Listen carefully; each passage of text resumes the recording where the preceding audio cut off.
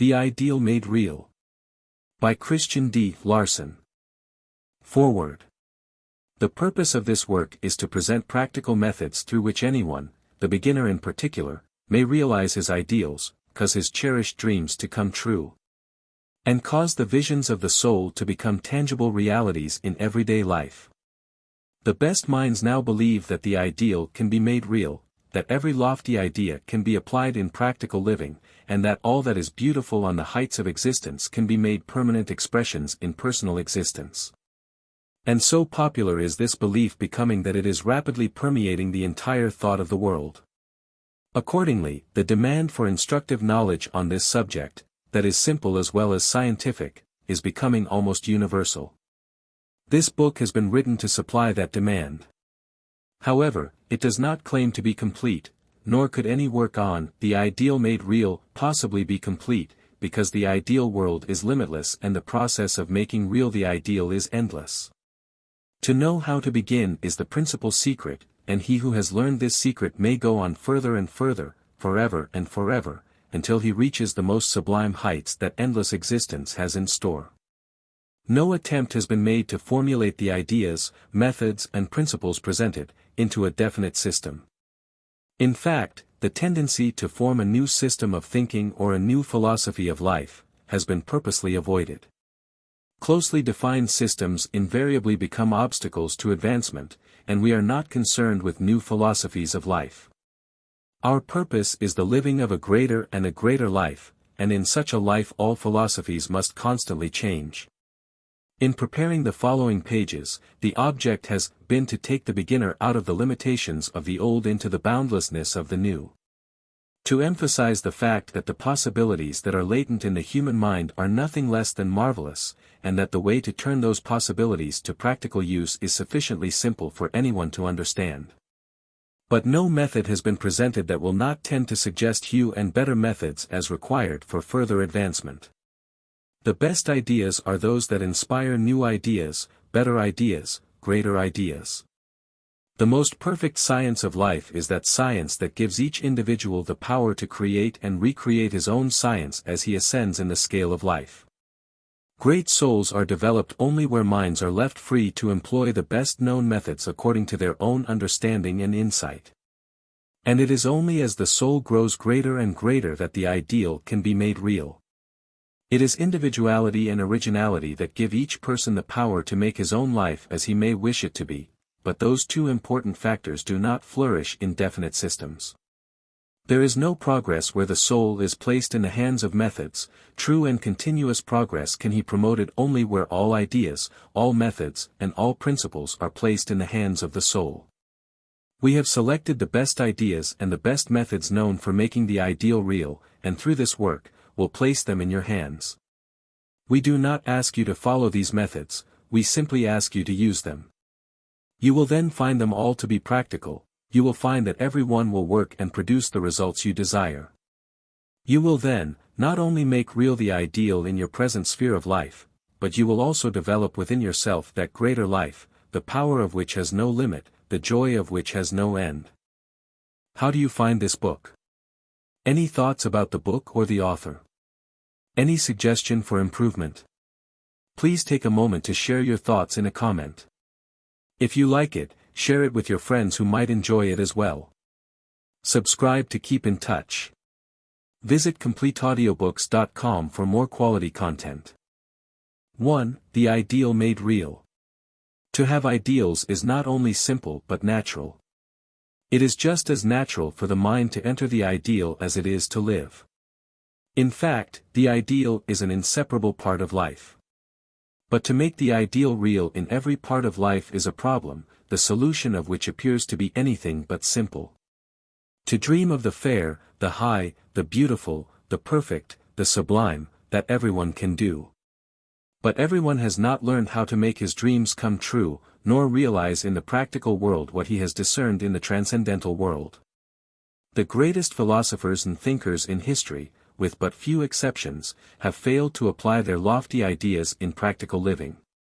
Not because they did not wish to, but because they had not discovered the scientific relationship existing between the ideal world and the real world. The greatest thinker of the past century confessed that he did not know how to use in everyday life the remarkable laws and principles that he had discovered in the ideal. He knew, however, that those laws and principles could be applied. That the ideal could be made real, and he stated that he positively knew that others would discover the law of realization, and that methods would be found in the near future through which any ideal could be made real in practical life. And his prophecy has come true. To understand the scientific relationship that exists between the real and the ideal, the mind must have both the power of interior insight and the power of scientific analysis, as well as the power of practical application. But we do not find, as a rule, the prophet and the scientist in the same mind.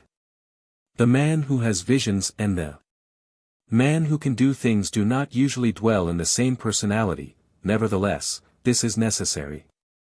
And every person can develop both the prophet and the scientist in himself.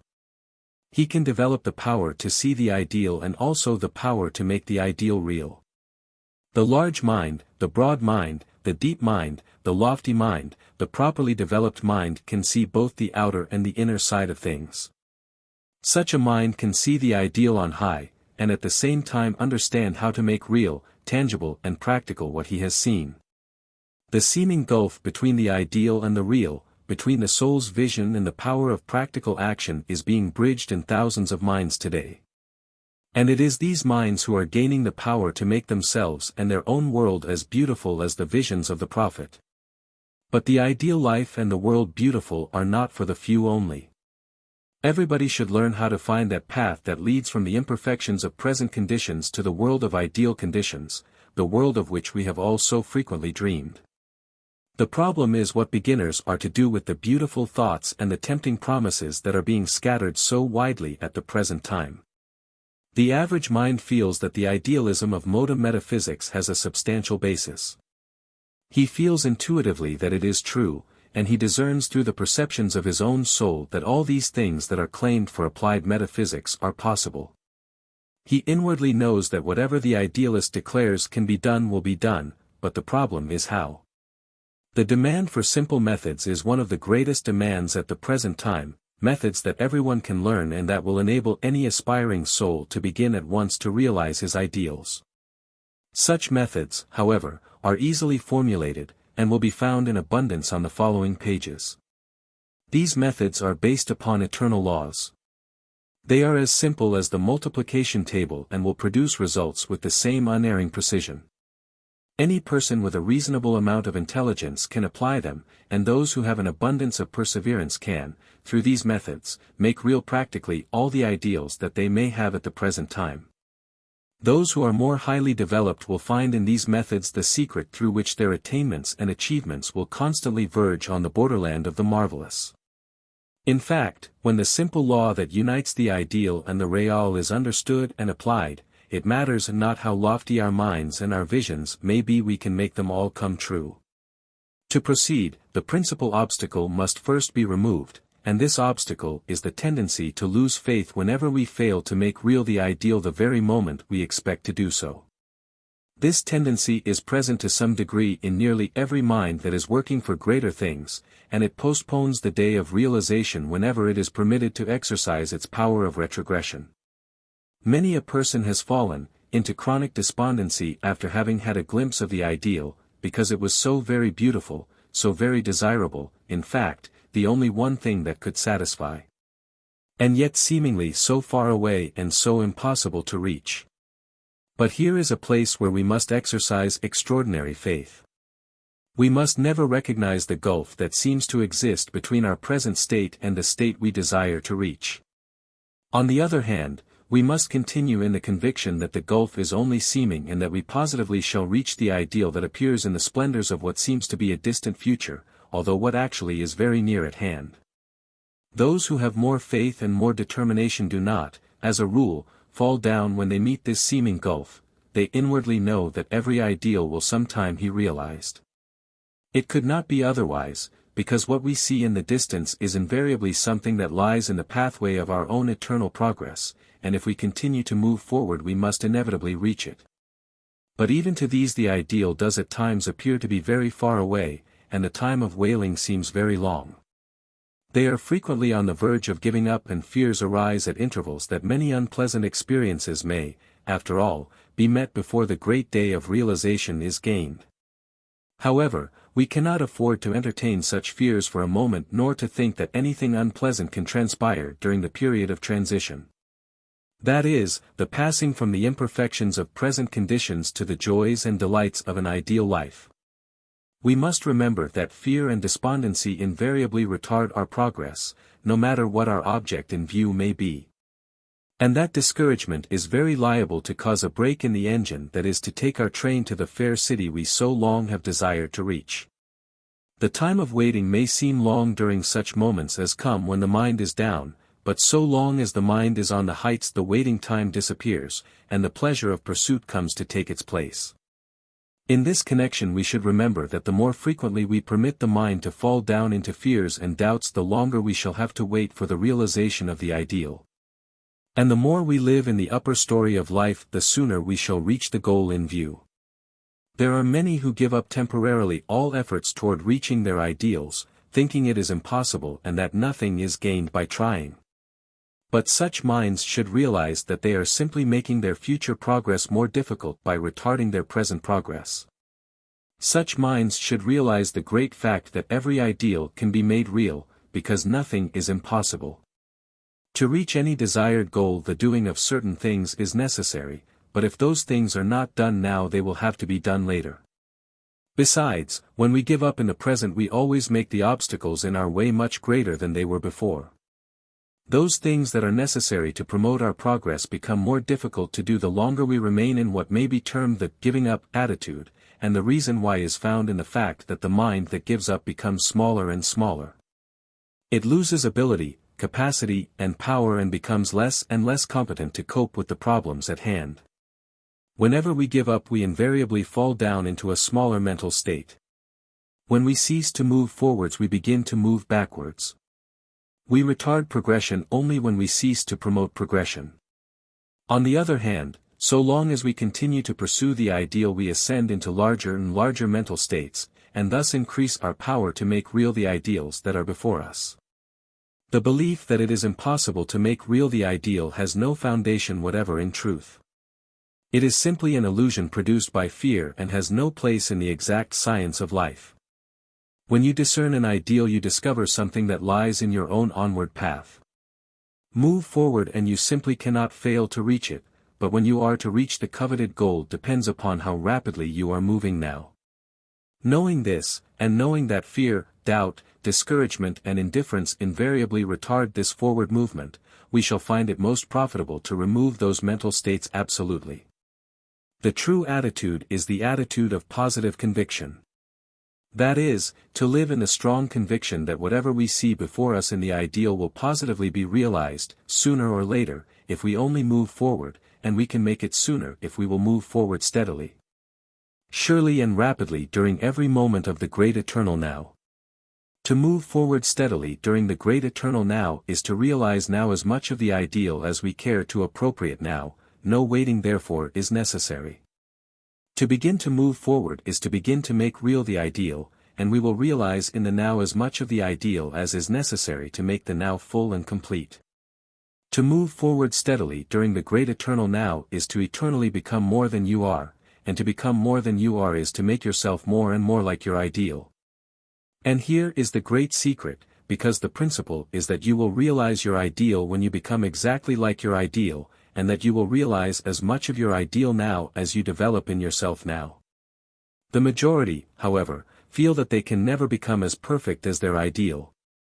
Others, however, think that they can, and that they will sometime, but that it will require ages. And they dwell constantly upon the unpleasant belief that they may in the meantime have to pass through years and years of ordinary and undesirable experience. But they are mistaken, and besides, are retarding their own progress every moment by entertaining such thoughts. If all the time and all the energy that is wasted in longing and longing, yearning and yearning were employed in scientific, practical self-development, the average person would in a short time become as perfect as his ideal. He would thus realize his ideal, because we attract from the without what corresponds exactly to what is active in our own within. When we attain the ideal and the beautiful in our own natures, we shall meet the ideal and the beautiful wherever we may go in the world, and we will find the same things in the real that we dreamed of in the ideal. When we see an ideal, we usually begin to long for it and hope that something remarkable may happen so as to bring it into our possession, and we thus continue to long and yearn and wait with periods of despondency intervening. We simply use up time and energy to no avail. When we see an ideal, the proper course to pursue is to begin at once to develop that ideal in our own nature. We should never stop to wait and see whether it is coming true or not, and we should never stop to figure how much time it may require to reach our goal. The secret is, begin now to be like your ideals, and at the proper time that ideal will be made real. The very moment you begin to rebuild yourself in the exact likeness of your ideal, you will begin to realize your ideal, because we invariably gain possession of that of which we become conscious. And to begin to develop the ideal in ourselves is to begin to become conscious of the ideal. To give thought to time is to stop and measure time in consciousness, and every stop in consciousness means retarded progress. Real progress is eternal. It is a forward movement that is continuous now, and in the realization of such a progress no thought is ever given to time. To live in the life of eternal progress is to gain ground every moment. It means the perpetual increase of everything that has value, greatness and worth, and the mind that lives in such a life cannot possibly be discouraged or dissatisfied. Such a mind will not only live in the perpetual increase of everything that heart can wish for, but will also realize perpetually the greatest joy of all joys, the joy of going on. The discouraged mind is the mind that lives in the emptiness of life, but there can be no emptiness in that life that lives in the perpetual increase of all that is good and beautiful and ideal. The only time that seems long is the time that is not well employed in continuous attainment, and the only waiting time, that seems the hardest time of all, is the time that is not fully consecrated to the highest purpose you have in view. When we understand that we all may have different ideals, we will find that we have an undeveloped correspondent in ourselves to every ideal that we may discern. And if we proceed to develop these corresponding parts, there will be some ideals realized every day. Today we may succeed in making real an ideal that we first discovered a year ago. Tomorrow we may reach a goal towards which we have been moving for years, and in a few days we may realize ideals that we have had in view during periods of time varying from a few weeks to several years. And if we are applying the principles that underlie the process of making real the ideal, we may at any time realize ideals of which we have dreamed for a lifetime. Consequently, when we approach this subject properly, we shall daily come into the possession of something that is our own. All the beautiful things of which we have dreamed will be coming into our world, and there will be new arrivals every day. This is the life of the real idealist, and we cannot picture a life that is more complete and more satisfying, but it is not only complete in the present. It is constantly growing larger and more desirable, thus giving us daily a higher degree of satisfaction and joy. When we discern an ideal, that ideal has come within the circle of our own capacity for development, and the power to develop that ideal in ourselves is therefore at hand. The mind never discerns those ideals that are beyond the possibility of present development. Thus we realize that when an ideal is discerned, it is proof positive that we have the power to make it real now. Those who have not found their ideals in any shape or form whatever have simply neglected to make their own ideal nature strong, positive and pronounced. To live in negative idealism is to continue to dream on without seeing a single dream come true, but when the ideals we discern in our own natures become strong, positive working forces, our dreams will soon come true. Our ideals will be realized one after the other until life becomes what it is intended to be, a perpetual ascension into all that is rich, beautiful, and sublime. Whether we speak of environments, attainments, achievements, possessions, circumstances, opportunities, friends, companions, or the scores of things that belong in our world, the law is the same. We receive an ideal only when we become just like that ideal. If we seek better friends, we shall surely find them and retain them, if we develop higher and higher degrees of friendship. If we wish to associate with refined people, we must become more refined in action, thought and speech. If we wish to reach our ideals in the world of achievement, we must develop greater ability, capacity and power. If we desire better environments, we must not only learn to appreciate the beautiful, but must also develop the power to produce those things that have true quality, high worth and real superiority. The great secret is to become more useful in the world, that is, useful in the largest and highest sense of that term. He who gives his best to the world will receive the best in return. The world needs able men and women. People who can do things that are thoroughly worthwhile, people who can think great thoughts and transform such thoughts into great deeds, and to secure such men and women the world will give anything that it may hold in its possession. To make real the ideal, proceed to develop greatness, superiority and high worth in yourself.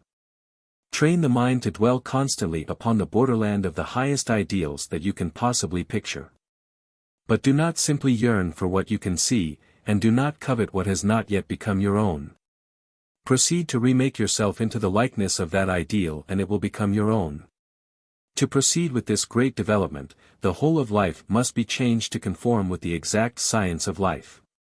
That is, that science that is based upon the physical and the metaphysical united as the one expression of all that is great and sublime in the soul.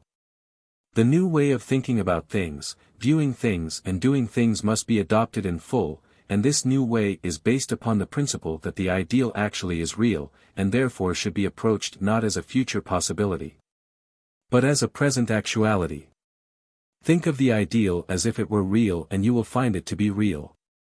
Meet all things as if they contained the ideal, and you will find that all things will present their ideals to you, not simply as mere pictures, but as realities. View the whole of life from the heights of existence, then you will see things as they are and deal with things accordingly. You will see that side of the whole of existence that may be termed the better side, and in consequence, you will grow into the likeness of that better side. When you grow into the likeness of the better side of all things, you will attract the better side of all things, and the ideal in everything in the world will be made real in your world. 2. How to begin, the prime essentials. To formulate rules in detail that will apply to each individual case is neither possible nor necessary. All have not the same present needs nor the same previous training. But there are certain general principles that apply to all, and these, if followed according to the individual viewpoint, will produce the results desired. If the proper beginning is made, the subsequent results will not only be greater and be realized in less time, but much useless experience and delay will be avoided. These principles, or prime essentials, are as follows. 1. Learn to be still. When you undertake to live an ideal life and seek to promote your advancement in every direction, you will find that much cannot be gained until your entire being is placed in a proper condition for growth. The reason being that the ideal is ever advancing toward higher ideals, and you must improve yourself before you can better your life.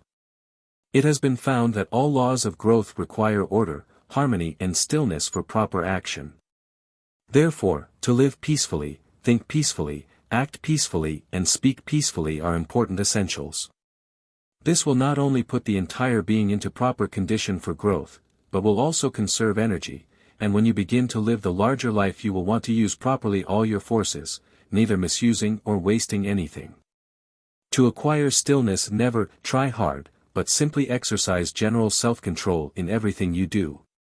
Never be anxious about results, and they will come with less effort, and in less time.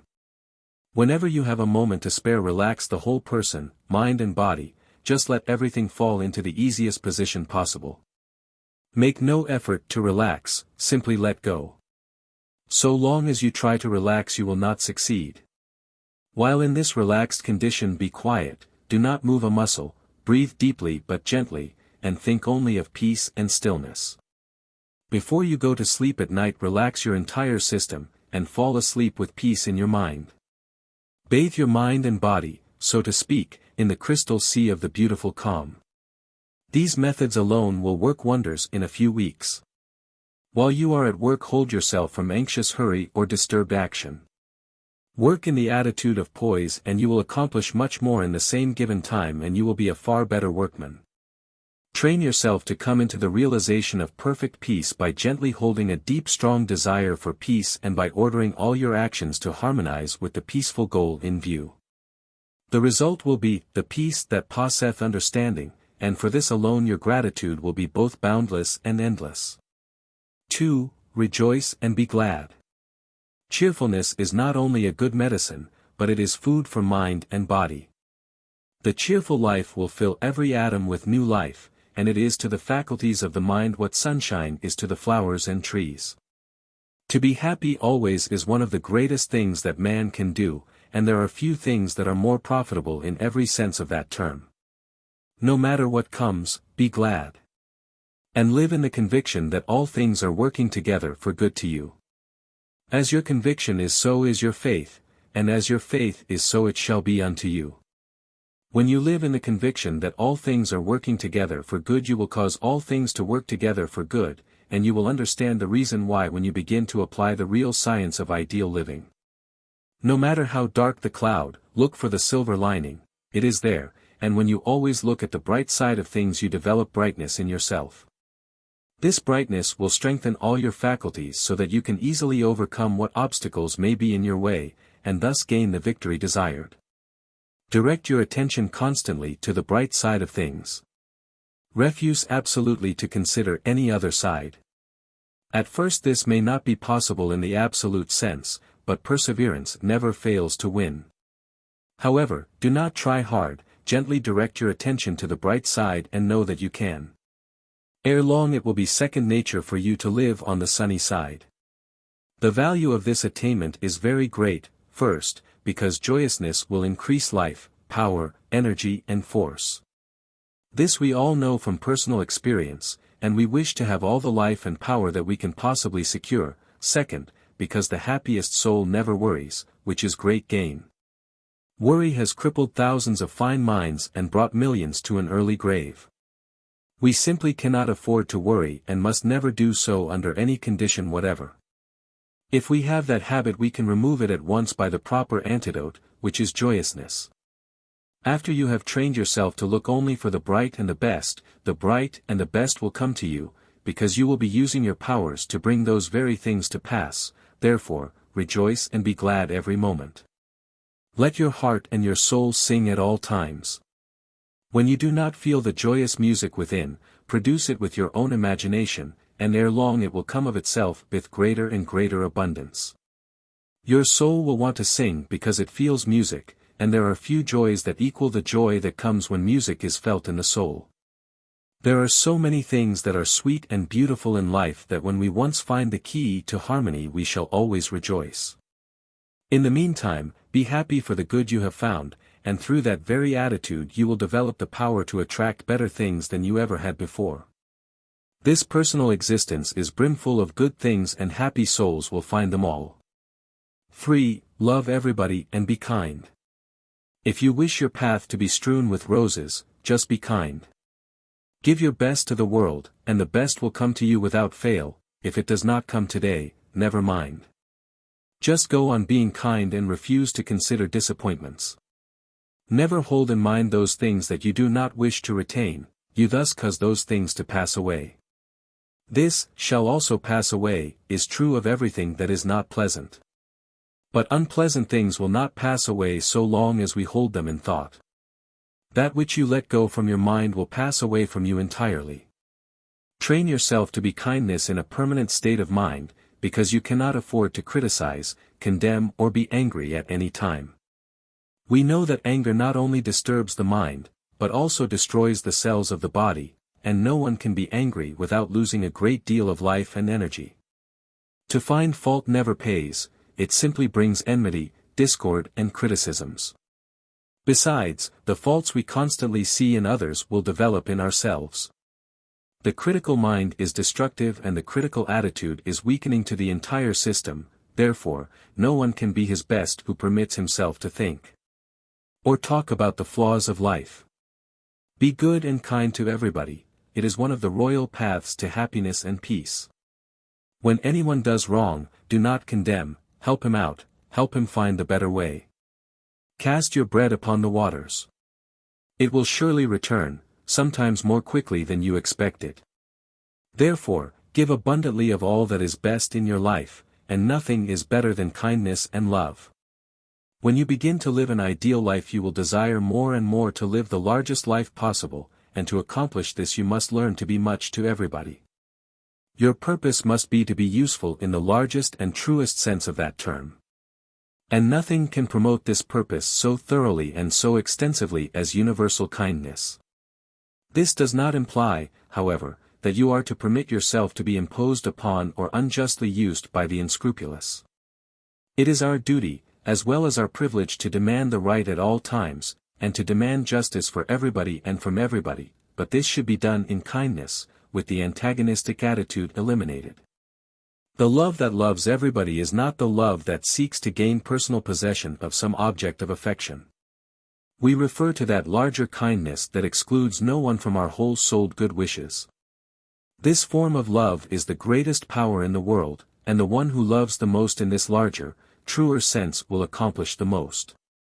The reason why is found in the fact that a great love invariably brings out all that is large, great and extraordinary in human nature.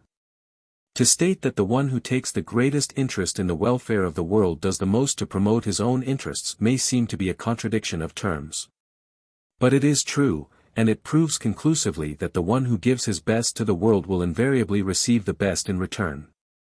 Never permit yourself to say that you cannot love every creature that lives. Say that you do love everything that lives, and mean it. What you say you are doing that you will find yourself doing. This greater love illumines the mind, gives new life to every fiber in your being, removes almost every burden and eases the whole path of existence. Love removes entirely all anger, hatred, revenge, ill will, and similar states, a matter of great importance, for no one can live an ideal life while such states of mind remain. To have a sweet temper and loving disposition and a kind heart is worth more than tons of gold. We are all finding this to be true, and we realize fully that the person who loves everybody with that larger loving kindness has taken a long step upward into that life that is real life. This is not mere sentiment, but the expression of an exact scientific fact. A strong, continuous love will bring all good to any one who lives and acts as he inwardly feels. 4. Have faith in abundance. Have faith in God, have faith in man. Have faith in yourself, have faith in faith. Believe in everything, and you relate yourself to the best that is in everything. We all know the value of self-confidence, but faith is infinitely deeper, larger and higher. Self-confidence helps us to believe in ourselves, as we are at present, and thus helps us to make a better use of the talents we now possess. But faith elevates the mind into the consciousness of our larger and superior possibilities, and thus increases perpetually the power, the capacity, and the efficiency of the talents we now possess. Faith brings out the best that is within us and puts that best to work now. He who follows faith may frequently go out upon the seeming void, but he always finds the solid rock. The reason is that faith has superior vision and goes instinctively to the very thing we desire to find. Faith does not expect things to come of themselves. Faith never stands and waits, it does things. But while at work believes that the goal will be reached and the undertaking accomplished. The person who works in the attitude of faith can never fail, because through faith he draws upon the inexhaustible. The person who works in the attitude of doubt can never be at his best. Through the feeling of doubt he lowers his own ability, he holds back his best power and employs but a portion of his capacity. But the one who works in faith will press on to the very limit of his present capacity and then go on further still, because the more faith he has the more fully he realizes that there is no limit to his capacity. That the seeming void that lies before is positively solid rock all the way and he may safely proceed. Whatever you do, believe that you can succeed in, do not for a moment permit yourself to doubt, know that the infinite is your source, that you live in the universal and have the boundless upon which to draw for supply. If people or things do not come up to your ideal, never mind, give them time, continue to have faith in their better selves, they will also scale the heights. Expect them all to do their best, and most of them will do so now. The others will soon follow, if you live in the faith that they will. The unbounded faith of one soul can elevate the lives of thousands. This is a statement that is just as true as it is great, and we should constantly give it the highest place in mind. The man who has faith in the whole race is an inspiration to everybody. Many a person has risen rapidly in the scale because someone had faith in him. Faith is the greatest elevating power that we know in the world. Faith can convert any failure into success and can promote the advancement of everybody, no matter what the circumstances may be. Have faith in yourself and you will advance as you never advanced before. Have faith in others and they will inevitably follow. Have faith in the infinite and the supreme power will always be with you. This power will see you through, whatever your goal may be. Therefore, if you would enter the new life, the better life, the ideal life, and inspire others to do the same, have faith in abundance. 5. Pray without ceasing. The true prayer is the whole-souled desire for the larger, the higher and the better while the mind is stayed upon the Most High, and to pray without ceasing is to constantly live in that lofty desire. The forces of mind and body always follow our desires, therefore, if we would use our powers in building up a larger life we must have high desires and true desires. Turn your desires upward and keep them there, desire the greater things only. Never desire anything less. Those powers within you will cause you to become as true, as great and as perfect as your heart has prayed that you might become. To cause our desires, thoughts and states of consciousness to rise to the very highest states of being, we should employ the silence daily, that is, we should enter into the absolute stillness of the secret life of the soul. Through the silence we shall find the secret of secrets, the path to that inner world from which everything proceeds. To begin, be alone and comfortably seated. Or, you may enter the silence in association with someone that is in perfect harmony with yourself. Relax mind and body, close your eyes and be perfectly quiet. Turn your attention upon the inner life of the soul and gently hold your mind upon the thoughts of stillness and peace. Affirm with deep, quiet feeling, peace is mine. I am resting in the stillness of the spirit. I have entered the beautiful calm. I am one with the infinite. I am in the kingdom of the great within. I am in the secret places of the Most High, and similar states. While you make these statements, feel that you are peaceful and still and that you are now in that inner world where all is quiet and serene.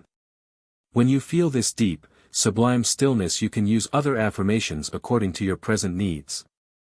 You may affirm that you are well and strong and happy and harmonious, and that you have full possession of all those qualities that you know have existence in real life. To feel the perfect peace of the soul, however, is the first essential. After that is attained, your consciousness will deepen and you will enter the great within to a greater and greater degree.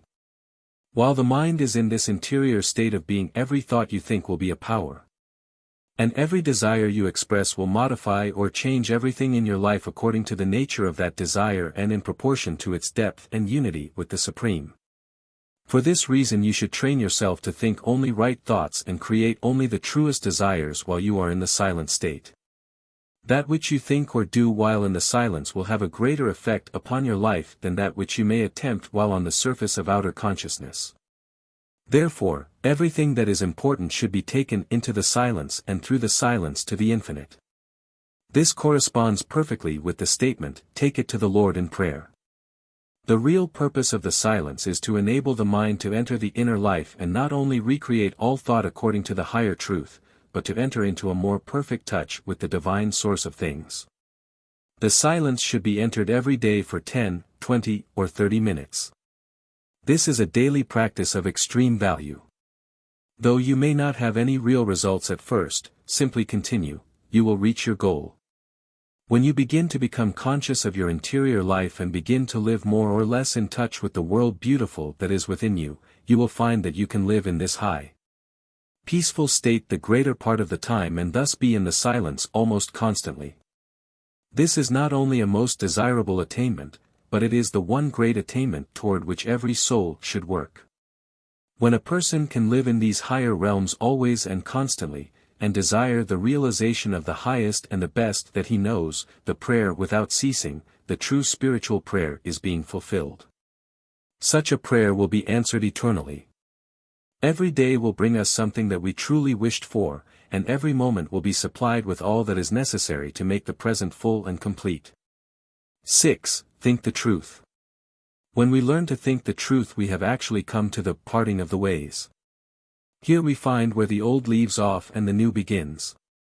In this state the wrong disappears and the right is discerned and realized in an ever-increasing manner. The foundation of all truth is expressed in the basic statement: man is a spiritual being created in the image and likeness of God. Being created in the image of God, man is now divine and in possession of all the divine attributes. Each individual is now in possession of infinite wisdom, infinite power, infinite love, eternal life, perfect peace, everlasting joy, universal truth, universal freedom, universal good, divine wholeness, spotless virtue, boundless supply. True, these attributes exist principally in the potential state, that is, they are possibilities waiting in the within for unfoldment, development and expression. Nevertheless, they do exist in every soul and to a degree that is limitless. Therefore, every soul does actually possess those attributes, and to speak the truth we must recognize their existence and even now claim their possession. To think the truth you must think that you are divine in your true being, and that you possess these attributes, because this is the truth. You are divine in your true being, because you are created in the image of God, and you do possess the divine attributes just mentioned because that which is divine must necessarily possess the attributes of the divine. To think contrary to this would be wrong thought, and from wrong thought comes all the wrong in the world. The average person does think contrary to this thought. Therefore, he is almost constantly in bondage to sin, sickness or trouble of some kind. Divine wholeness, that is, perfect health of body and mind is yours now, always was and always will be, therefore it would be wrong for you to say, I am sick. Your real being is never sick, never will be, because it is divine and you are the real being. You are not the body, you possess a body, and that body may be indisposed, if you create wrong thought, but that body is not you. You are a spiritual being created in the image of God, therefore you are always well. When sickness appears on the surface, that is, in the body, know that it is on the surface only, that sickness is not in you. You are real being, and in real being perfect health reigns absolutely and eternally. The sickness that sometimes appears in the body is the result of a recognition of untruth, either expressed in wrong thinking or wrong living. Right thought, that is, that thought that invariably follows the recognition of absolute truth, would not produce sickness, and no person could become sick that is always filled and protected with the power of right thought. When the light reigns supremely, darkness cannot enter. Wrong thought comes from a false conception of yourself, and false conceptions will continue to form in mind so long as you are ignorant of the truth. When you know the truth, that you are the image of God, perfect in your own true being, you will think this truth and all your thought will be right. Consequently, only right conditions can exist in your life, and all will henceforth be well with you. When you see yourself as you are in your true being, that you are even now strong and well, in full possession of peace, love, power, wisdom, freedom and all the good that is in God, you will think of yourself accordingly. And such thought is right thought. The result will be right conditions in mind and body. From center to circumference your entire being will be well and perfect, as it always was and ever will be in the truth. To think the absolute truth at first seems a contradiction of known facts, because we are so used to judging from appearances, but when we find that appearances are simply the result of thought, that right thought produces good appearances, and wrong thought produces adverse appearances, and learn that true being is the image of God, we shall no longer see contradiction in thinking absolute truth. When we think the truth about ourselves we shall always think the truth about others, we shall, therefore, not think of them as they appear on the surface but as they are in the perfection of real spiritual being. We shall overlook, forgive and forget the wrong appearance, knowing that it is but a temporary effect of wrong thought, and we shall proceed to inspire everyone to change that appearance by thinking right thought, the thought of truth. 7. Live in the Spirit. To express this statement in its simplest terms, we would say that to live in the Spirit is to live in the upper story of mind and thought, or to live on the good side, the bright side and the true side of everything. To the beginner this is sufficient, because this simple change in living must come before the higher spiritual consciousness can be realized, but the change though simple at first will completely revolutionize life. Ere long, however, the consciousness of the true side and the better side will become so clear that to live in the spirit will mean infinitely more than to simply dwell in the upper story of mind. And when this larger experience comes, we shall know from our own illumined understanding what it means to live in the spirit. When we begin to think the truth, all kinds of illusions and false beliefs will gradually vanish, and we shall not only understand that we are spiritual beings, but we shall feel that we are all that divine life can be. We shall positively know that we are eternal souls living in a spiritual world now, expressing ourselves in a physical world, and we shall realize that we are actually created in the image and likeness of the infinite. United with the infinite and living in the life of infinite being. Through the fuller realization of truth we will learn that the spiritual is not some vague, far away something that saints alone can know, but that spirit is the essence of all things, the very life of all things visible and invisible. And that spirit is in itself absolutely good and perfect. We will realize that there is but one substance from which all things proceed, and that substance is the expression of spirit. We will see that there is but one life, the spiritual life, and that there is but one law, the eternal coming forth in a greater and greater measure of life. We will find that spirit is the basis of all things, the soul of all things, and that therefore all things are in reality very good and very beautiful. We will find through the spirit that evil is but a temporary condition produced by man's understanding of the goodness and the completeness of real being, and that to so live that we realize the absolute goodness and the perfect harmony of the whole universe is to live in the spirit. When we realize this, we are on the true side of all things, and we feel that we are. When we are in harmony with all things, we are in harmony with the infinite and can feel his presence always. And we also find that to dwell in the secret places of the Most High is to realize that we are in that great sea of life, the great spiritual sea, the universal state of being, the world of divine existence. While we are in this upper state, that is, in the spirit, we are away from the false, and actually in the true. We are in the spirit, and from the light of the spirit we can see clearly the truth concerning everything. From this place we may ascend to other and greater heights and enter into the ever-increasing realms of life, where existence becomes fairer and higher, too beautiful for tongue to ever describe. What is held in store for the soul that lives in the spirit, eternity alone can reveal, but that the life that is lived in the spirit is the only true life thousands have learned, both in this age and in ages gone by. To the beginner, however, the first essential is to get away from material life, that is, the common, the gross, the superficial, the ordinary, the perverted and the wrong. Then to go up higher, to enter the world of light and live in the more beautiful realms of sublime existence. To live in the spirit, live in the highest and most perfect state now, and do not for a moment come down. At first this state will simply be a life that is finer, larger and more harmonious, where things move more smoothly and where the value of life seems to constantly increase. But ere long living in the spirit will mean far more than merely a pleasing state of existence, and the further we advance the more this wonderful life will be. Until we begin to understand the great soul who declared, "Eye hath not seen nor ear heard, neither hath it entered into the heart of man what God has prepared for them that love him." In this connection we must bear in mind that it is not necessary to reach the supreme heights in spiritual life before we can live in the spirit.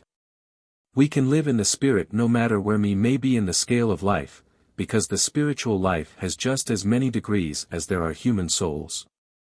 Live in the realization that this universe has soul, that this soul is divine, and that you live and move and have your being in that great soul. Realize this as fully as your present state of development will permit, and you have begun to live in the spirit. The realization of the divinity of the soul side of all things will reveal to your mind the great truth that all things are perfect in their real state of being, and that the real of everything lives in a universe of spirit. A universe that is everywhere within us all and about us all. However, before we begin we must be convinced of the great truth that the spiritual life is not mere sentiment nor a mere feeling of mind and soul. The spiritual life is the real life, the foundation of all life, the essence of all life, the soul of all life.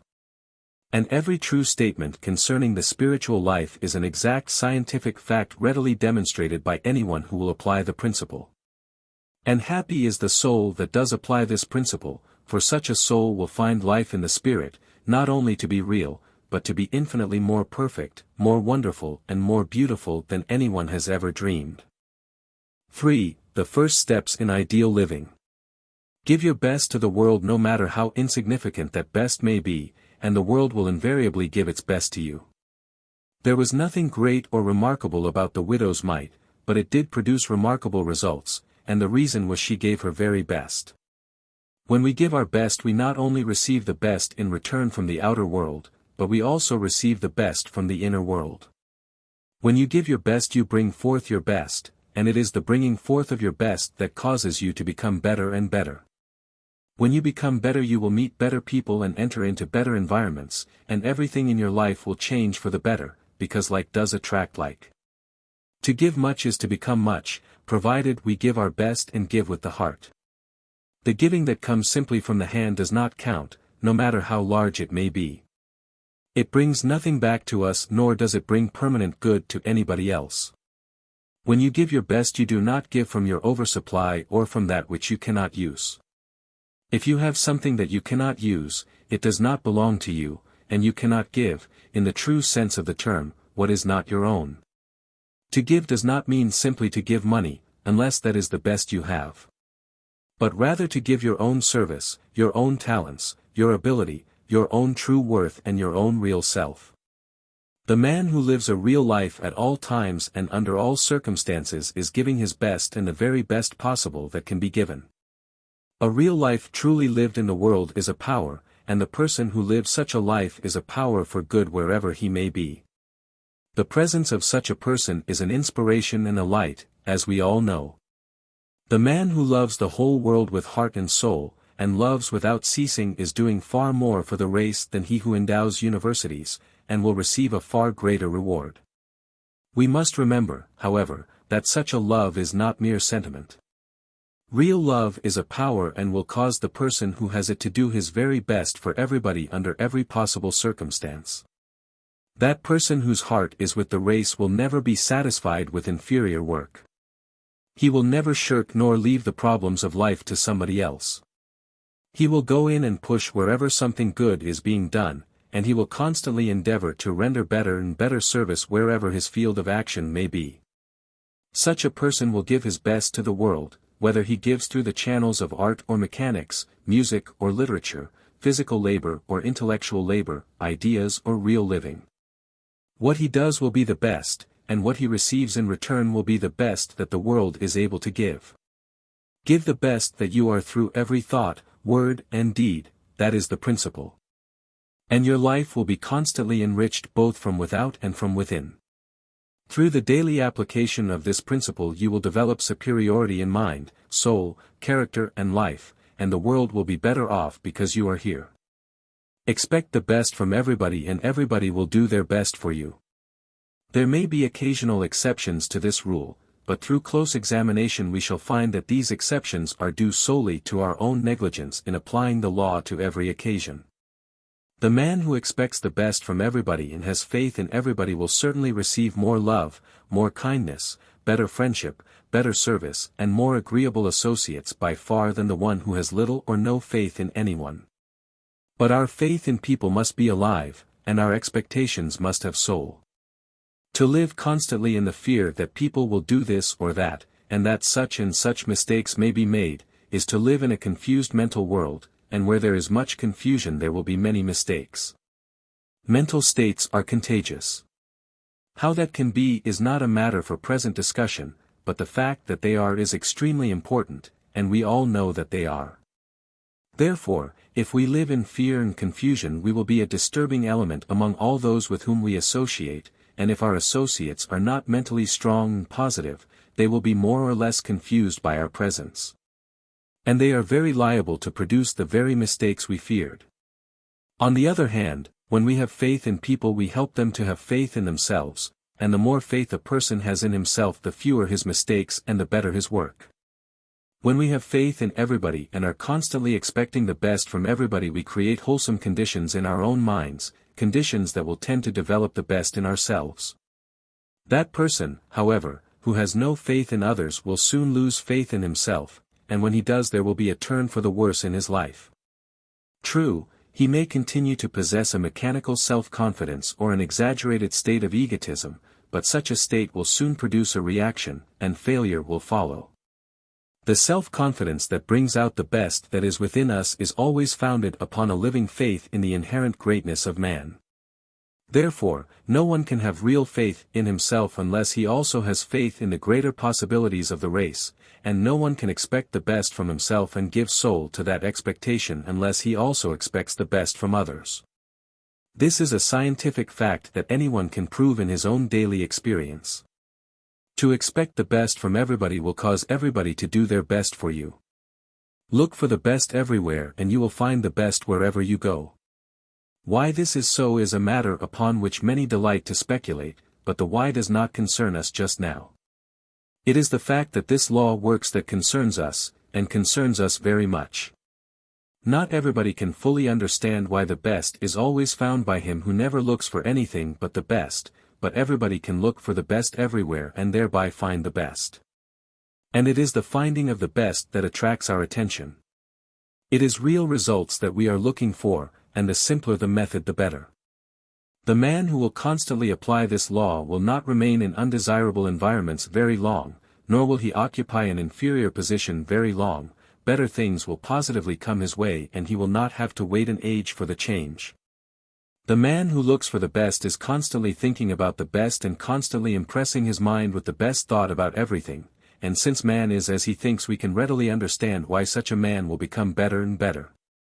Therefore, by looking for the best everywhere he will not only find the best in the external world, but he will create the best in his mental world. This will give him a greater mind, which in turn will produce higher attainments and greater achievements.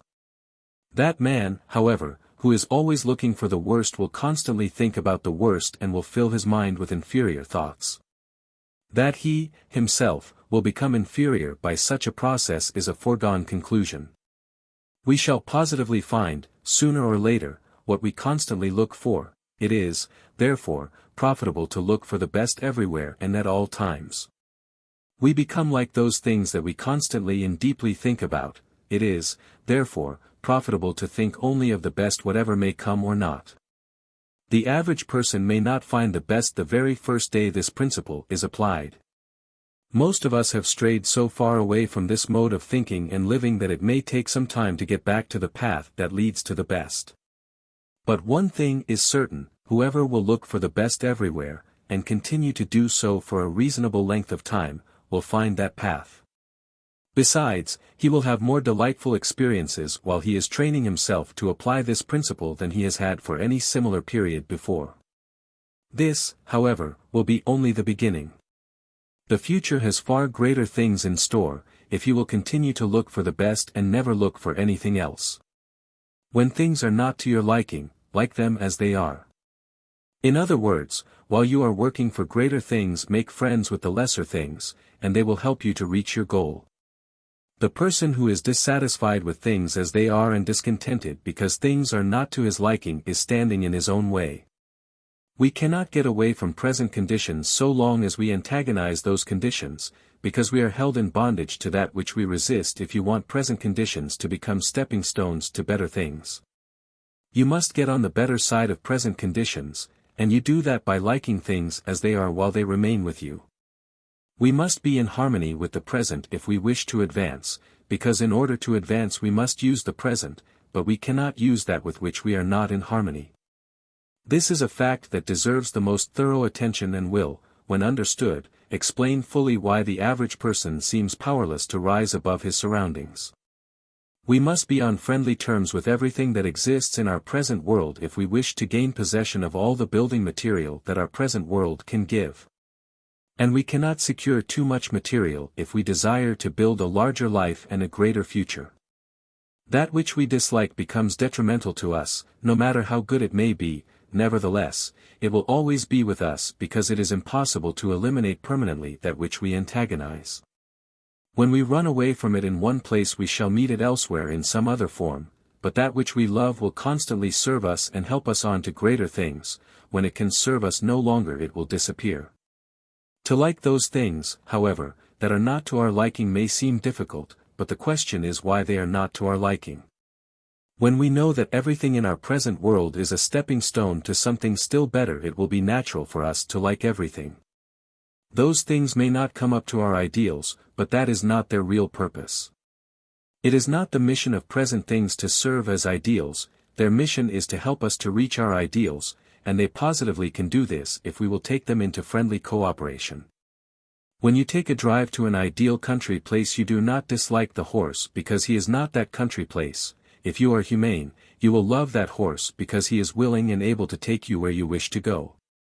If you should dislike and mistreat that horse or should fail to hitch him to the vehicle, you would not reach your destination. This, however, is the very thing that the average person does with the things of his present world. These things are the horses and the vehicles that can take us to the ideal places we desire to reach, but we must hitch them up, we must treat them right and use them. To cause all things that are about us now to work together with us, we must be in perfect harmony with them. We must like them as they are, and that becomes comparatively easy when we know that it is necessary for them to be what they are in order that they may serve as our stepping stones. If they were different, there would be no stepping stones, and we would have to remain where we are. When we realize that everything that exists in our present world has the power to promote our advancement, if we properly use that power. And when we realize that it is necessary to be in harmony with all things to use the power that is within those things, we shall no longer dislike anything. We shall even make friends with adversity, because the power that is in adversity can be tamed by kindness and love, and when that power is tamed it becomes our own.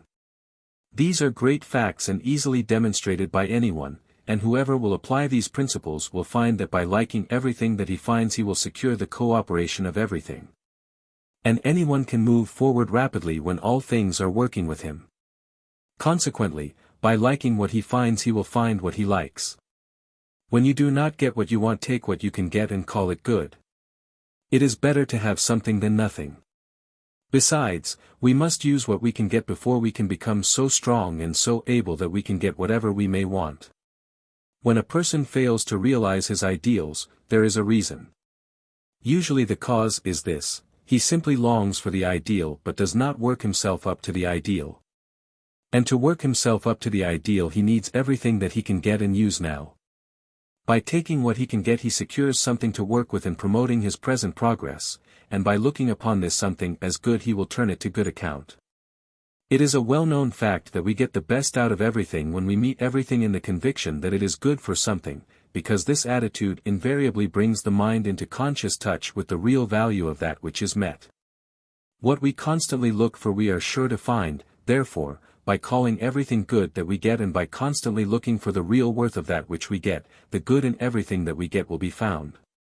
The result is that everything we receive or come in contact with will be good for something to us and will have something of value to give us.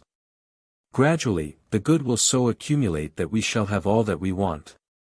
Life will be filled with that which has quality and worth, which means that the development towards greater worth will constantly take place, and development towards greater worth means the constant ascension into the realization of our ideals. By accepting and using the good that we can now secure, we add so much to the worth of our own life that we become worthy of the greater good we may desire. In consequence, we shall positively receive it. This process may not satisfy those who expect to reach the top at once or expect to receive the better without making themselves better.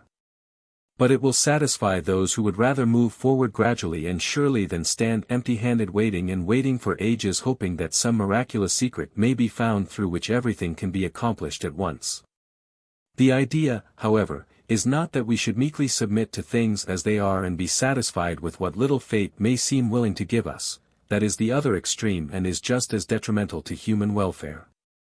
Take everything that legitimately comes your way, do not refuse it because it seems too small. Take it and call it good, because it is good for something, then make the best possible use of it with a view of getting greater good through that use.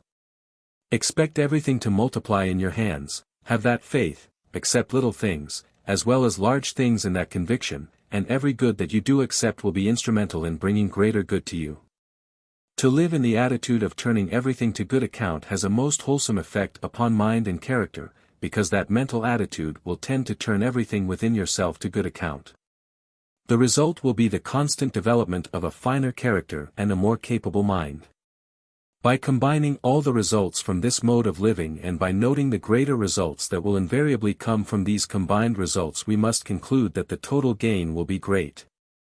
And that he who turns to good account everything that comes into his life, will positively receive everything that he may require to live an ideal life.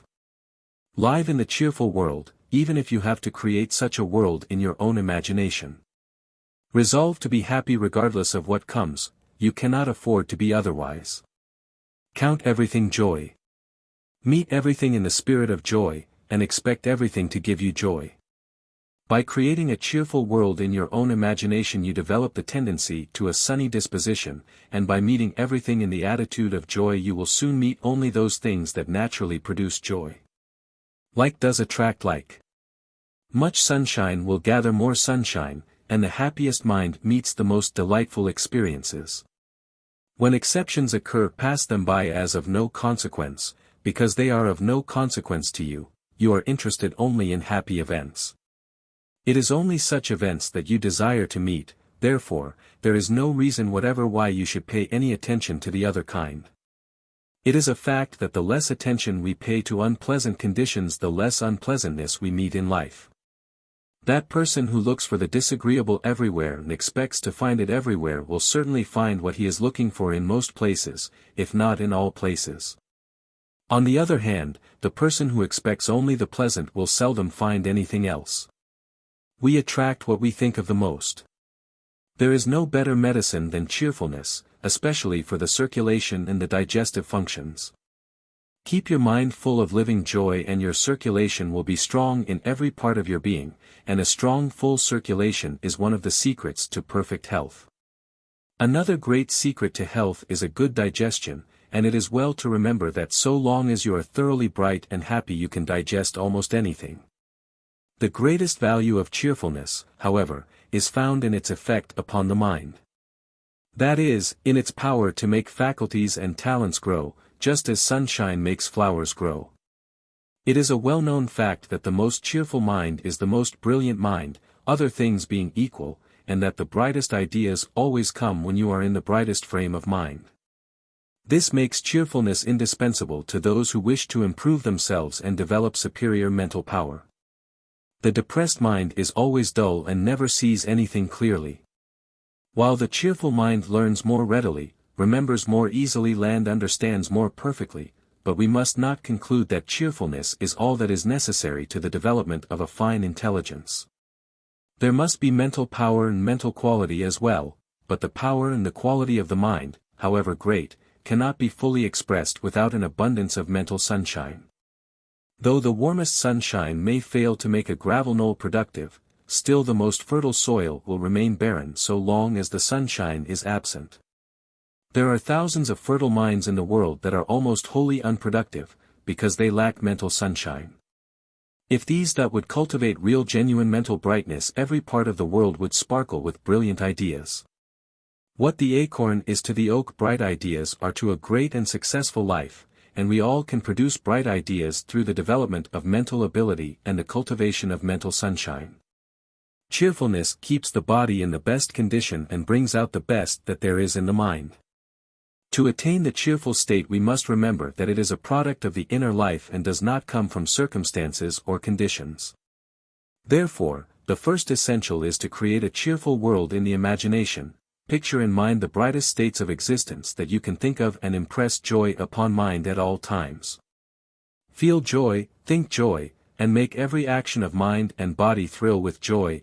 Ere long you will have created within yourself the subconscious cause of joy, and when this is done cheerfulness and brightness will become permanent elements in yourself.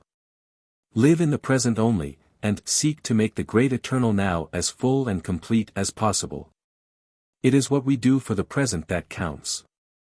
The past is gone, and the future is not ready to be acted upon.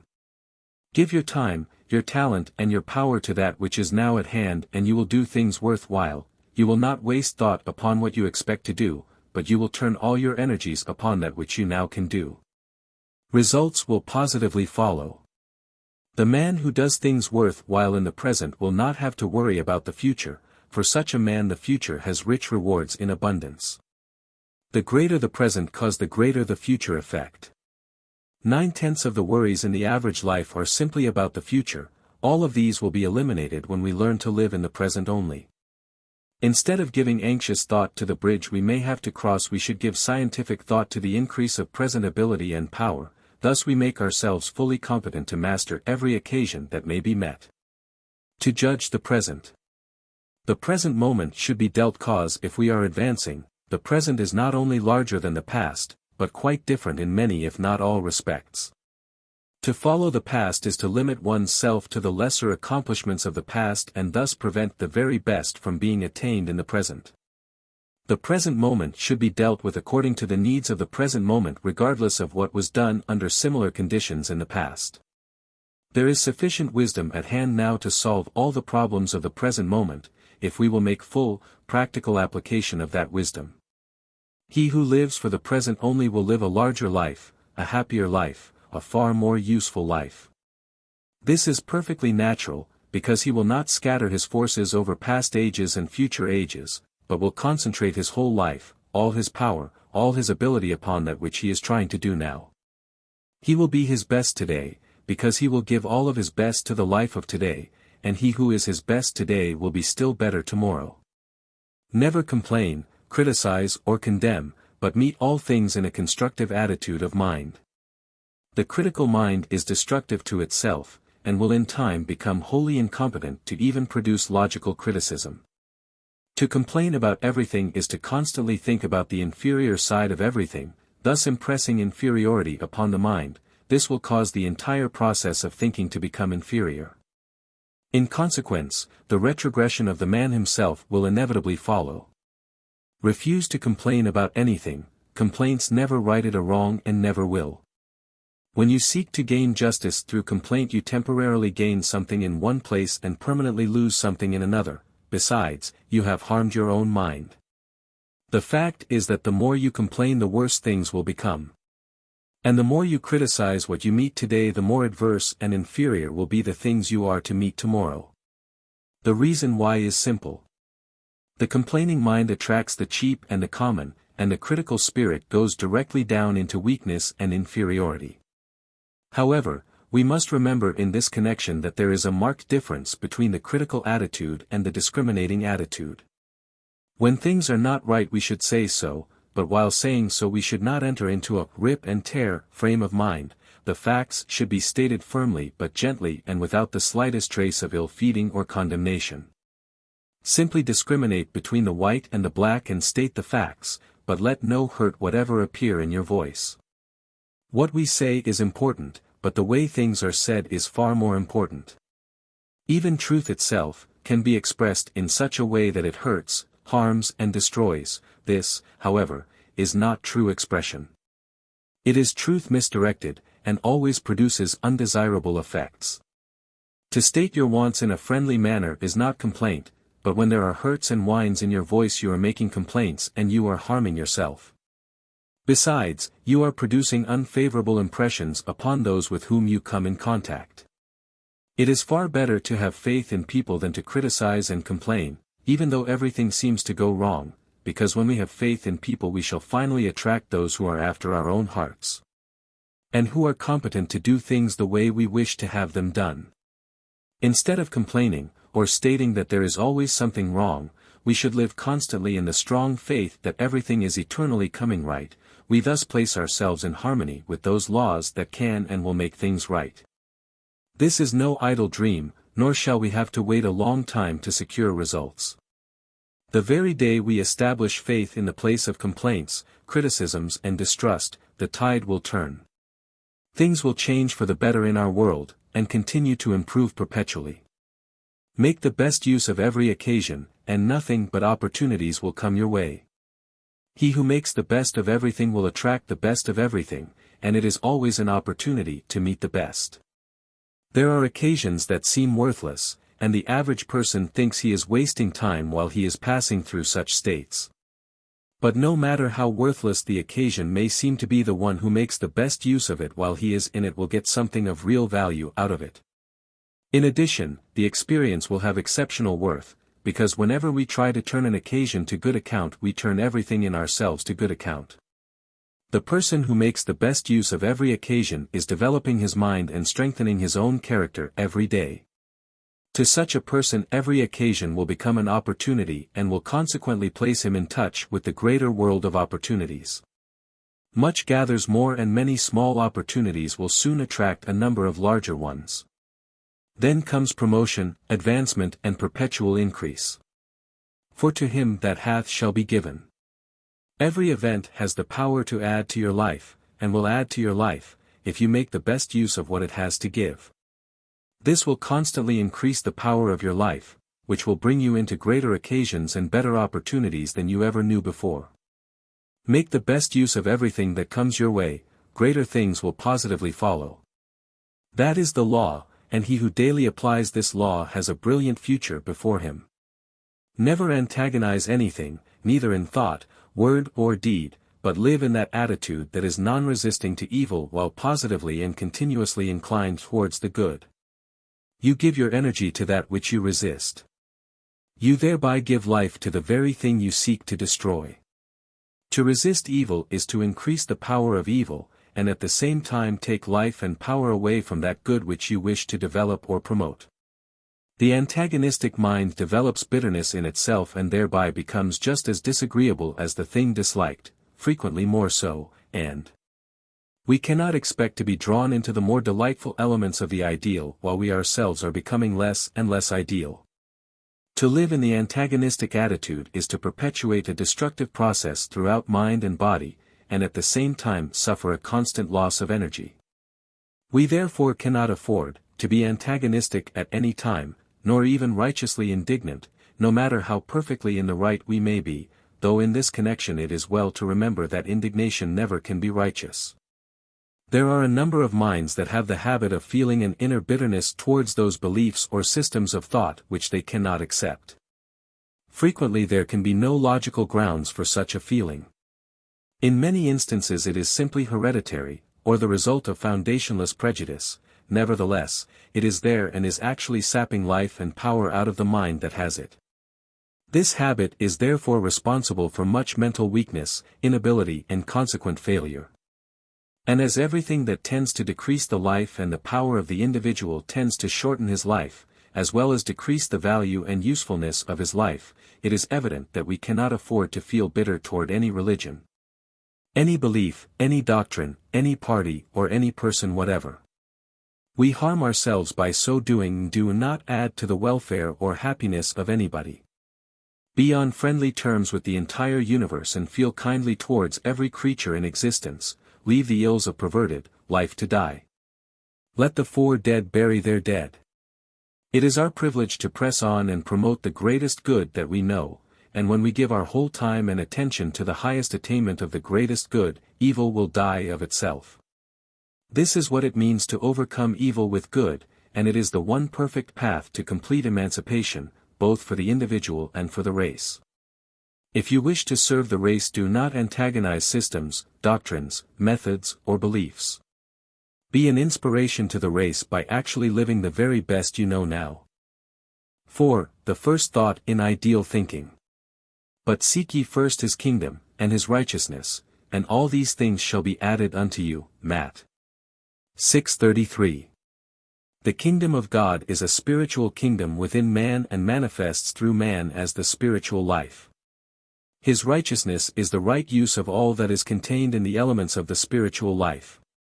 The spiritual life being the complete life, the full expression of life in body, mind and soul, it is evident that the right use of the spiritual life will produce and bring everything that man may need or desire. The source of everything has the power to produce everything, provided the power within that source is used according to exact spiritual law.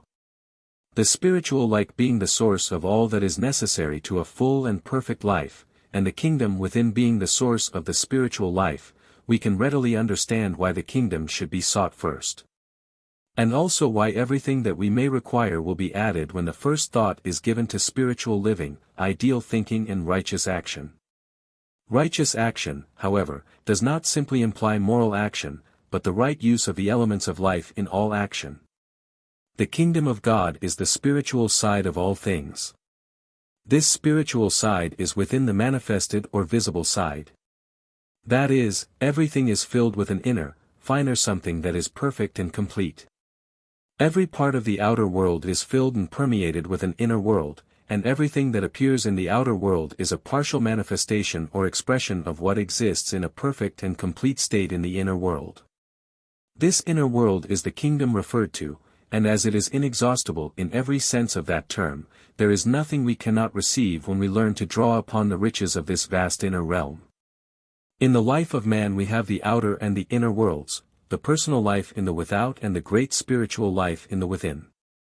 What appears in the outer world of man, that is, in his personal existence, is the result of what he has sought and brought forth from his inner world. According to one of the greatest of metaphysical laws, we express whatever we become conscious of. We, therefore, understand clearly why the personal man, or his outer world, is the direct result of what he has become conscious of in his interior world.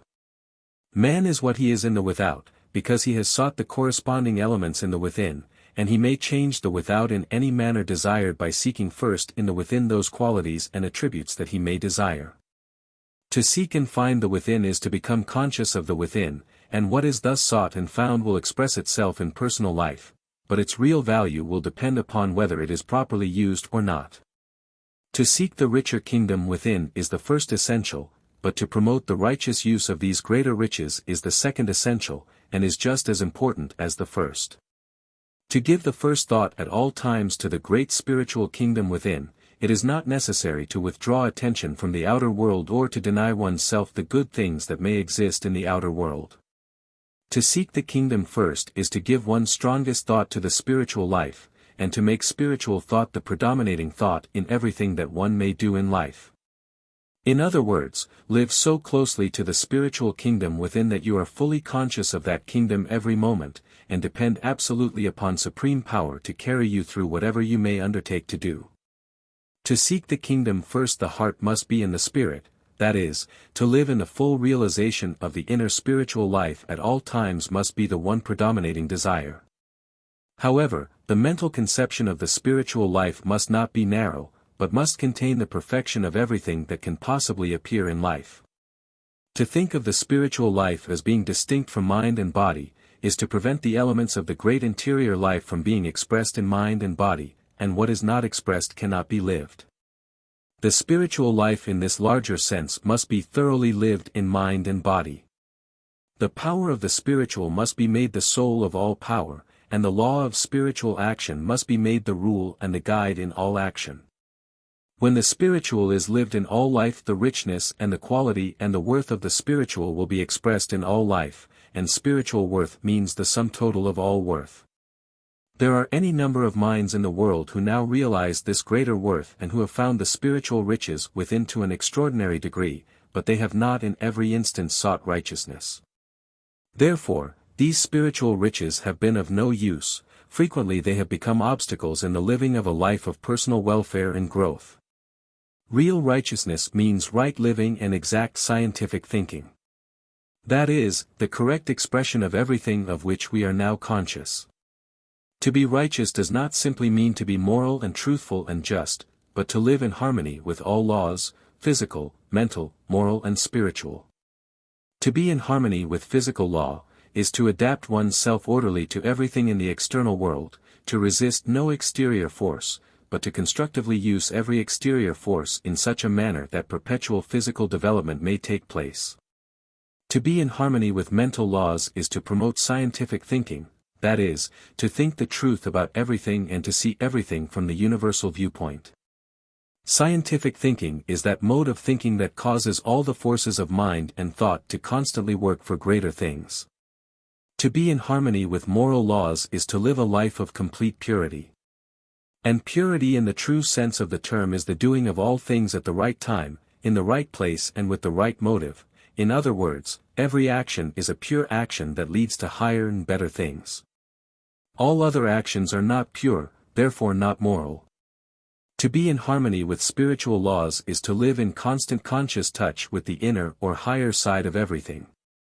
To apply the spiritual law is to seek the spiritual first, no matter what the goal in view may be. To seek first the spiritual counterpart that is within everything, to make the spiritual thought the predominating thought and to dwell constantly in the spiritual attitude. We enter the spiritual attitude and we enter the upper story of the mind and mentally face that supreme side of life that is created in the likeness of the Supreme. Briefly stated, to be righteous is to be in harmony with the outer side of life, to think the truth, to live in real purity. To dwell on the spiritual heights and to give full and complete expression to the highest and the best of which we are now conscious. When this is done we shall rightly manifest whatever we may find in the kingdom within. Righteousness, however, is not a definite goal but a perpetual process of attainment that involves the entire being of man. The righteous man is right and perfect as far as he has ascended in the scale of life at present, though not simply in a moral sense, but in every sense, including body, mind and soul. The righteous man is never weak, never sick, and is never in a state of discord or disorder. This is a great truth that we should not fail to remember. Sickness, weakness, discord and all other adverse conditions come from the violation of law somewhere in human life, but the righteous man violates no law. He is true to life as far as he has ascended in the scale of life. To be righteous in the absolute sense of the term is to use everything in our present world as God uses everything in his world, which means in harmony with its own nature, in harmony with its sphere of action. And in harmony with that law that leads upward and onward forever. Righteous action is that action that is always harmonious and that always works for better things, greater things, higher things. The great majority of those minds that are awakened to the reality of the spiritual side of things have already found an abundance of good things in the vast interior life that is ready for manifestation in personal life. But as most of these have neglected the law of real righteousness, this abundance remains inactive in the potential state and all other things as promised are not added. That all other things will be added when his kingdom and his righteousness are sought first may not seem clear to everybody, because the kingdom of God has been looked upon as a far-away place that we are to enter when we leave the body. And righteousness has been looked upon as simply a moral, just and honest mode of living. But when we realize that the kingdom is the great spiritual world within us, and that from this world comes all wisdom, all power, all talent, all life. In brief, everything that we now possess in body, mind and soul, and that everything we are to receive in the future must come from the same source, we understand clearly why the kingdom must be sought first. We cannot secure anything unless we go to the source, and the spiritual kingdom within us is the one only source of everything that is manifested in human life. When we desire more wisdom and a greater understanding, it is evident that we can obtain these things only by entering real mental light, and that light is within us in the spirit. By entering into the consciousness of the illumined world within, we naturally receive more light. We, ourselves, become illumined to a degree, frequently to a great degree, and we thus gain the power to understand perfectly what we could neither desire nor comprehend before. When we seek more life and power, we can find the greater life only in the eternal life, and the eternal life is the life of the Spirit in the kingdom within. They that wait upon the Lord shall renew their strength.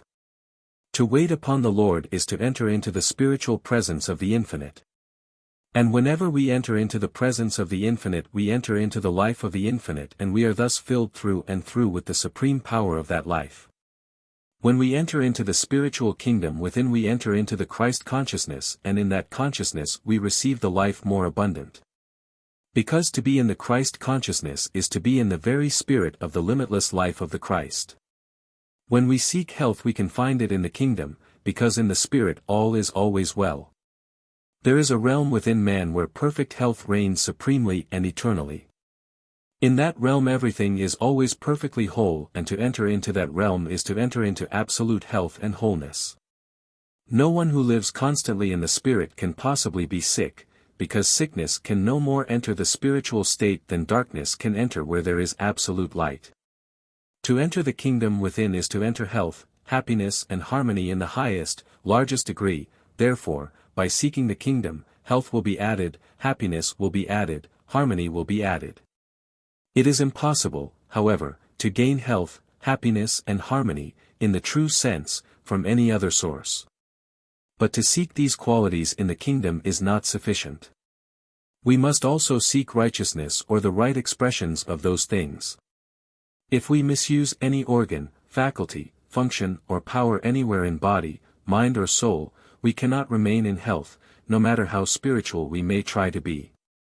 To enter the kingdom within is to enter the perpetual increase of power, because there is no limit to the power of the Spirit, and the more power we enter into or become conscious of, the more power we shall give to mind and body.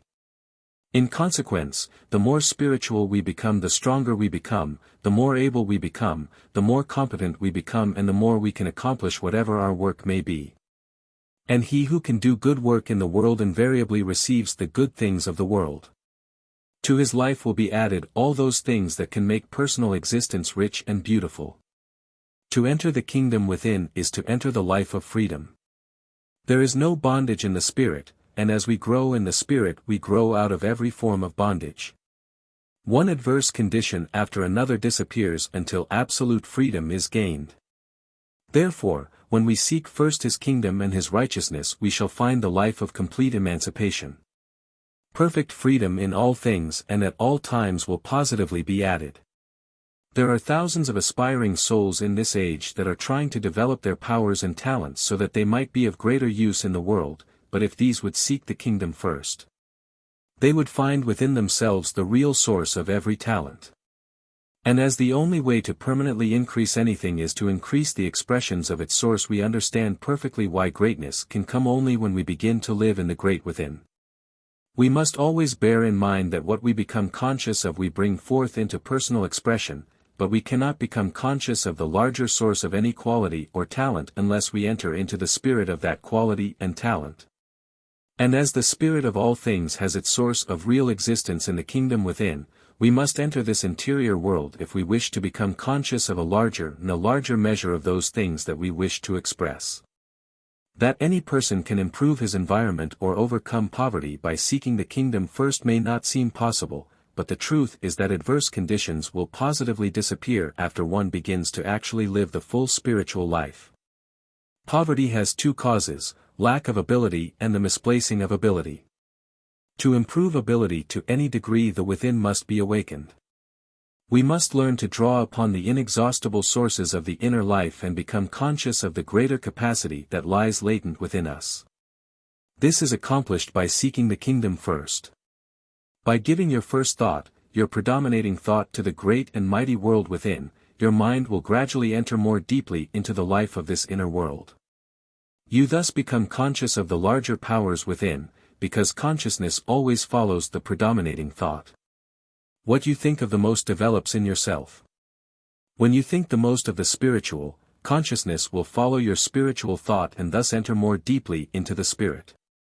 The result is you become conscious of a larger spiritual domain every day, you become conscious of a greater capacity within yourself every day.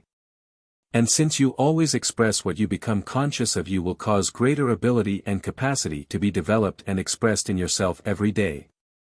You thereby remove the first cause of poverty and place yourself in a position where you will be in greater demand, and the greater the demand for your service, the greater will be your recompense. There are a number of people who have misplaced their talents that may have considerable ability, but they are not in the work for which they are adapted, and therefore do not succeed. They may have been forced into their present positions by necessity, or they may have chosen their present places through inferior judgment, but both of these causes may be changed by seeking the kingdom first. When we enter the spiritual, everything clears up. We not only see our mistakes, but also how to correct them. Therefore, if you are in the wrong place, enter the spiritual light of the kingdom within, and you will see clearly where you belong. If you do not know whether you are in the proper sphere or not, enter the Spirit. Constantly live in the Spirit and you will soon know, you will also know when and how to change. By entering this state where the outlook is infinitely greater, you will see opportunities, open doors, possibilities, and pastures green that you never saw before. And you will also see clearly which one you have the power and the capacity to take advantage of now. If you have been forced into the wrong place by necessity, the larger mental life that will come when you seek the kingdom will give you the power to command something better. And the superior wisdom that comes through the light of the Spirit will guide you in your choice. Instead of adversity and constant need, you will have peace, harmony, and abundance. You will pass from the world of poverty and limitations to a world that can offer a future as brilliant as the sun. The man who fights adversity and complains of his lot will continue in poverty and need. He will remain in mental darkness, he will be daily misled, and will always be doing the wrong thing at the wrong time. Such a life breeds ill luck and misfortune and perpetuates the poverty that already exists. However, let this person enter into harmony with his present fate, count everything joy, and realize that he can make his present misfortune a stepping stone to better things. Then let him give his first thought to the kingdom, to the greater life and power and capacity within, to the superior creative powers of his own mind, those powers that are able even now to create for him a better fate. If he will but place before them a better pattern. The results will be peace of mind first, then hope of the better, then the vision of great changes near at hand, then the faith that the new life, the new time and the better days are now being created for his world. And when a person begins to inwardly feel that things are taking a turn, that better days are coming and that the good is beginning to accumulate in his life, the victory is nearly won. A little more faith and perseverance and the crowning day is at hand. From that moment all things will begin to work together for good things and for still greater things, providing the mind is held in constant conscious touch with the spiritual kingdom within. And all the laws of life are employed according to the highest ideal of righteousness. Many a person, however, has failed while on the very verge of his victory, because he neglected the kingdom when he began to see the change coming. By giving his first thought to the material benefits that he expected to secure, his consciousness is taken away from the Spirit and becomes confused in those things that had not as yet been placed in the true order of perpetual increase. The result is a scattering of forces and his loss upon the hold of the good things that were beginning to gravitate towards his world. While ascending this upward path we must at every step keep the eye single upon the kingdom, upon the spiritual, upon the larger and the higher life within. When the other things are being added we must not forget the kingdom and give our first thoughts to the other things. We shall enjoy these other things so much the more, if we continue to give the first thought to the Spirit. This is evident, because while giving the first thought to the Spirit everything that comes into our world will be spiritualized, refined and perfected, and will thus be given added power and worth. When we continue to give the first thought to the spiritual kingdom those other things that are added will enter our world at their best and we shall thus receive the best that those things may have to give. We are always at our best when we are on the heights, and we gain the power to create, produce, and attract those things from every part of life that correspond to the life on the heights. Therefore, by living on the heights in the spiritual kingdom we gain everything that we may require. We gain the best of everything that we may require, and we are in that condition where we can make the best use of what comes, and enjoy what comes to the highest and most perfect degree. We can thus readily understand that when we seek the kingdom of God constantly, giving our first thought to the spiritual and seeking to live righteously according to this larger view of righteousness, all problems of life will be solved. All the crooked paths of life will be made straight, obstacles will disappear, our circumstances will change to correspond with our ideas, and we will daily enter into a better life and a greater state of existence than we ever knew before. The problems of the world can be solved in the same way. Therefore, the greatest thing that we can do for the human race is to make clear this law, that is, the law through which his kingdom and his righteousness may be sought first by any individual.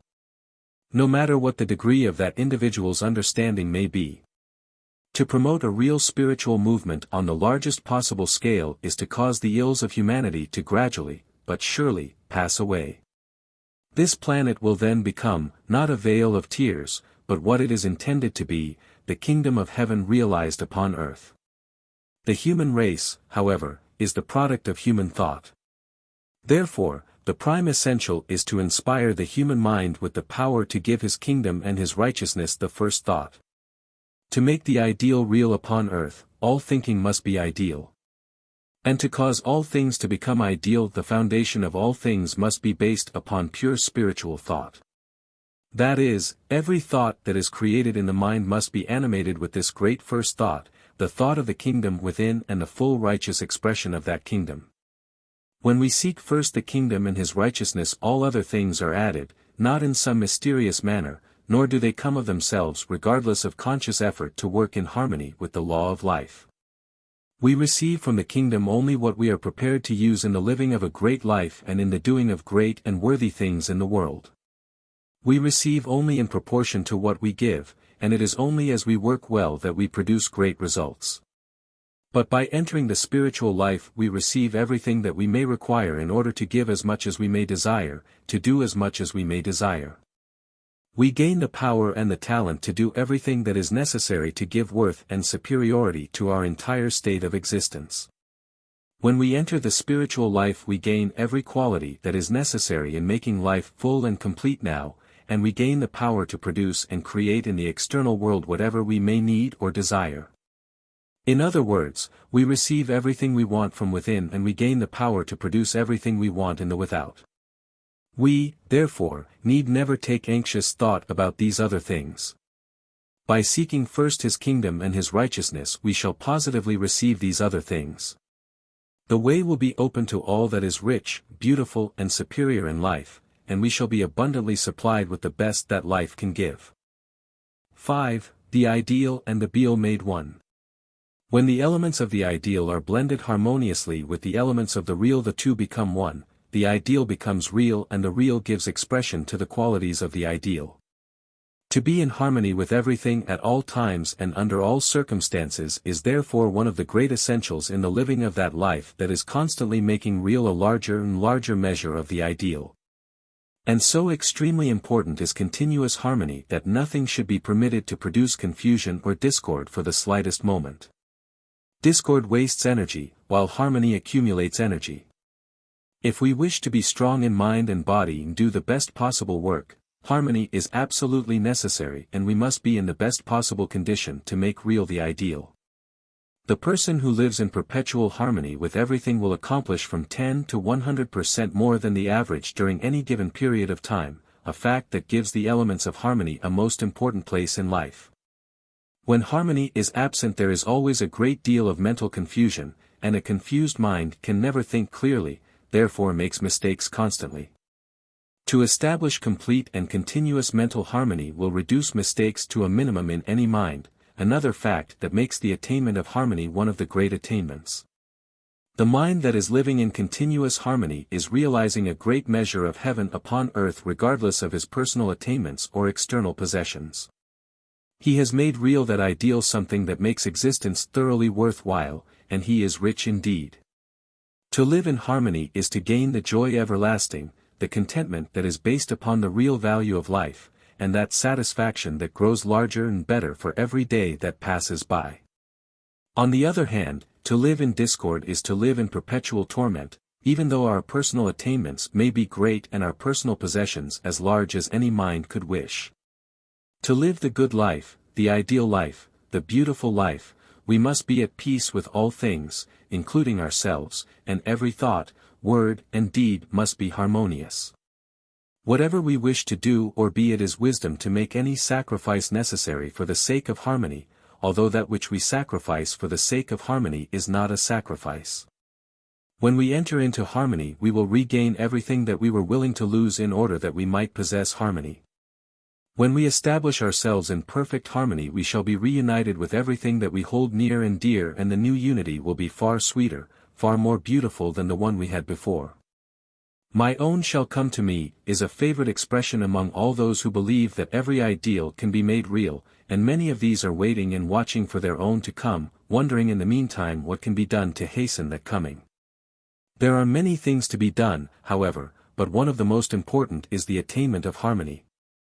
No person who lives in perpetual harmony will be deprived very long of his own, whatever that own may be.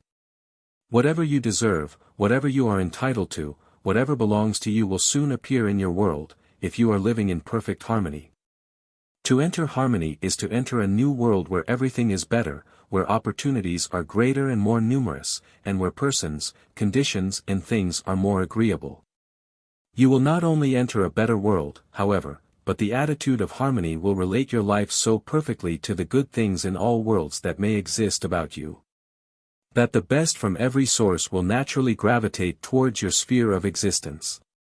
But harmony will not only cause the good things of life to gravitate towards you, it will also cause you to radiate the good qualities in your own being and thus become a perpetual benediction to everybody. To be in the presence of a person who dwells serenely in the beautiful calm is, indeed, a privilege, especially to those who can appreciate the finer elements of a truly harmonious life. Whenever we are in touch with real harmony, whether it comes from the music of human life, the music of nature or the music of the spheres, we are one step nearer the beautiful. We can therefore realize the great value of being able to actually live in perfect harmony at all times. The life of harmony is the foundation of happiness and health and is one of the greatest essentials to achievement and real success. When we look into the past we can always find that our failures originated in confusion, likewise our troubles and ills. On the other hand, all the good things that have happened to us in the past, or that are happening in the present, had their origin and their growth in the elements of continuous harmony. The ideal and the real were made one, and we consequently reached the goals we had in view. The mind that works in perpetual harmony does more work and far better work than is possible in any other condition. Besides, harmonious work is invariably conducive to higher development and growth. To work in harmony is to promote increase and development in all the qualities and powers of the personality. While to work in confusion is to weaken the entire system and thus originate causes that will terminate in failure. The majority state that they have no time for self-development, but to live in harmony and work in harmony is to promote self-development every moment.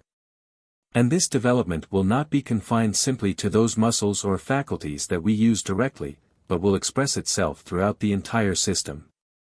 And the mind especially will, under such conditions, steadily gain both in power and in worth.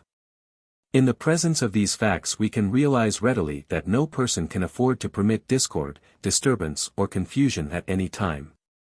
The many declare, however, that they cannot help it, but we must help it and we can. There is no reason why our minds should be excited or our nerves upset at any time. We can prevent this just as easily as we can refuse to eat what we do not want. To proceed, we must apply exact reason to this great subject. We should learn to understand that no wrong will be righted because we permit ourselves to fly to pieces. Also that the act of becoming nervous over a trouble will never drive that trouble away. To live in a constant strain will not promote our purpose nor arrange matters the way we want them. This is a fact that we should impress deeply upon our minds, and then impress our minds to take another and a better course. The average person feels that it is a religious duty to be as excited as possible, and to string up all his nerves as high as possible, whenever he is passing through some exceptional event.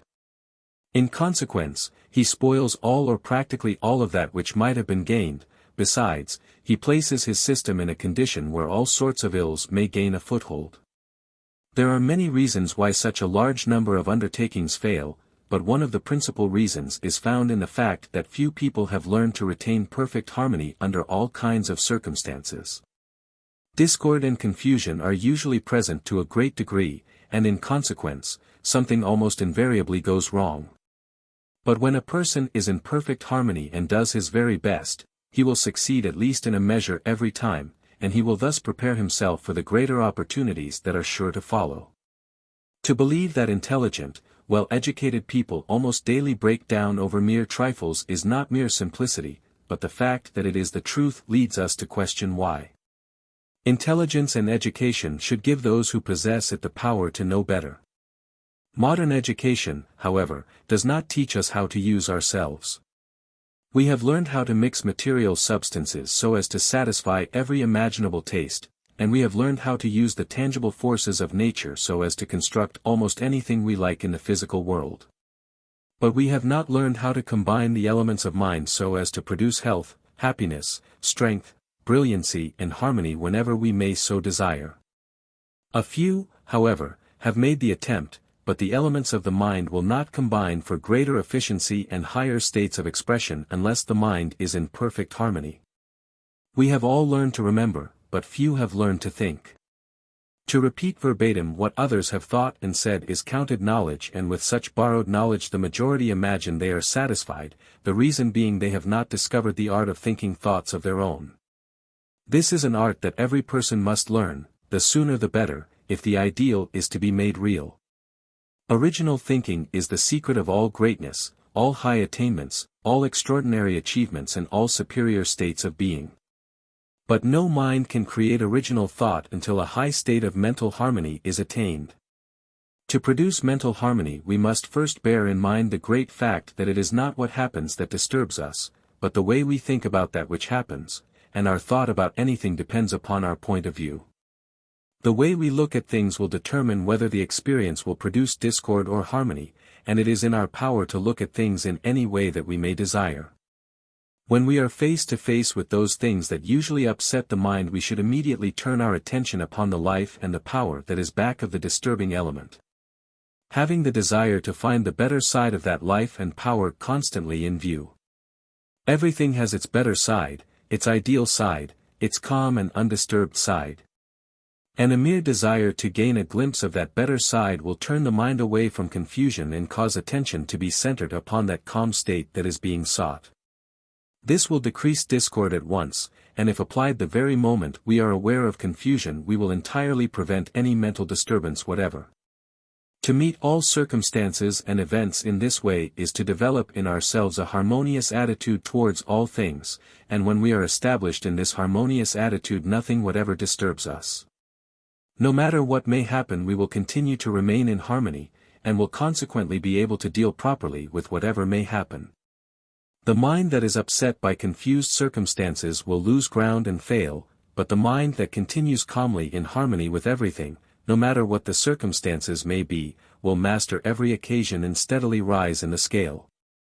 He will continue to make real the ideal, because he is living in that harmonious state of being where the ideal and the real are harmoniously blended into one. To promote the highest and most perfect state of continuous harmony we must learn to meet those persons, things, and events, with which we come in daily contact, in the right mental attitude. The result of such an attitude is determined directly by the nature of our own attitude of mind, and as we can express ourselves through any attitude we desire, it is in our power either to spoil the most promising prospects, or convert the most unpromising conditions into the greatest success. We should train ourselves to meet everything in that attitude of mind that expects all things to work out right. When we deeply and continually expect all things to work out right we relate ourselves more perfectly with that with which we come in contact. We take things, so to speak, the way they ought to be taken, and we thereby promote harmony and cooperation among all things concerned. Though this be extremely important, it is insignificant, however, in comparison with another great fact in this connection, that is, the way things respond to the leading desires of the ruling mind. Whether it is the exercise of the mysteries of mental force or the application of a mental law not generally understood, does not concern us just now, but it is a fact that things will do, as a rule, what we persistently expect them to do. To understand why this is so may require some study of the great laws of mind and body, and everybody should seek to understand these laws perfectly. But in the meantime anyone can demonstrate the fact that things will work out right if we constantly expect them to do so. No matter what may happen we should continue in the faith that all things will come right, and as our faith is so it shall be. To place ourselves in perfect harmony with all things, the domineering attitude of mind must be eliminated completely. The mind that tries to domineer over things will not only lose control of things, but will lose control of its own faculties and forces. At first it may seem that the domineering mind gains ground, but the gain is only temporary. When the reaction comes, as it will, the loss will be far greater than the temporary gain. When you try to domineer over persons and things you gain possession and control of those things only that are too weak to control themselves. That is, you gain a temporary control over negatives, and negatives have no permanent value in your life, in fact, they soon prove themselves to be wholly detrimental. Occasionally a domineering mind may attract the attention of better things, but as soon as his domineering qualities are discovered, those better things will part company with him at once. The law of attraction is at the foundation of all natural constructive processes. Therefore, to promote construction, growth, advancement and real success we must work in harmony with that law. If we wish to attain the superior, we must become superior, because it is only like that attracts like. If we wish to gain the ideal, we must become ideal. If we wish to make real the ideal, we must live the ideal in the real. When you want good things, make yourself better, and better things will naturally be attracted to you, but good things do not submit to force.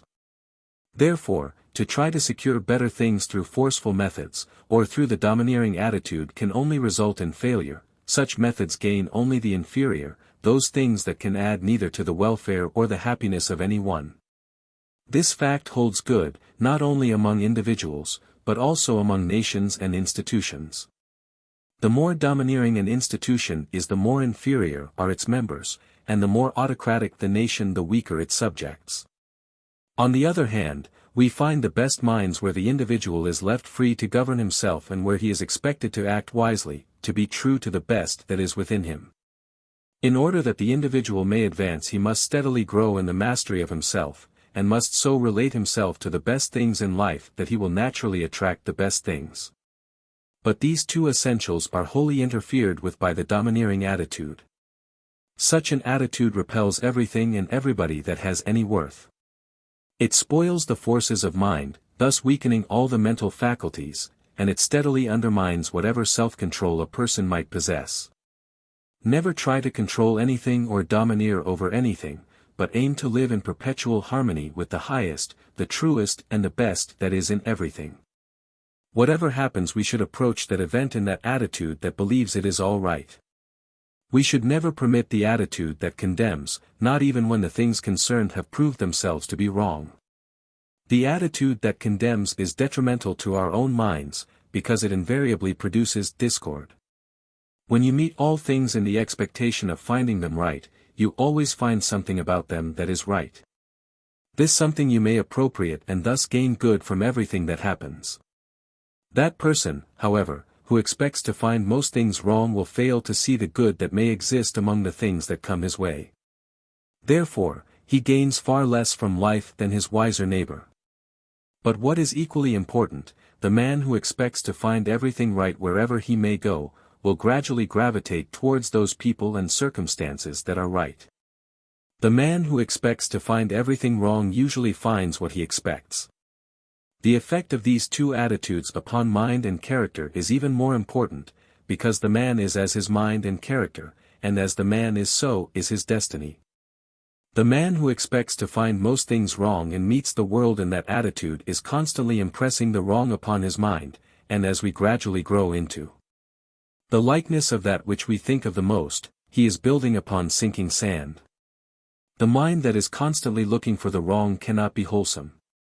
Such a mind is not in harmony with the law of growth, power, and ability, therefore, can never do its best.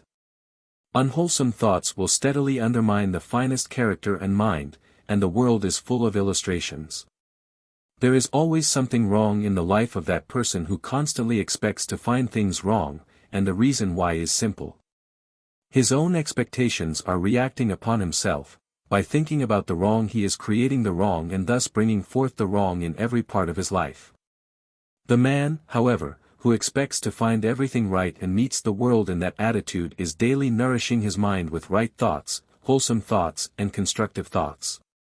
He thinks the most of that which is right, and is therefore steadily growing more and more into the likeness of that which is right, perfect, worthy and good.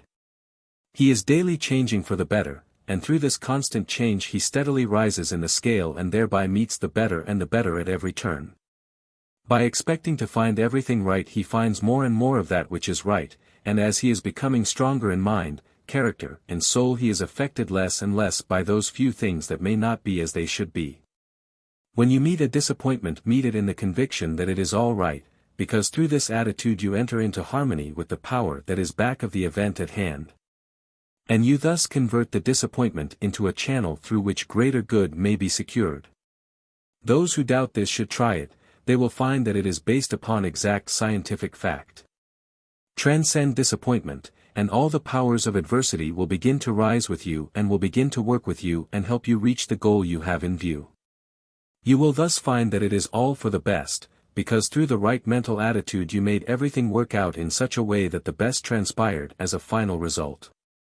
To live in what may be termed the all right attitude, that is, in that attitude that expects to find everything all right and that constantly affirms that everything is all right, is to press on to the realization and the possession of those things that are as you wish them to be. Disappointments and failures, when met in this attitude, simply become open doors to new worlds where you find better opportunities and greater possibilities than you ever knew before. When the average person meets disappointment, he usually declares, "Just my luck." In other words, he enters that mental attitude that faces ill luck. He thus fails to see anything else but misfortune in that which has happened. And so long as that person, consciously or unconsciously expects misfortune, into more and more misfortune he will go. He who believes that he is fated to have bad luck will have bad luck in abundance. The reason is he lives in that mental attitude that places his mind in constant contact with those confused elements in the world that never create anything else but bad luck. That person, however, who thoroughly believes that everything that happens is simply a step to greater good, higher attainments and greater achievements, will steadily rise into those greater things that he expects to realize. The reason being that he is living in that mental attitude that places his mind in contact with the building power of life. Those powers will always build for greater things to those with whom they are in harmony, and we all can place ourselves in harmony with those powers. Therefore, we can all move upward and onward forever, eternally making real more and more of that which is ideal. What we expect comes if our expectation is filled with all the power of life and soul, and what we believe our fate to be, that is the kind of a fate we will create for ourselves. To meet ill luck in the belief that it is your luck, your particular kind of luck, and that it is natural for you to have that kind of luck is to stamp your own mind as an unlucky mind. This will produce chaotic thinking, which will cause you to do everything at the wrong time, and all your energies will be more or less misdirected. In consequence, bad luck and misfortune must necessarily follow. Bad luck comes from doing the wrong thing, or from being your worst, while good luck comes from being your best and from doing the right thing at the right time. It is therefore mere simplicity to create good luck at any time and in the measure that we may desire. The person that fears misfortune or expects misfortune and faces life in that attitude is concentrating attention upon misfortune. He thereby creates a world of misfortune in his own mind, and he who lives in mental misfortune will produce misfortune in his external life.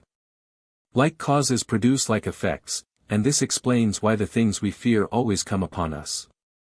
We create mental causes for those things, and corresponding tangible effects always follow. Train the mind to expect the right and the best, regardless of present circumstances, conditions, or events. Call everything good that is met.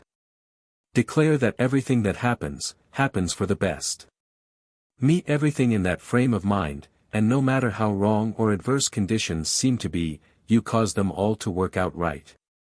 When the mind expects the best, has the faith that the right will prevail, and constantly faces the superior, the true mental attitude has been gained.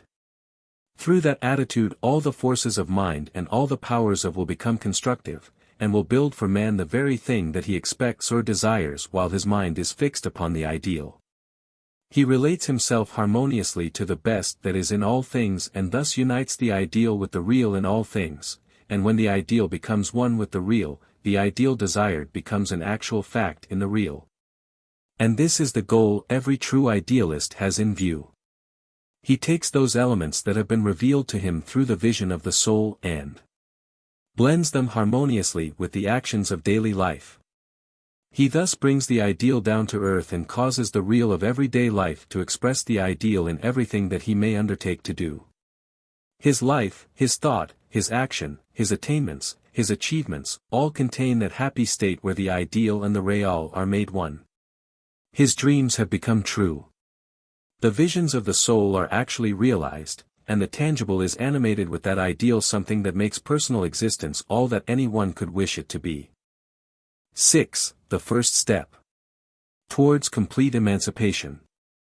To forgive everybody for everything at all times, regardless of circumstances, is the first step towards complete emancipation.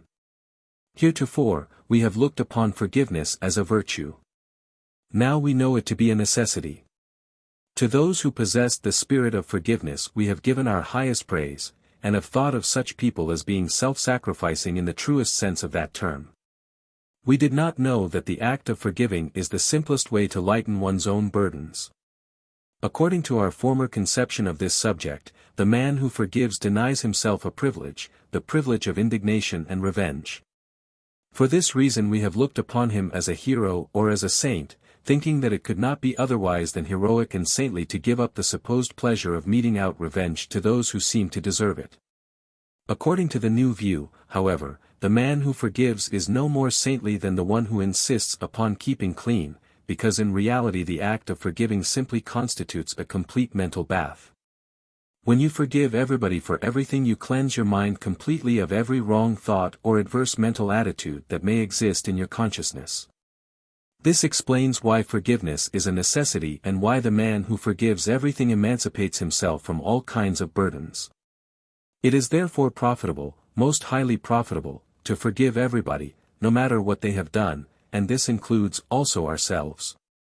It is just as necessary to forgive ourselves as to forgive others, and the principal reason why forgiveness has seemed to be so difficult is because we have neglected to forgive ourselves. We cannot let go of that which is not desired until we have acquired the mental art of letting go, and to acquire this art we must practice upon our own minds. That is, we must learn to let go from our own minds all those things that we do not wish to retain. When you forgive yourself completely you wash your mentality perfectly clean. You let go of everything in your mental system that is not good. You emancipate yourself completely. Whatever you held against yourself or others you now drop entirely out of your mind. In consequence, you are freed from your mental burdens, and when mental burdens disappear all other burdens will disappear also. The ills that we hold in mind are the only things that can actually burden our lives. Therefore, when we forgive everybody for every ill we ever knew we no longer hold a single ill in our own minds. We thus throw off every burden and are perfectly free. This also includes disease, because disease is nothing but a temporary effect of a wrong that we mentally hold in the system. Forgive everybody, including yourself, for everything, and all disease will vanish from your system. This may at first sight appear to be a startling statement, but it is the truth, and anyone can prove it to be the truth. As a man thinketh in his heart so is he.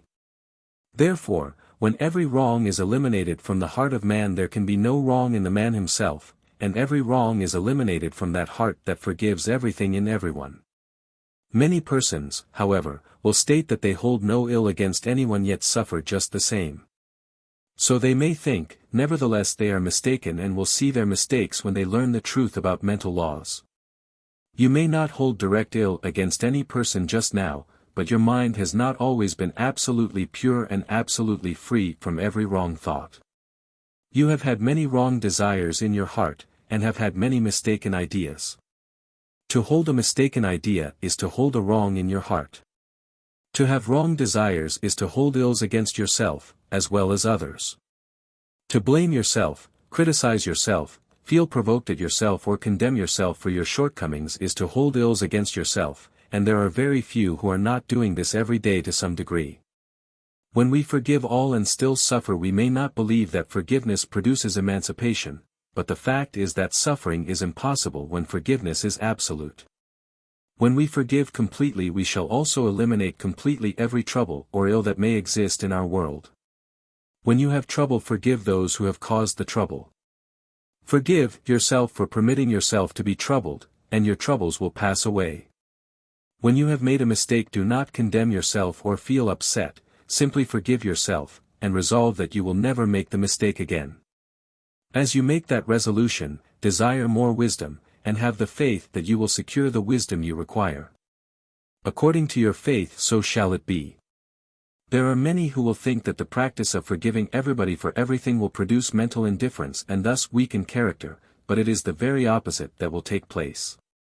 To forgive is to eliminate the useless, everything that is not good, and to free the mind from obstacles and adverse conditions is to enable that mind to be its best, to express itself fully and completely.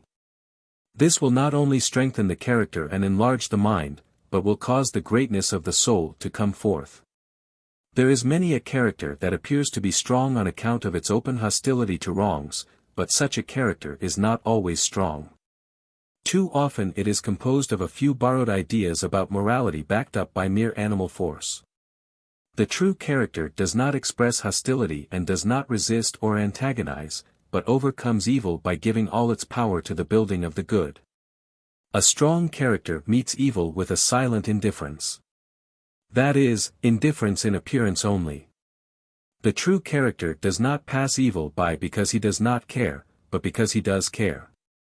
He cares so much that he will not waste one single moment in prolonging the life of the wrong.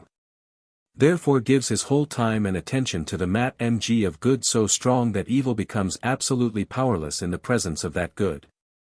No intelligent person would antagonize darkness. By giving his time to the production of light he causes the darkness to disappear of itself. When we apply the same principle to the elimination of evil, a marvelous change for the better will come over the world. No person can forgive everybody for everything until he desires the best from every person and from every source. In other words, we cannot forgive the wrong until we desire the right. Therefore, the letting go of the inferior and the appropriation of the superior constitutes one and the same single mental process. We cannot eliminate darkness until we proceed to produce light, and it requires only the one act for removing the one and bringing forth the other. From these facts it is evident that when we let go of the wrong we gain more of that power that is right, and we thus increase the strength of character. To eliminate diseased conditions from the body will increase the strength of the body and will place the body in a position for further development, if we desire to promote such development. Likewise, to eliminate all ill feelings, all hatred, all wrong thoughts and all false beliefs from the mind will increase the power of the mind and place every mental faculty in proper condition for higher development. The same effect will be produced in the character, and all awakened minds know that the greatness of the soul can begin to come forth only when we have completely forgiven everybody for everything.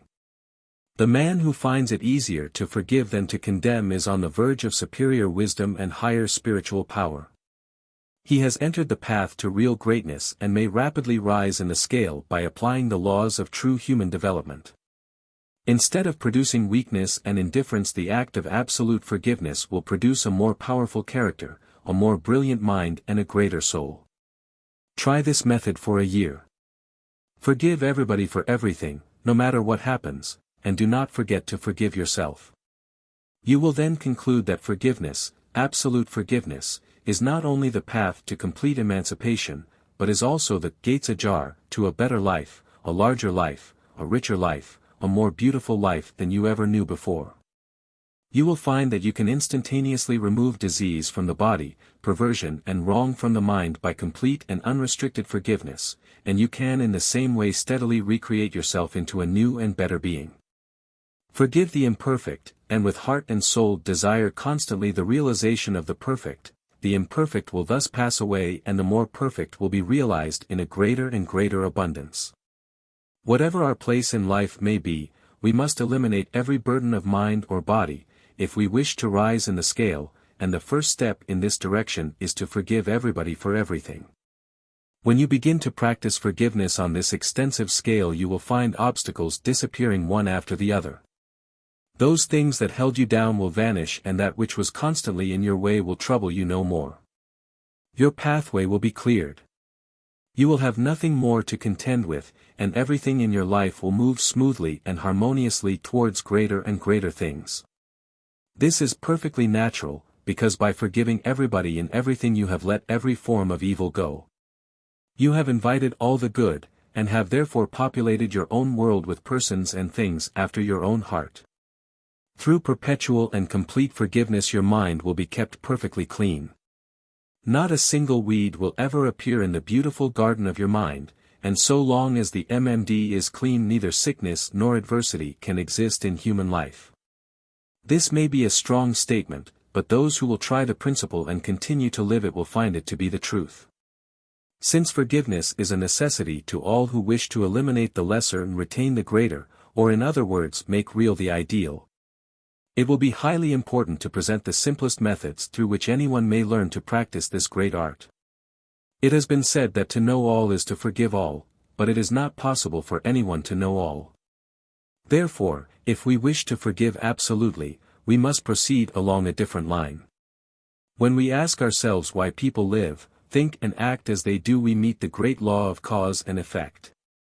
In our study of this law we find that every cause is an effect of a previous cause, and that previous cause is also an effect of a cause still more remote. We may continue to trace these causes and effects far back along the chain of events until we are lost in the dimness of the past, but what do we learn by such a process of analysis? Nothing whatever. We fail to find anything definite about anybody, and consequently cannot fix the blame for anything, but it is not possible to justly blame anybody when we cannot fix the blame for anything. Therefore, we have only one alternative, and that is to forgive. We can never find the real cause of a single thing. We may first blame the individual, but when we discover the influence of environment, heredity, and early training we cannot wholly blame the individual. If we blame the parents, we must find the reason why those parents were not different, also why previous generations were not different. If we accept the theory that the individual has lived before and that he came into his present environments because he was what he was in a previous state of existence, we must explain why he did not live a different life in that other existence. Why did he act in such a manner in the past that he should merit adversity and weakness in the present? If he knew no better in the past, what is the reason that he did not know any better?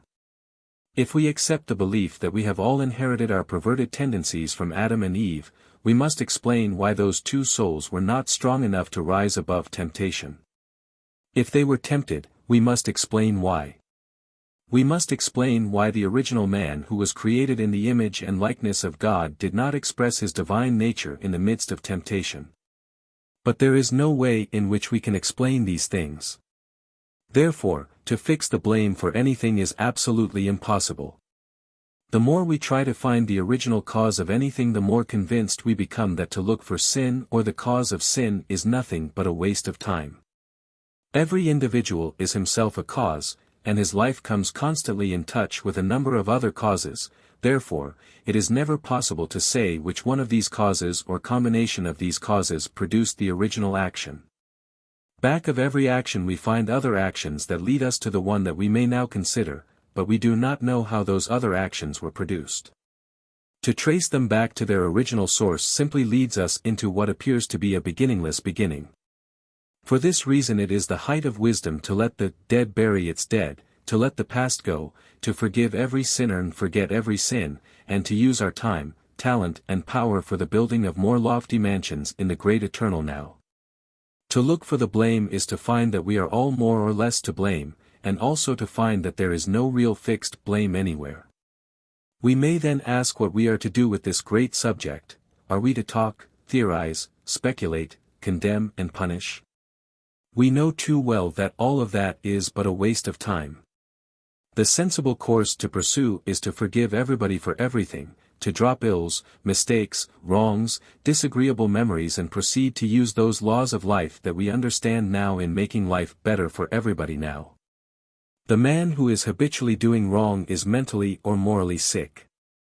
Punishment is a waste of time, besides, it is absolutely wrong, and one wrong cannot remove another. Such a person should be taken where he can be healed and kept there until he is well. We should not hate him or condemn him any more than those who are physically sick. Sickness is sickness whether it appears in the body, the mind or the character, and he who is sick does not need a prison, he needs a physician. To absolutely remove this hatred for the wrongdoers in the world we must cultivate a higher order of love that loves every living creature with the true love of the soul. And such a love is readily attained when we train ourselves to look for the ideal soul of life that exists in everything everywhere in the world. This idea may cause many to come to the conclusion that the act of forgiving the wrongdoer will have an undesirable effect upon society, because we may be liable to let people in general do as they please, but in this they are wholly mistaken. Reason declares that you cannot justly blame anyone, and love does not wish to blame anyone. Forgiveness must therefore inevitably follow when reason and love are truly combined. But reason and love will never permit man in general to do as he pleases. When we love people, we are not indifferent about their future. We do not wish them to go downgrade. We want them to improve, to do the right and the best, and we will do everything in our power to emancipate and elevate the entire race. Reason understands how the laws of life can be applied in producing those results we may have in view. Therefore, the desires of love can be carried out through the understanding of reason, and thus every high purpose may be promoted by the right spirit and the proper methods. Others may declare that these methods are in advance of our time and cannot be carried out at present. Therefore, it is useless to even talk about it. However, be that as it may, the fact remains that forgiveness is a necessity to the true life, the emancipated life, the superior life, the ideal life. For that reason, every person who desires to make real the ideal in his world must begin to practice absolute forgiveness at once. If we can forgive everybody for everything now, we should do so, whether the world in general can do so or not. The man who wishes to move forward must not wait for the race. It is his privilege to go in advance of the race. Thus he prepares the way for millions. When he has demonstrated by example that there are better ways of living, the race will follow. What the few can do today, the many will do tomorrow, but if the few should wait until tomorrow, the many would have to wait until the day following, or possibly longer still. Be what you can be now. Do what you can do now, no matter how far in advance of this age such actions may be. If you are capable of greater things today, you owe it to the race to demonstrate those greater things now. You sprung from the race. You are composed of the finer elements that exist in the race, and should consider it a privilege to cause those elements to shine as brilliantly as possible. And one of the greatest of all demonstrations in this age is that of absolute forgiveness, to demonstrate the power of forgiving everybody for everything at all times and under every possible circumstance. We therefore conclude that complete emancipation from everything that is not desired in life can be realized only when we forgive absolutely in this great universal sense. And when we have forgiven everybody for everything, then we can say with the great master mind, my yoke is easy and my burden is light. 7. Paths to Perpetual Increase. The universe is overflowing with all manner of good things, and there is enough to supply every wish of every heart with abundance still remaining. How every heart is to proceed, however, that its every wish may be supplied, has been the problem, but the solution is simple. In consequence, everybody may rejoice. This world is not a vale of tears, but is in truth a most delightful place, and is endowed with everything that is needful to make the life of man an endless song. We now know that we do not live to be miserable, but to rejoice. The bitterness that sometimes appears in life is not a real part of life. The greatness of existence alone is intended for man. To know the bitter from the sweet and to appropriate the latter and always reject the former is a matter, however, that is not clearly understood. There may be thousands who know the bitter when they see it, but they do not always know how to reject it. To throw off the ills of life is an art that few have mastered. But those who can eliminate the wrong are not always able to distinguish the right from the wrong, the reason being that we have not looked at things from the viewpoint of that power that produces things. The philosophers, the theologians and the scientists, as a rule, make life very complex and difficult to live. Their profound expressions confuse the multitudes, while ills and troubles continue as before, but to live is simple. Even a child can be happy, it therefore should not be difficult for anyone else. When we realize happiness in its highest, broadest sense, we find that it comes in its fullness only when we have everything that the heart desires. And since the desires of the heart increase in size and number with the enlargement of life, the joy of living will increase in proportion providing all the desires of the heart are supplied. This fact, however, may at first sight seem to make happiness very difficult to secure. If we cannot enjoy the allness of joy until we have everything that heart can wish for, then happiness is far away. So it may seem, but things are not always what they seem. All things are possible, and the most difficult things become comparatively easy when we know how. Therefore, the way of wisdom is not to look for those difficulties that ignorance has connected with things, but look for that simplicity that is the soul of all knowledge. When we learn to do things as they should be done, all difficulties disappear, and even the largest life becomes simple. The doing of things is the universal theme in this age. Those who simply tell us what to do are no longer acceptable. We want practical instructions that tell us how. The greatest man of this age and of the future will not be the one who can move as he wishes the emotions of multitudes by the magic art of eloquence and bring whole nations to his feet by the artistic juggling of eloquent phrases. The great man will henceforth be the man who can tell us how, and who can express himself so clearly that anyone can understand. This, however, we are now beginning to do, and ere long the many will come back to the truth itself and understand the real truth in all its original simplicity. The path of truth and life is perfectly straight and is illumined all the way. It is therefore simplicity itself to follow this path when we find it, but the many have strayed into the jungles of illusions and misconceptions. These must all come back to the simple path, and when they do the difficulty of living will wholly disappear. To teach the race how to find the simple things, the true things and the real things is now the purpose of every original thinker, and whoever can add to the world's wisdom in this respect becomes a light to the race, indeed. One of the first principles in this new understanding of things is that which deals with man's power to place himself in perfect touch with the source of limitless supply, in other words to enter the path of perpetual increase. As previously stated, the world is overflowing with good things, because life is in touch with the limitless source of all good things, and there is so much of everything that the wish of every heart can be gratified. We do not have to take from another to have abundance, because there is more than sufficient for all. The fact that someone has abundance does not prove that he has taken some or all of his wealth from others, although this is what a great many believe to be the truth. Whenever we see someone in luxury we wonder where and how he got it, and we usually add that many are in poverty because this one is in wealth. Such doctrine, however, is not true. It is thoroughly false from beginning to end. The world is not so poverty-stricken that the few cannot have plenty without stealing from the many. The universe is not so bare and so limited that multitudes are reduced to want whenever a few persons undertake to surround themselves with those things that have beauty and worth. True, there is injustice in the world. There are people who have secured their wealth, not upon merit, but through the art of reducing others to want, but the remedy is not to be found in the doctrine that thousands must necessarily become poor when one becomes very rich. This doctrine is an illusion, and illusions cannot serve as foundations for a better order. There is enough in life to give every living person all the wealth and all the luxury that he can possibly appropriate. God is rich. The universe is overflowing with abundance. If we have not everything that we want, there is a reason, there is some definite cause somewhere, either in ourselves or in our relations to the world, but this cause can be found and corrected. Then we may proceed to take possession of our own. Among the many causes of poverty and the lack of a full supply there is one that has been entirely overlooked. To overcome this cause is to find one of the most important paths to perpetual increase, and the remedy lies within easy reach of everyone who has awakened to a degree the finer elements in his life. There may be exceptions to the rule, but there are thousands who are living on the husks of existence because they were not grateful when the kernels were received.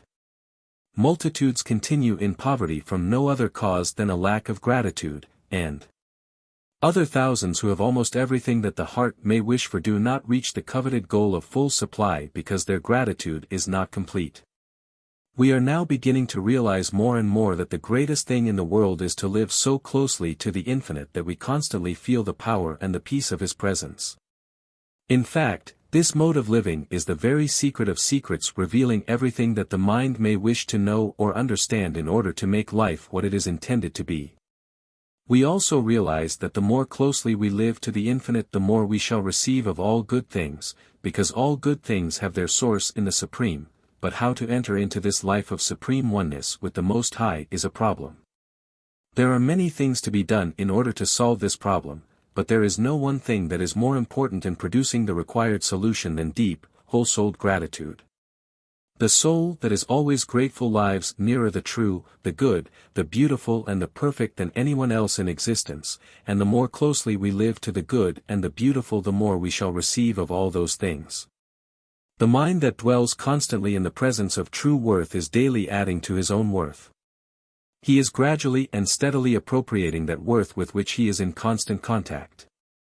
But we cannot enter into the real presence of true worth unless we fully appreciate the real worth of true worth, and all appreciation is based upon gratitude. The more grateful we are for the good things that come to us now, the more good things we shall receive in the future. This is a great metaphysical law, and we shall find it most profitable to comply exactly with this law, no matter what the circumstances may be.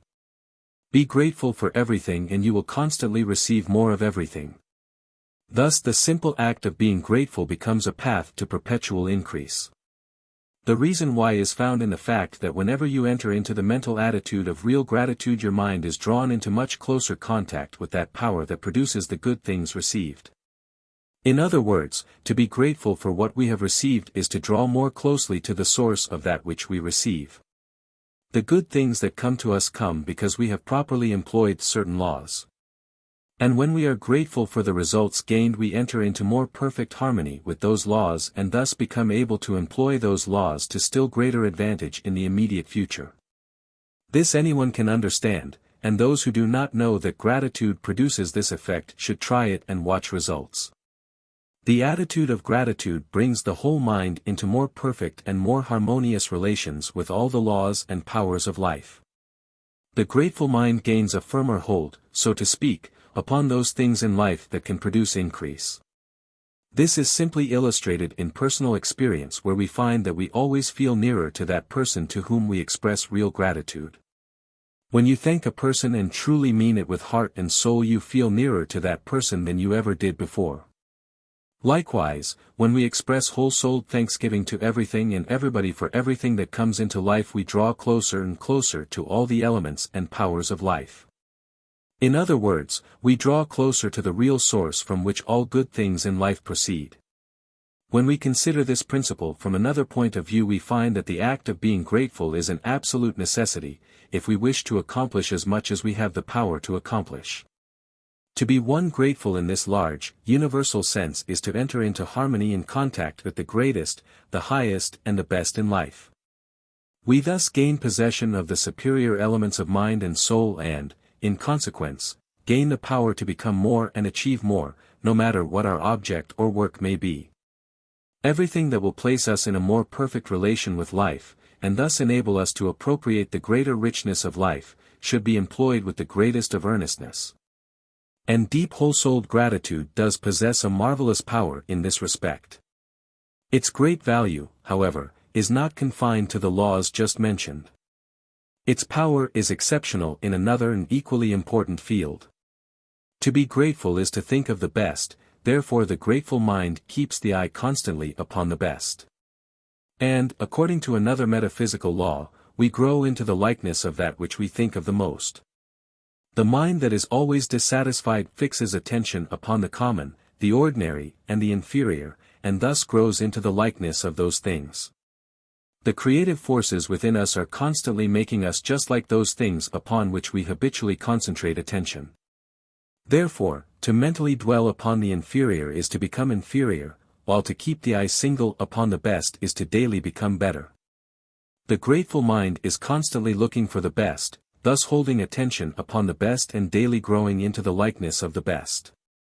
The grateful mind expects only good things, and will always secure good things out of everything that comes. What we constantly expect we receive, and when we constantly expect to get good out of everything, we cause everything to produce good. Therefore, to the grateful mind all things will at all times work together for good, and this means perpetual increase in everything that can add to the happiness and the welfare of man. This being true, and anyone can prove it to be true, the proper course to pursue is to cultivate the habit of being grateful for everything that comes. Give thanks eternally to the Most High for everything and feel deeply grateful every moment to every living creature. All things are so situated that they can be of some service to us, and all things have somewhere at some time been instrumental in adding to our welfare. We must therefore, to be just and true, express perpetual gratitude to everything that has existence. Be thankful to yourself. Be thankful to every soul in the world, and most of all be thankful to the Creator of all that is. Live in perpetual thanksgiving to all the world, and express the deepest, sincerest, most whole-souled gratitude you can feel within whenever something of value comes into your life. When other things come, pass them by. Never mind them in the least. You know that the good in greater and greater abundance is eternally coming into your life, and for this give thanks with rejoicing. You know that every wish of the heart is being supplied. Be thankful that this is true, and you will draw nearer and nearer to that place in life where that can be realized that you know is on the way to realization. Live according to this principle for a brief period of time, and the result will be that your life will change for the better to such a degree that you will feel infinitely more grateful than you ever felt before. You will then find that thanksgiving is a necessary part of real living, and you will also find that the more grateful you are for every ideal that has been made real, the more power you gain to press on to those greater heights where you will find every ideal to be real. And when this realization begins, you are on the path to perpetual increase, because the more you receive the more grateful you feel. And the more grateful you feel for that which has been received, the more closely you will live to that source that can give you more.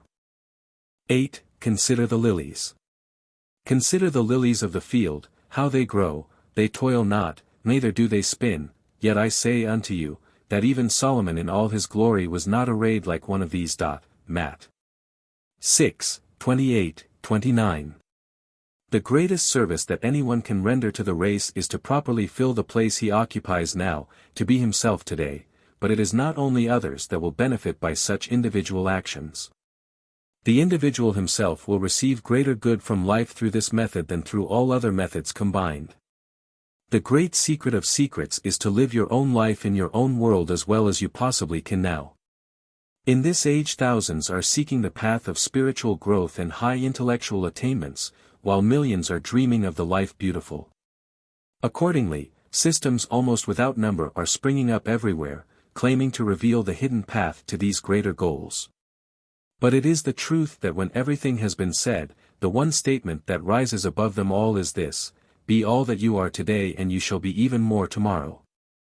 If you are in search of higher spiritual and intellectual attainments, enter into every form of wisdom that surrounds you today and fill your life with as much spirit as you can possibly realize. If you wish to live an ideal life, then aim to make real the most beautiful life that you can think of today. If you are longing for greater accomplishments and a larger sphere of usefulness, then be your very best in the place that you occupy now. The mighty oak grows great because it grows in the present. It does not think of the past or the future, it is what it is now. It does not wish to become mighty, it simply grows on silently and continually. The lily of the field is beautiful because it is perfectly satisfied to be a lily, but it is not satisfied to be less than all a lily can be. It does not strive or work hard to become beautiful. It simply goes on being what it is, and the result is it has been made immortal by the greatest mind that ever lived. When we follow the example of the lily, we find the real secret of life, so simply and clearly stated that anyone can understand. Be what you are today. Do not be satisfied to be less than you can today, and do not strive to be more. Progress, growth, advancement, attainment, these do not come through overreaching. The mind that overreaches will have a reaction. He will fall to the bottom and will have to begin all over again. Beal attainment comes by being your best where you are just for today, by filling the present moment with all the life you are conscious of, no more. If you try to express more life than you can comfortably feel in consciousness, you are overreaching and you will have a fall. The great mistake of the age is to strive, to go about our work as if it were extremely difficult. The man who works the hardest usually accomplishes the least, while the truly great man is the man who has trained his life and his power to work through him. The lilies of the field are not engaged in hard labor, and yet their usefulness cannot be measured. They are fulfilling their true purpose. They are making real the ideal in their own world, and they are living inspirations to every soul in existence. They live to be beautiful and they become beautiful, not by being ambitious for beauty, but by permitting all the beauty they possess to come forth. What is within us is constantly pressing for expression. We do not have to call it forth nor labor so much to bring it into action.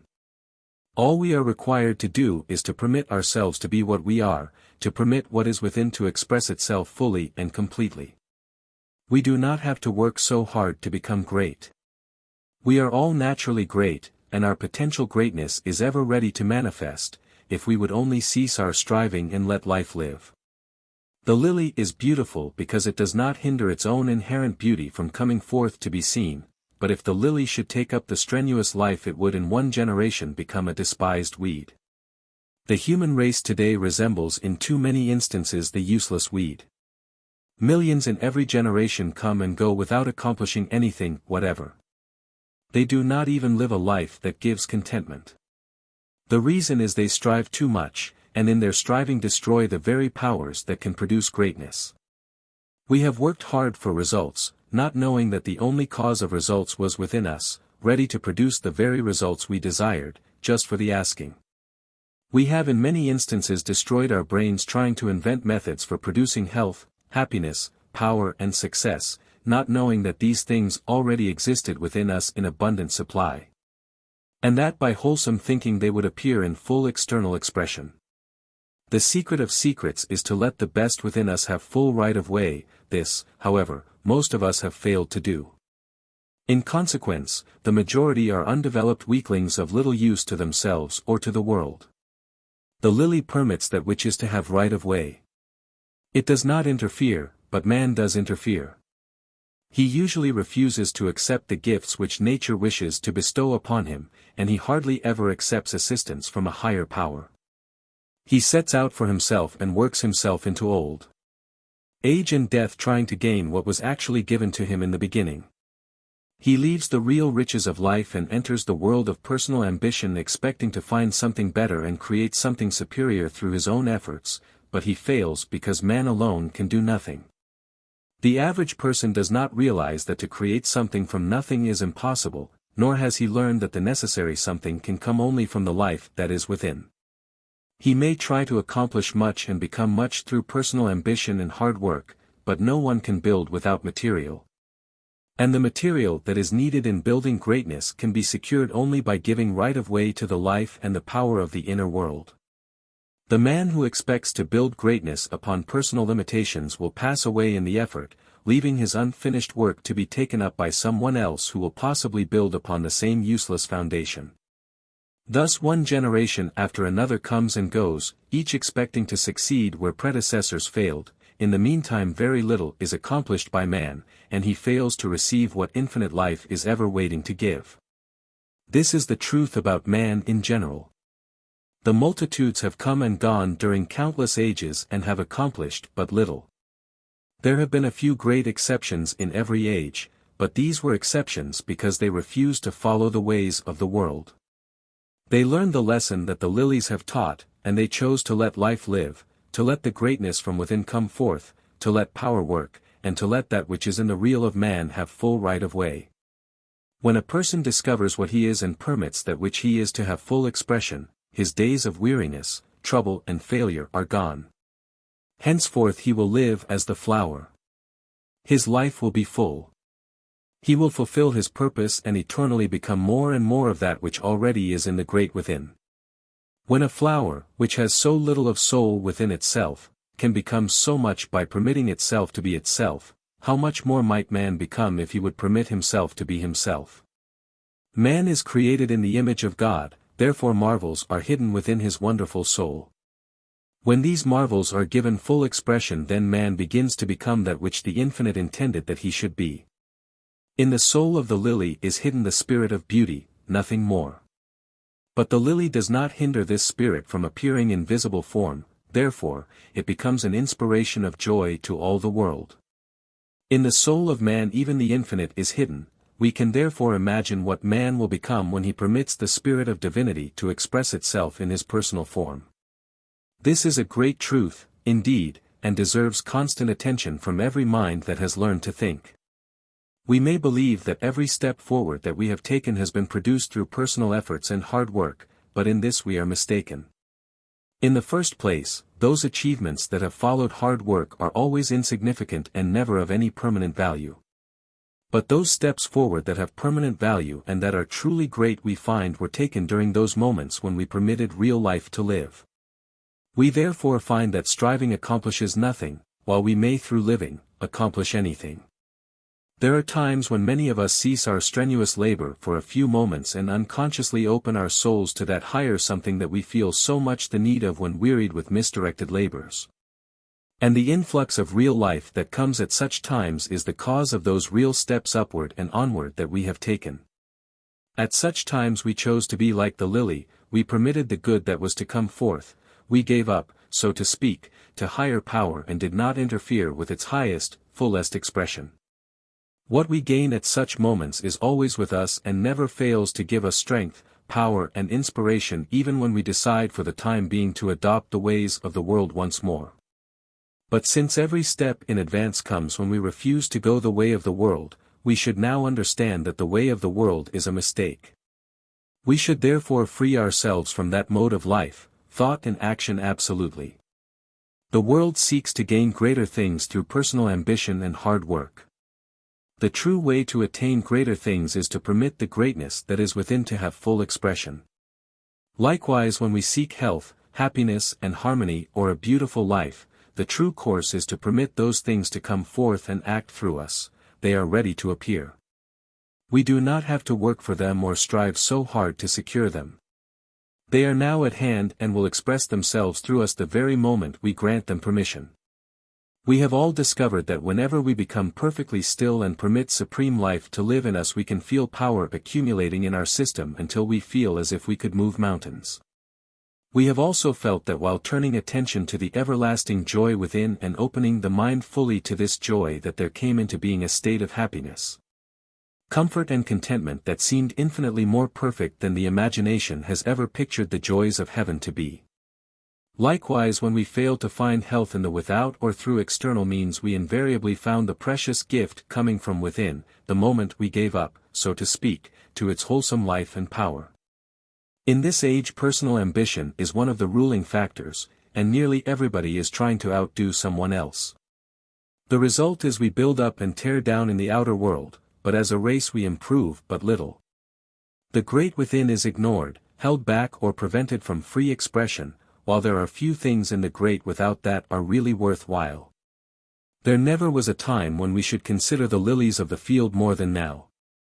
The human race is breaking itself down striving to gain hold upon phantoms, while the great prize that has already been given is lost sight of in the dust and confusion. But to inspire the present generation with a desire to return to nature and her beautiful ways cannot be done to any extent, however, except through living examples. It is the living of life that will change the life of the world. The world at large does not listen to reason, nor can those who are in the mad rush stop to think. Besides, such minds are not sufficiently clear to understand the principles upon which the living of life is based. Seeing is believing, as far as the world is concerned, and therefore they require living examples of those who have proven the superiority of the better way. Accordingly, those who know how to live as the lilies live should consider it a privilege to place their light wherever it can be seen. When you can prove through your own life and experience that personal ambition and hard work are not necessary to greater things, but are actual hindrances, and that greater things come of themselves to those who will permit themselves to be themselves, you have caused a great light to spring up, and few there are who will not see it. Those who take everything literally may wonder how anything can be accomplished without work, but they must bear in mind that there is work, and work. The work that is done by those who are down in the world's way is hard, wearing and tearing. It is destructive to human life and builds up one thing by tearing down another, and in the end it brings no lasting good, neither to the individual nor to the race. But the work that is done by those who have found the better way is neither hard nor wearisome. It is not done through strenuous living nor external striving, but is done by the power of the great within coming forth into expression in personal life. In this mode of work you first give your inner power right of way, then you direct it consciously and intelligently. You do not depend upon personal power and difficult personal efforts. You place yourself in the hands of higher power, and as you receive higher power you cause it to do that which you wish to have done. You have all felt power working through you, and at such times work was pleasure. You gave the commands, of course, and you knew it was your own power, your own higher power, but no hard personal effort was required. You simply opened the way somehow, then decided firmly but gently what you wished to have done. And you could feel a mighty power coming forth, seemingly from an inexhaustible source, taking full possession of thought and muscle, and doing the very thing you desired to have done.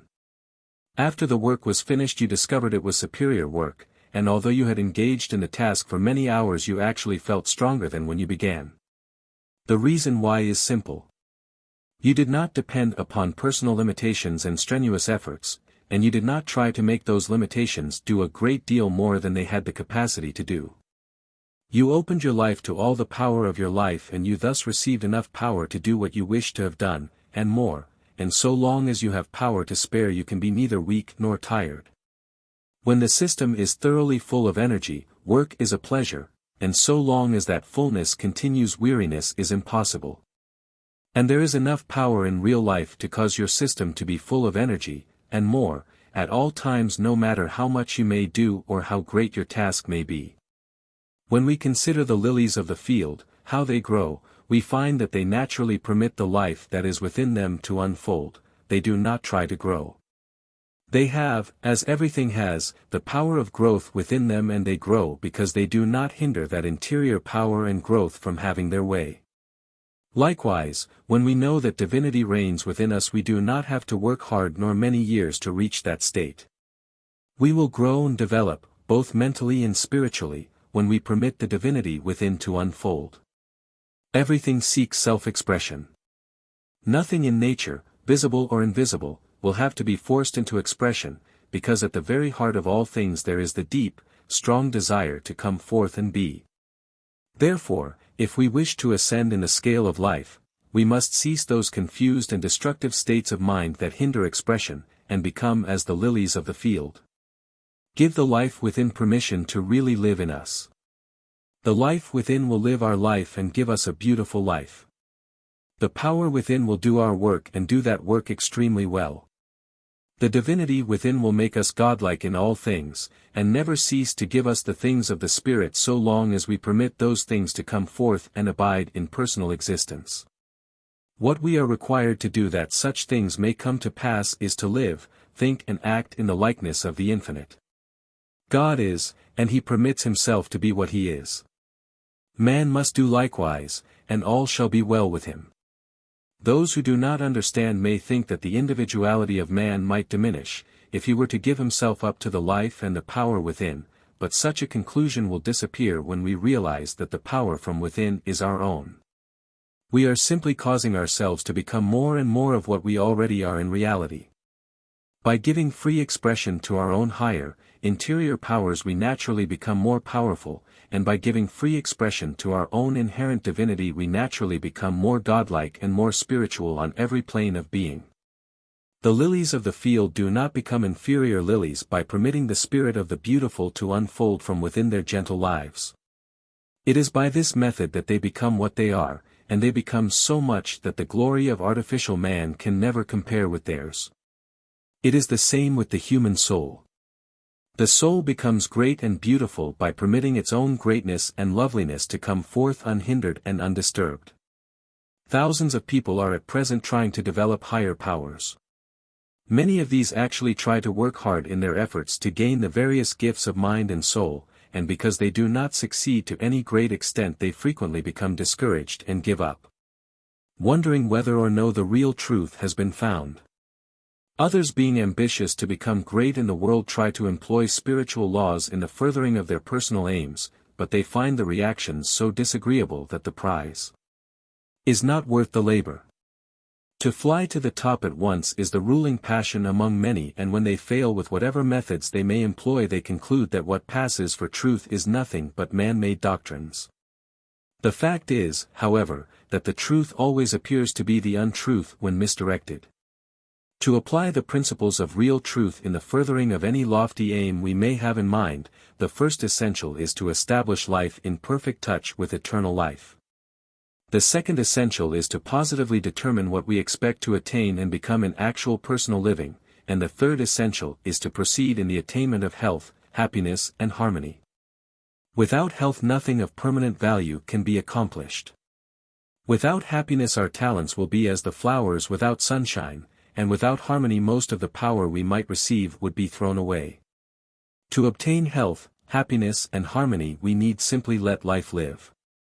Real life already has these things, and when we let life live in us those things will be expressed through us. The next essential is to resolve that we will be fully contented simply to live.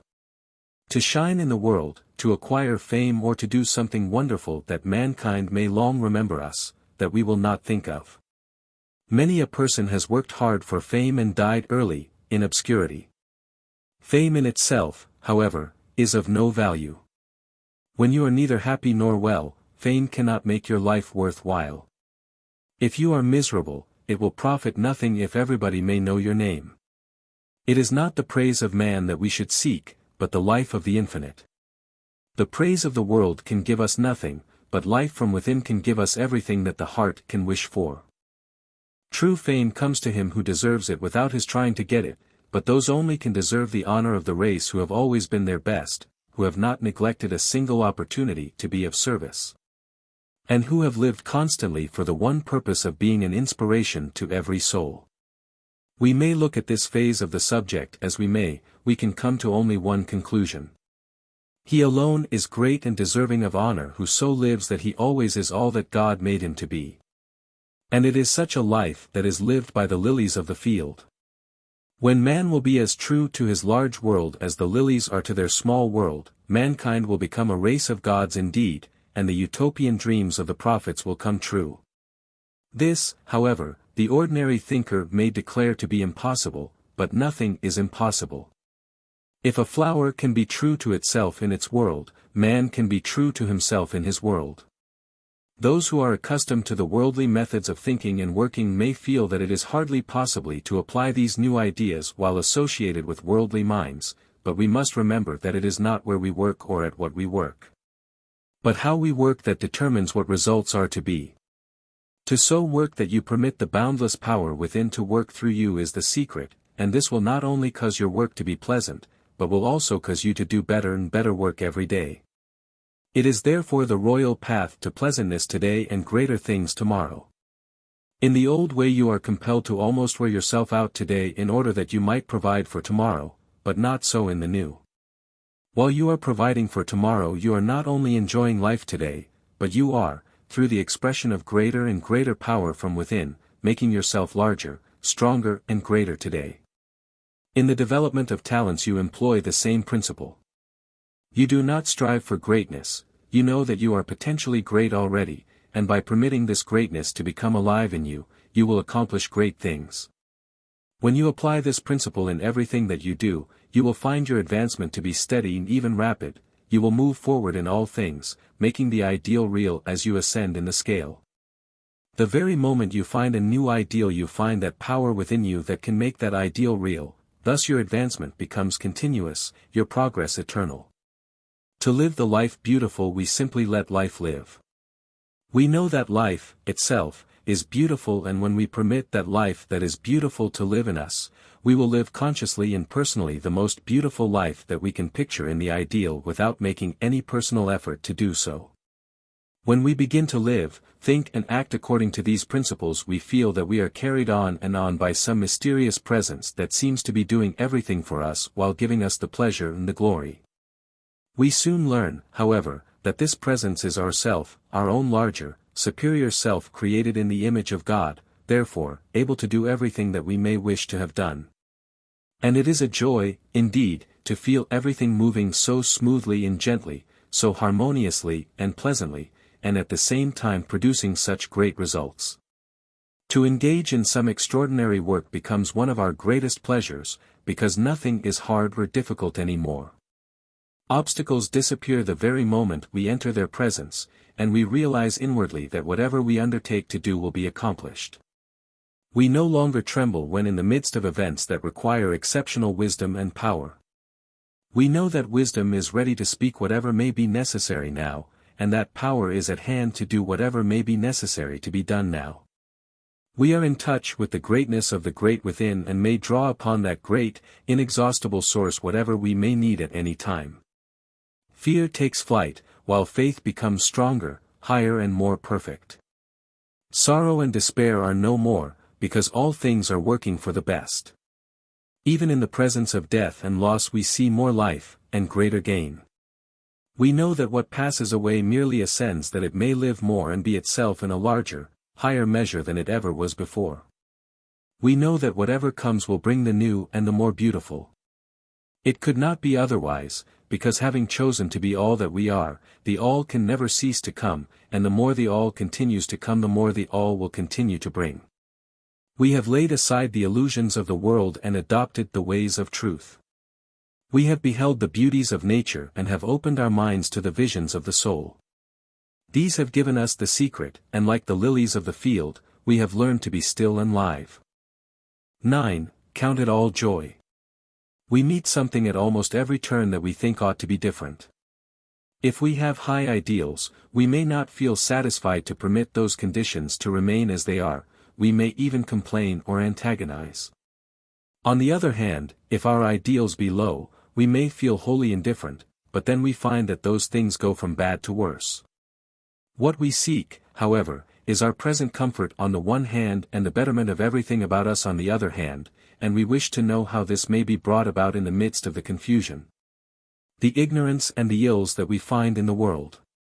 When we are indifferent to the wrong it becomes worse, therefore, even for our own good we must do something with those adverse conditions that exist in the home, in society, or in the state. We must meet all those things and meet them properly, but the problem is, how? To antagonize, criticize or condemn never helps matters in the least. Besides, such states of mind are a detriment to one's own peace and health. The critical mind wears itself out while thinking about the wrong, but the wrong in the meantime goes on becoming worse. To feel disappointed because the universe does not move according to our fancy will not change the universe, but it will produce weakness in our own mind and body. That person who lives constantly in the world of despondency will soon lose all hold upon life. He consequently does nothing in the world but bring about the end of his own personal life.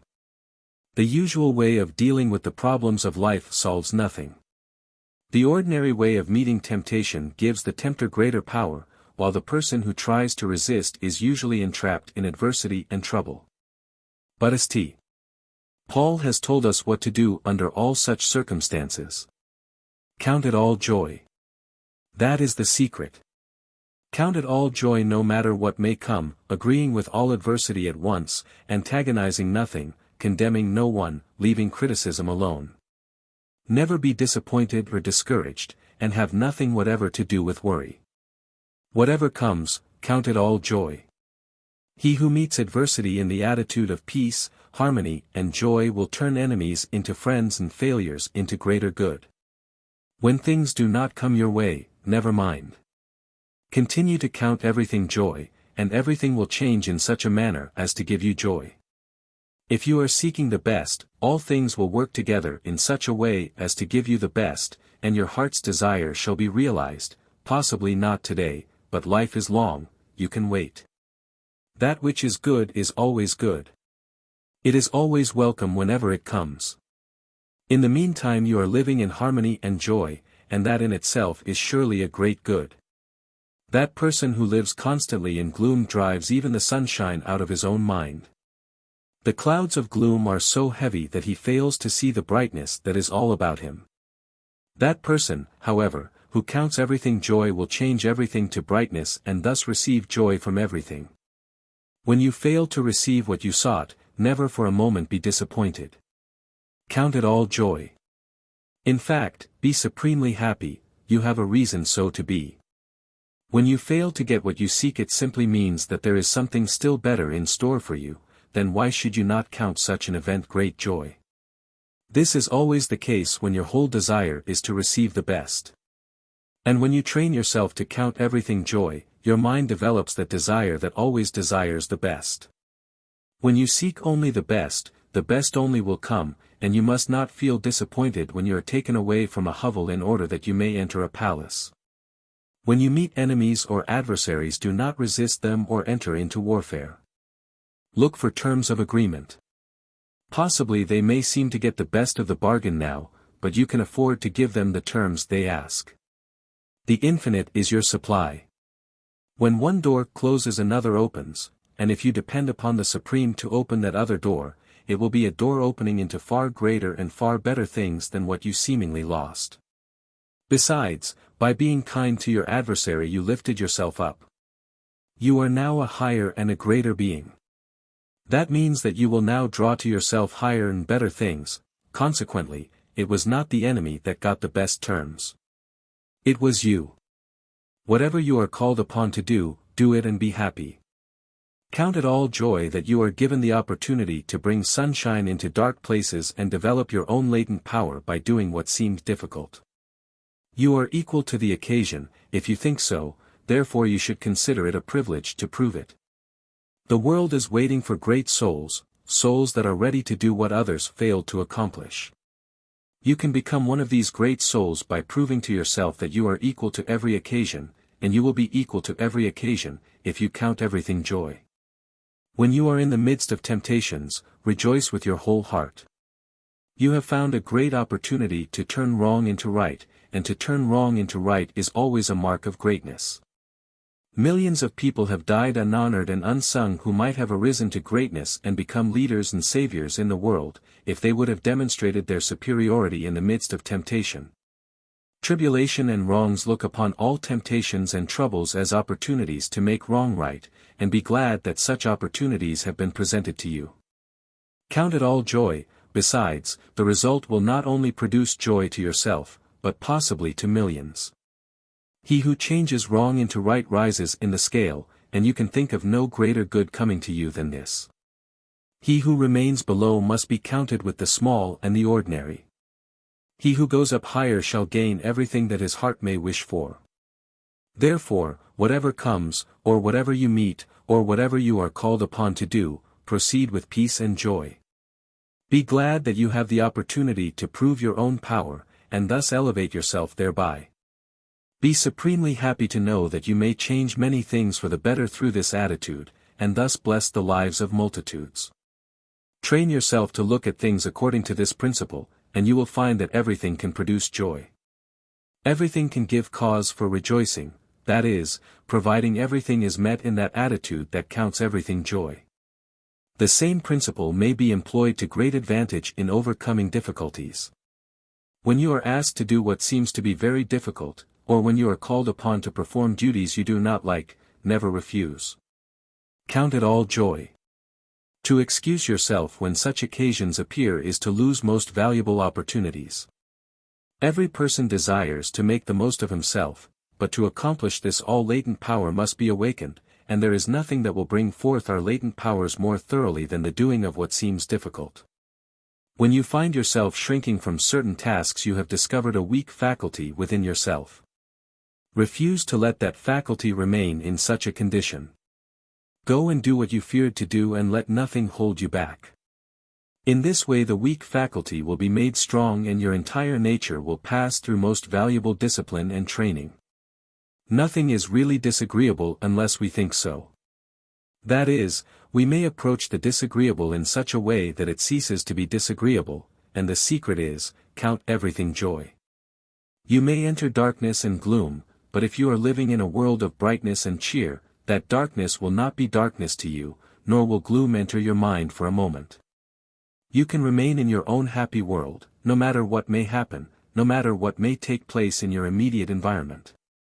When you resolve to do certain things and proceed with a conviction that you will enjoy the work thoroughly, you will find real pleasure in that work. Besides, you will do the work very well. Pleasure comes from within, and when the fountain of joy within is overflowing, it will give joy to everything that exists about us. To cause this fountain within to overflow at all times, count everything joy at all times. We should never look for weakness, but when we find it we should proceed at once to change it into strength. Whenever we meet difficulties, or whenever we are called upon to do what we dislike, we have found a weakness. We may remove that weakness by doing with a will what the moment demands, and resolve to enjoy it. Never permit such occasions to pass by without being changed. The opportunity is too valuable. Whatever your present sphere of action may require of you, that you are able to do. And the present demand upon your life and your talents must be supplied by you if you would bring out the best that is in you, and make the great eternal now full and complete. Tasks that seem difficult and demands that seem unreasonable are after all neither difficult nor unreasonable. They are simply golden opportunities for you to become what you never were before. They are but paths to greater achievements, sweeter joys and a larger life. Therefore, when you meet such occasions, count it all joy. When you fail to gain or realize in the present what you expected, do not feel disappointed. Make up your mind to be just as happy in those conditions that are, as you expect to be in those conditions that you are looking for. The feeling of disappointment is not produced by events. It is produced by your own attitude toward events. You can meet all events in such a frame of mind that you never feel disappointed in the least, and that frame of mind is the result of counting everything joy. When you know that eternity is long and that countless joys are in store for you, you will not feel sad now because one insignificant event has been postponed. And when you have full control of your mind, you will have the power to produce just as much happiness in the absence of that event as in its presence, because events themselves cannot produce happiness. The same is true of things. We do not gain joy from things, but from the way we think about things, and we can think as we choose at any time no matter what the circumstance may be. When the present demands happiness from something different than what you were looking for in the present, grasp the opportunity to prove that you are equal to this occasion. You thus develop latent ability. When you count everything joy, you know that you can always produce joy. You know that whatever happens is best, because you have the power to cause it to become the best. The best always happens to those who seek only the best. Therefore, whatever comes should be received as the best, and we must give it the opportunity to prove that it is better than anything that could have happened. You are not dependent upon events for happiness. Happiness does not come from what we do or where we go. Happiness comes from what we are now or what we create out of what is present now. Whether we he alone in a garret or in a gorgeous hall room, the amount of happiness we are to receive in either place will depend entirely upon our own frame of mind. The frame of mind that you desire for the present moment you may have. If it does not come of itself, you can create it, you are the master. When things do not come the way we can like them the way they are coming. This is how we agree quickly with our adversaries. We thus receive the enemy instead of fighting the enemy, and that which we receive in the true attitude of mind becomes our own. Count everything joy, and every adversity will give up its power to you. That which is evil becomes good when we meet it in such a way that we draw out of it the best that it may contain, and we always attract the best from everything when we meet everything in the conviction that all things work together for good. When nothing comes to us happiness in the external, we can open the fount of everlasting joy in the great within. The heaven of the soul is ever ready to open its pearly gates, but we must look towards the soul if we would pass through those gates. We shall fail to see the fountain of joy within, however, so long as our whole attention is fixed upon those worldly pleasures that fail to come into our world. But if we count everything joy, we no longer feel disappointed about what did not happen. On the other hand, we enter into that joyous state of mind that will place us in direct contact with the source of limitless joy within the mind. When people speak unkindly of you, you will become offended if you thought they spoke unkindly, but if your eyes are too pure to behold iniquity, you will go on your way as if nothing had been said. You count everything joy, and thus you will receive joy from your own lofty position in the matter. When you are asked to do certain things, do not proceed with a feeling that you are compelled to. Go and do it because you want to. Say that you want to, and count it all joy.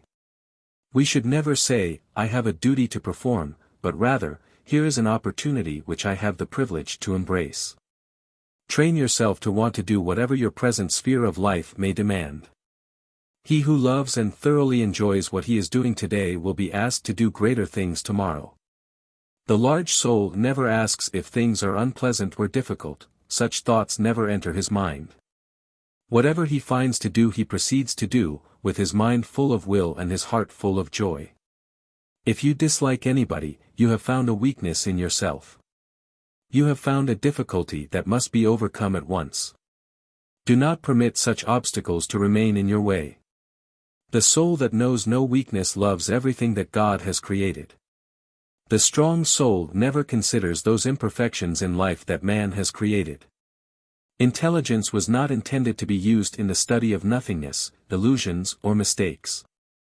When we hate anything we recognize the existence and the power of those things that have neither real existence nor real power. We therefore enter into a confused state of mind. What God has created we cannot help but love, but if we see something else and dislike that something else we are seeing something that God has not created.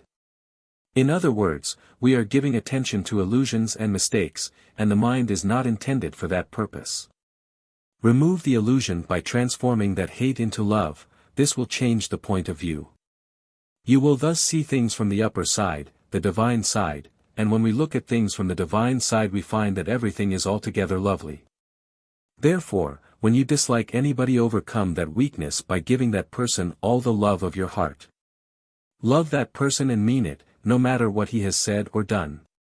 There is nothing in the world that lifts the soul so high above darkness and illusion as strong, pure, spiritual love, and it is not difficult to love a person when you know that he is God's creation, while his mistakes are simply man's creation. Mistakes must be forgiven. Our desire is to do the will of God, and to do the will of God is to love every creature in existence, and to love everything as God loves everything.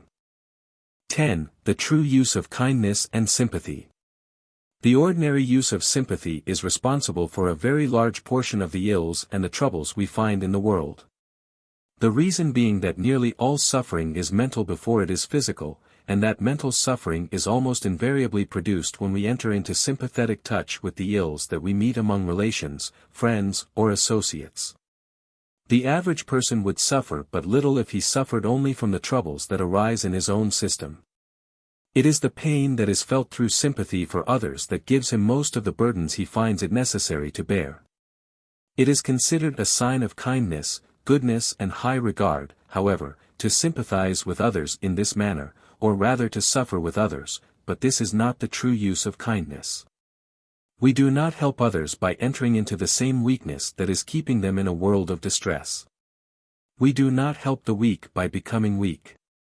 We do not relieve sickness by becoming sick. We do not right the wrong by entering into the wrong, or doing wrong. We do not free man from failures by permitting ourselves to become failures. We do not emancipate those who are in bondage to sin by going and committing the same sin. This is very simple, but ordinary sympathy is based upon the idea that we sympathize with a person only when we suffer with that person. We expect to relieve pain by proceeding to produce the same pain in our own systems. But we cannot remove darkness by entering into the dark. We can remove wrong only by removing the cause of that wrong, and to remove the cause of wrong we must produce the cause of right. Darkness disappears when we produce light. Likewise, sickness and trouble will vanish when we produce health and harmony, but we cannot produce health and harmony by entering into disease and trouble. This, however, is what ordinary sympathy does. It has, therefore, failed to relieve the world. The ordinary use of sympathy multiplies suffering by making suffering contagious. It causes the suffering of the one to give pain to the many, and then in turn causes the pain of the many to give additional pain to each individual person whose sympathy is aroused in the same connection. We must remove everything that tends to make ills contagious, whether it is physical or mental, and it is very evident that ordinary sympathy does spread pains and ills to a very great degree. Therefore, one of the first essentials in producing emancipation or in making real the ideal is to find the true use of sympathy. Sympathy itself must not be removed, because it is one of the highest virtues of the soul. The average person, however, misapplies this virtue continuously, and in consequence brings pains and ills both to himself and others, that could easily have been prevented. There is a better use for sympathy, and through this better use we cause all the good things in life to become contagious. Instead of entering into sympathetic touch with the weakness that may temporarily exist in the personality of man, we enter into sympathetic touch with the strength that permanently exists in the soul of man. Instead of morbidly dwelling upon the ills and the wrongs which we find, we proceed to gain the highest possible realization of the good, the right, the superior and the beautiful that we know has existence back of and above the superficial life of human nature. According to a metaphysical law, when we enter into mental contact with the good in man, we awaken the power of that which is good in man, and the most perfect mental contact is produced by sympathy. To sympathize with the soul is to increase the active power of the soul, because we always arouse into greater action that with which we sympathize. And when the active power of the soul is increased, the weakness of the personality will become strength. To sympathize with the power of health and harmony in man will increase the power of health and harmony throughout his entire system, and the elimination of sickness and trouble must inevitably follow. To sympathize with the pain a person may feel is to do nothing to relieve that person. You take the pain to yourself, but you do not take the pain away from the person with whom you sympathize. You thus double the suffering instead of removing it entirely, as you should. On the other hand, when we refuse to recognize the suffering itself and proceed to awaken in that person that something that can remove the suffering, we protect ourselves from pain, while we actually do something to relieve that person from pain. We do not suffer with the person that suffers, but we do something to remove suffering absolutely from everybody concerned. Instead of entering into the pain, we take that person out of pain. That is sympathy. That is sympathy. That is kindness that really results in a kind act. It does not weep, but does better. It removes both the cause and the effect of the weeping. It awakens that superior power in man that positively does produce emancipation. It does not cause suffering to be transmitted to a score of other persons who have done nothing to merit that suffering, but it stops the pain where it is and puts it out of existence absolutely. Every form of suffering comes from the violation of some law in life. It is therefore wrong, but it cannot be righted by making a special effort to spread the results of that wrong among as many others as possible. This, however, ordinary sympathy does. It makes a special effort to make everybody feel bad because someone is not feeling as he should. But the pains of the many cannot give ease and comfort to the one, nor can many minds in bondage set one mind free. When anyone is feeling bad, it will not help him to have a group of morbid minds suffer with him. When anyone is sorry, it will not remove the cause of his grief to have others decide to be sorry also. Do something so that person will not feel bad anymore. Take him out of his trouble. That is real sympathy. And while you are helping him out, make him feel that your heart is as tender as tenderness itself. Do something so that the grief may be removed through the realization of that greater truth that knows that all is well. That is kindness worthy of the name. Those, however, who are in the habit of sympathizing in the ordinary way may think the new way cold, and devoid of feeling or love, but the fact is that it is the ordinary form of sympathy that is devoid of love. When you love a person who is in pain, you will not stand around and weep pretending that you are also feeling bad.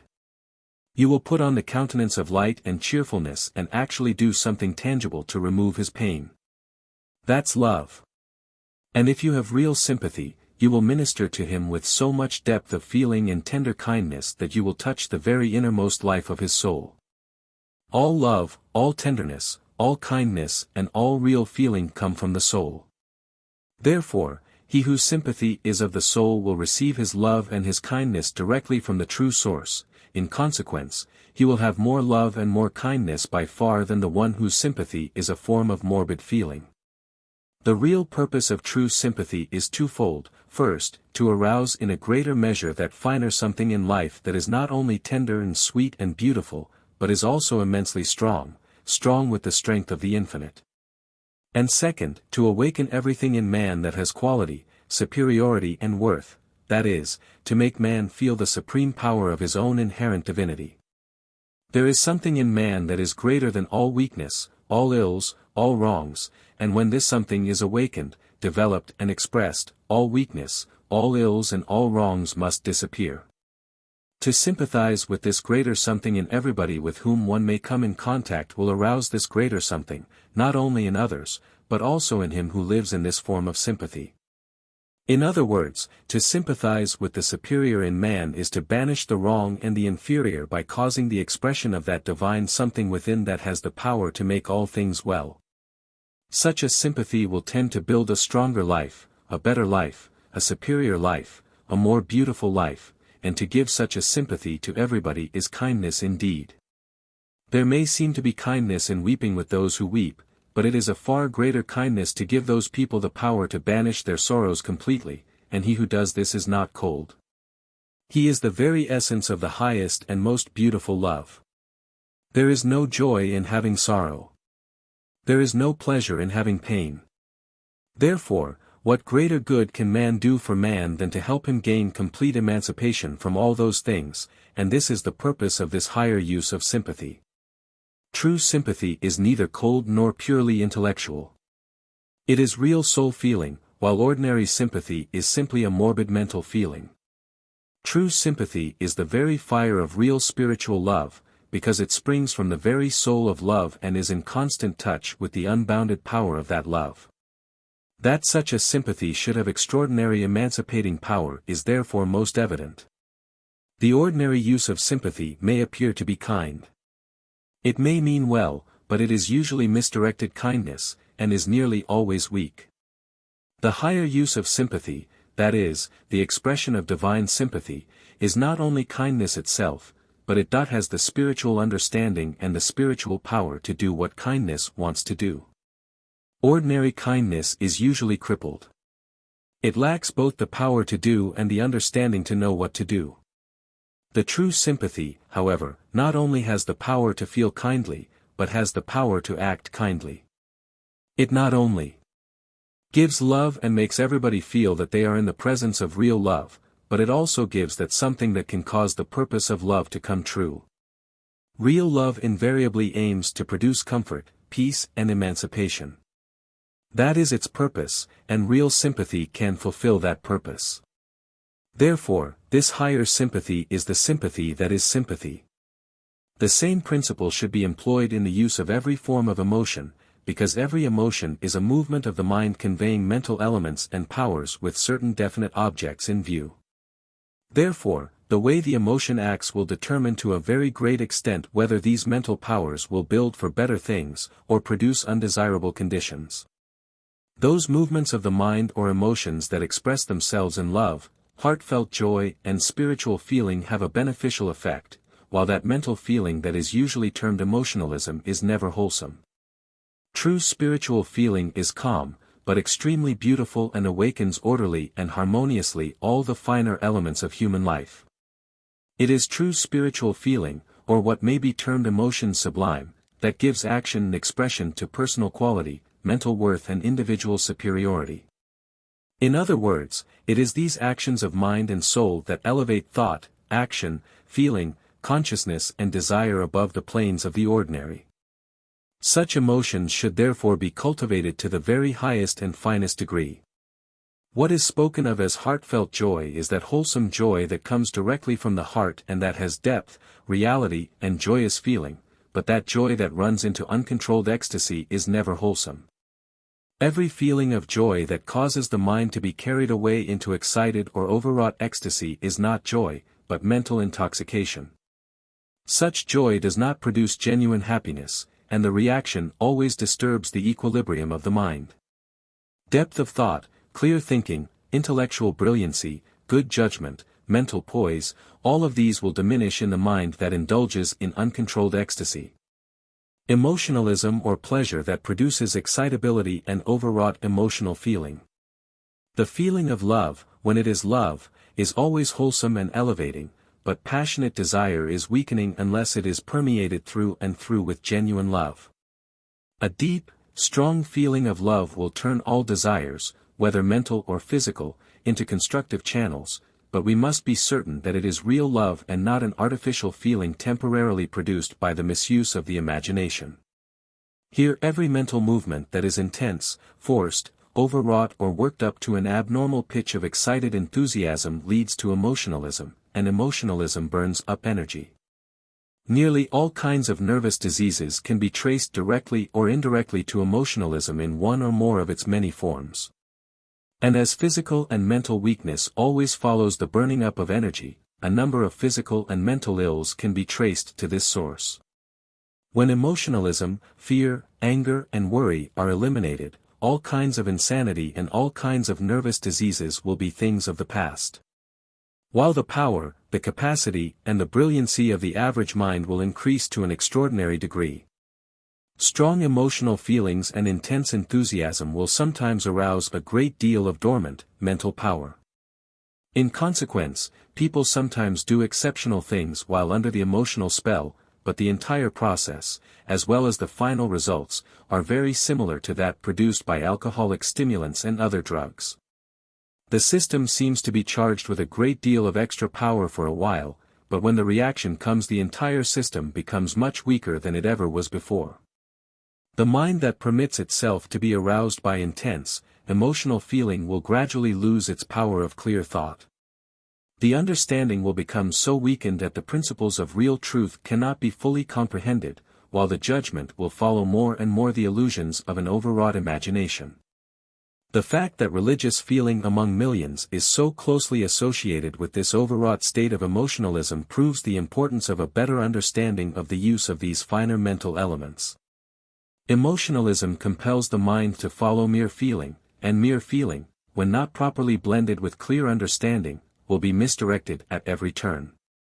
Emotionalism also stupefies the finer perceptions by intoxicating the mind, and by burning up the finer mental energies. And since these finer perceptions are required to discern real truth, we understand readily why highly emotional people cannot comprehend the principles of pure, spiritual metaphysics. Having been trained towards materialistic literalism instead of away from it, they are not to blame, however, for their present state and deserve no criticism.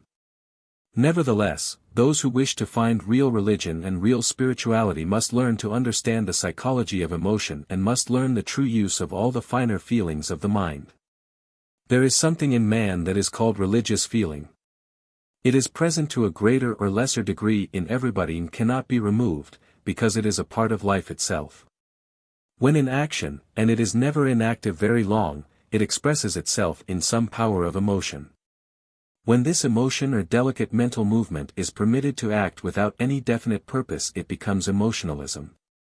That is, mental energy running rampant, and becoming more and more intense until it destroys itself, as well as all the energy it originally contained.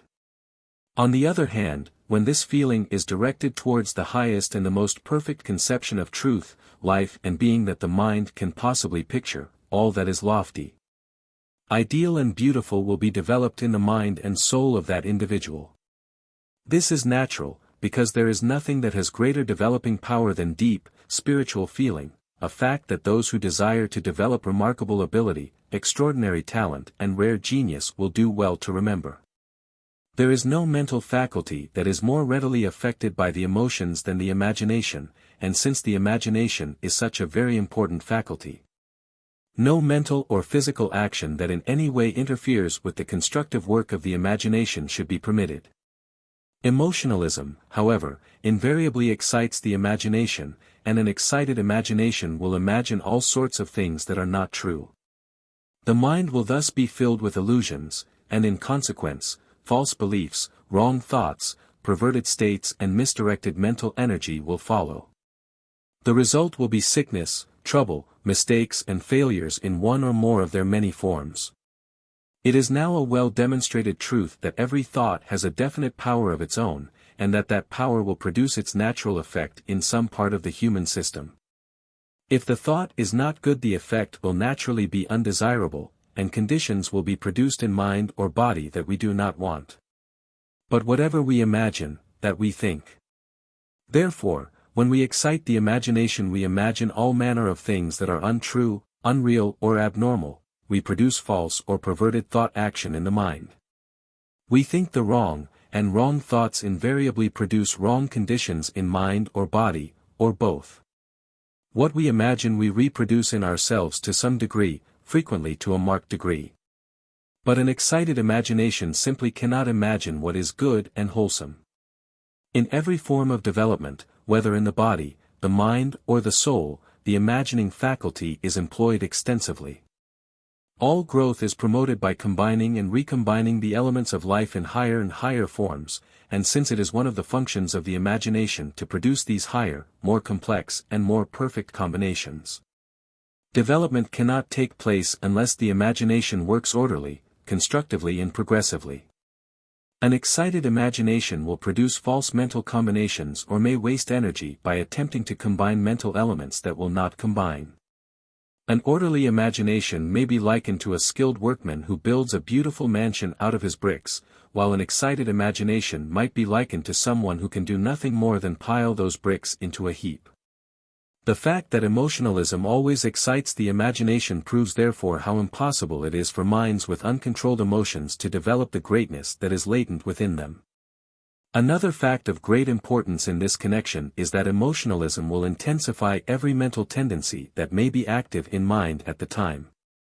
If there is a tendency towards abnormal desires, emotionalism will intensify those desires so that it will be very difficult to resist temptation should it appear. On the other hand, pure spiritual feeling would transmute those desires, and produce instead, an ascending tendency, thus leading all the forces of mind towards higher ground. To overcome emotionalism, intense mental feeling, anger, excitability, and all overwrought or abnormal mental states, turn attention upon the spiritual heights of the soul whenever such mental feelings are felt. By training all mental feelings and emotions to move toward the deeper and the higher spiritual state of being, these same feelings will become stronger, deeper, finer and more beautiful than they ever were before. We then establish the foundation upon which we can build an ideal character, and through such a character all the qualities of mind and soul can be used beneficially in the midst of every experience, whatever the nature of that experience may be. To cause all the emotions to follow ascending tendencies will increase remarkably the power, the fineness, the life and the rapture of every phase of feeling, not only in the soul, but in the mind and the body as well. Every trace of coldness, indifference or lack of feeling will entirely disappear, and we shall develop instead that higher form of kindness, sympathy and spiritual emotion that is created in the likeness of divine emotion. Whoever employs this method will not permit his feelings to run wild at any time, but will cause the life and the power of every feeling to accumulate in his system. He will hold them all in poise and use their energies intelligently in the building up of his whole life and in adding to the joy, the rapture and the delight of the living of a full, strong, ever-ascending state of existence. That person who controls his feelings and turns all the energies of those feelings upon the spiritual heights of the soul will actually become a living flame of love, sympathy and sublime emotion.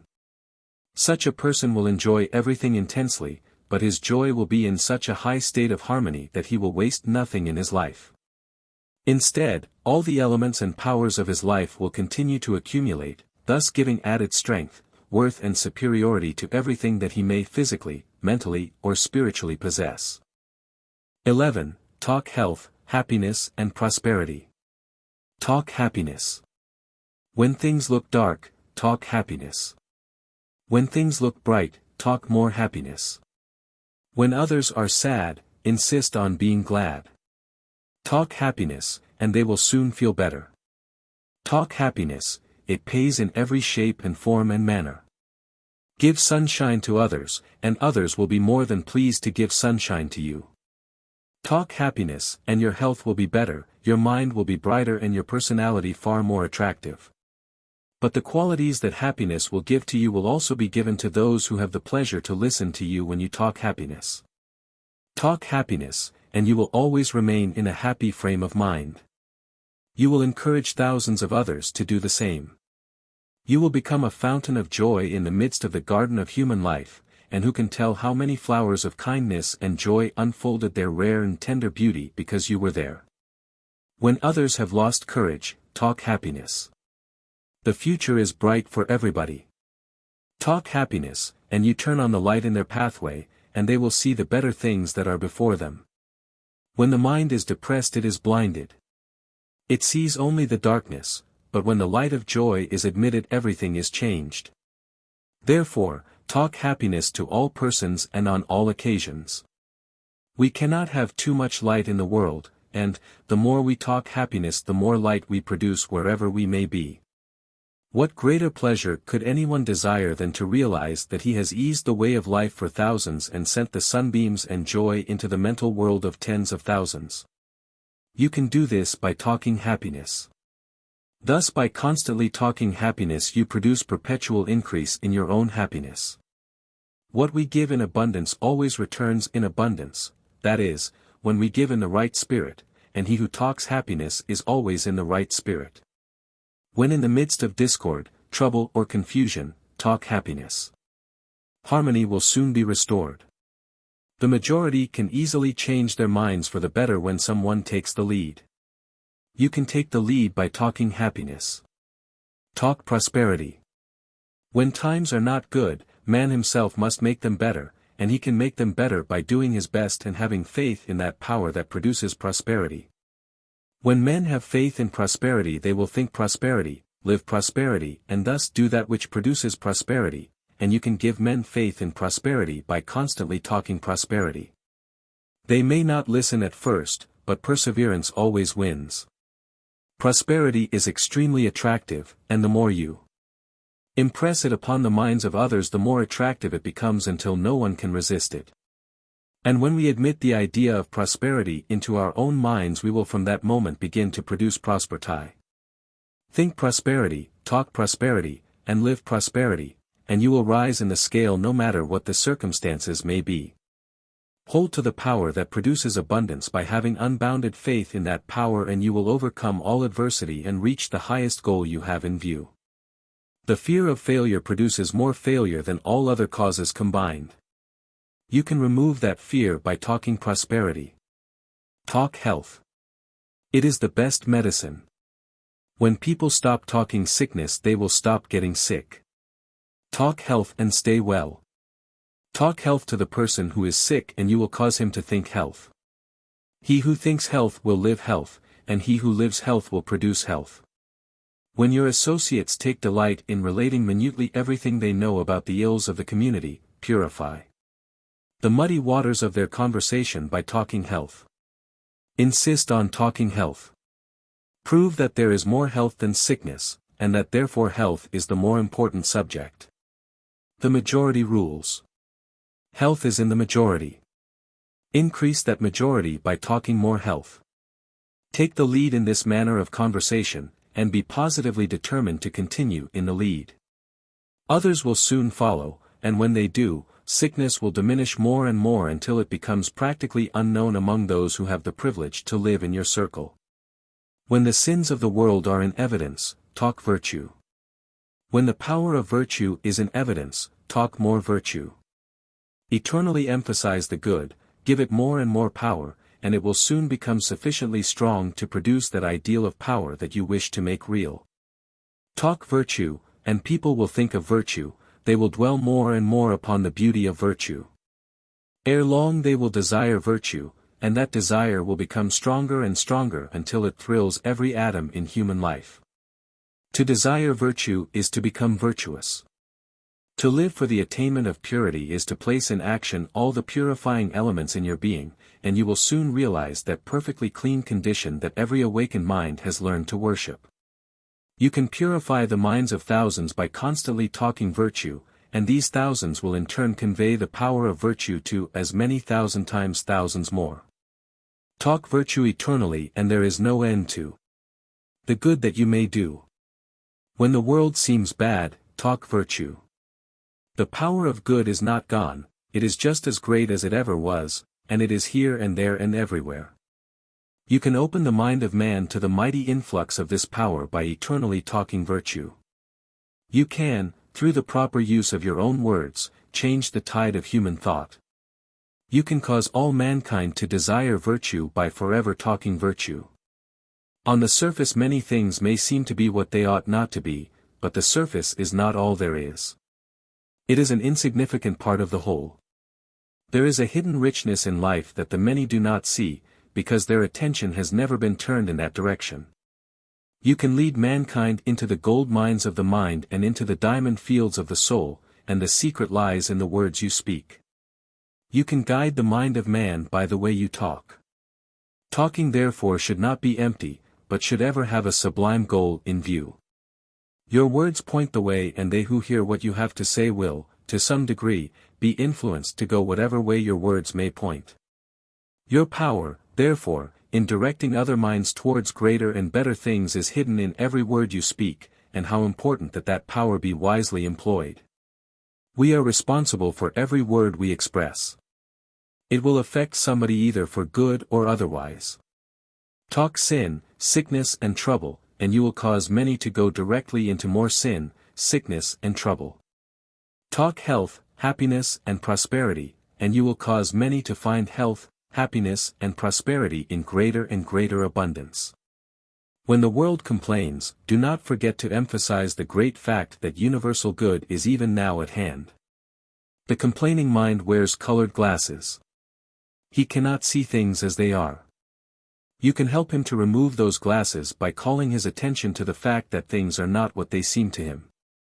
Everything lies in the point of view. Look at things from the right point of view and you will be happy, cheerful and optimistic under all sorts of circumstances. But look at things from the wrong point of view, and you will see nothing clearly. Everything will appear to be what it is not. You will thus live in confusion and your mistakes will be many. Remove this confusion by placing yourself in harmony with eternal good, and you can do this by talking about the good, thinking about the good and emphasizing most positively every expression of good with which you may come in contact. That which we think of and talk of constantly will multiply and grow in our own world. Talk peace. You will thus not only prevent confusion, but you will remove those confused conditions that may already exist. You can still the storms of life everywhere by talking peace. When man thinks the most of peace he will be in peace, and he cannot fail to think of peace so long as he is faithfully talking peace. Talk success, and you will inspire everybody with the spirit of success. You will help to turn the energies of life upon the goal of success, and thus you will help all minds to move toward success. Never say that anything is impossible. Talk success, and you help to make everything possible. Everybody should succeed. It is not only the privilege of everybody to succeed, but every person, to be just to himself, must succeed. The fear of failure, however, is the greatest obstacle. You can remove that fear by talking success. Hold the idea of success before every mind with which you come in contact, you will thus become one of the greatest philanthropists in the world. New and greater opportunities may be found everywhere. Talk of these things and forget the missteps of the past. We can leave the lesser that is behind only by pressing on towards the greater that is before. Talk success to everybody, and everybody will press on towards the greater goal of success. Be an inspiration among all minds, and you can be by holding up the light of success, prosperity and attainment at all times. Use your words in promoting advancement, in awakening new interest in the better side, the brighter side, the sunny side, and turn the mind of man upon those things that can be done. He can who thinks he can, and you help every person to think that he can by talking prosperity and success. Impress the greater upon every mind, and every mind will think the greater. And he who thinks the greater is constantly building for greater things. Emphasize the sunny side in all your speech and you provide a never-failing antidote for complaints. And since the complaining mind soon becomes the retrogressing mind, this antidote has extreme value. It may change for the better the destiny of anyone when brought squarely before his attention, and this your words can do. When one door closes another opens, sometimes several. This is the law of life. It is the expression of the law of eternal progress.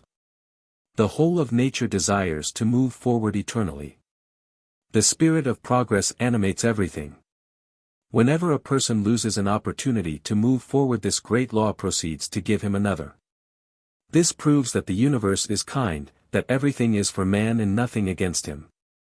This being the truth, the man who talks health, happiness, prosperity, power and progress is working in harmony with the universe, and is helping to promote the great purpose of the universe. And who would not occupy a position of such value and importance? Whenever you talk trouble, failure, sickness or sin, you arraign your own mind against the law of life and the purpose of the universe. You will thereby be against everything, and everything will, in consequence, be against you. You must, therefore, necessarily fail in everything you undertake to do. But how different everything will be when you turn and move in the other direction. Go with the universe, and all the power of the universe will go with you, and will help you to reach whatever object you may have in view. Harmonize yourself with the laws of life and you will steadily rise in the scale of life. Nothing can hold you down. Everything you undertake to do you will accomplish, because everything will be with you. You will reach every ideal, and at the best time and under the best circumstances cause that ideal to become real. When you cease to talk failure and begin to talk success, you invariably meet the turn in the lane. You find that a new world and a better future is in store. Things will take a turn when you take a turn, and you will take a turn when you begin to talk about those things that you desire to realize. Never talk about anything else.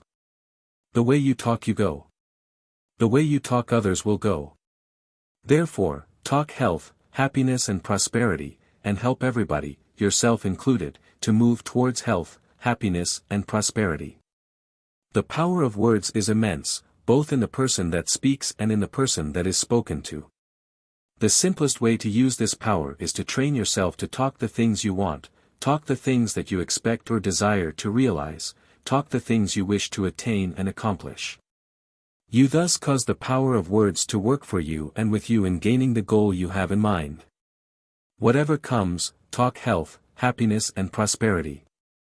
Say that you are well, say that you are happy, say that you are prosperous.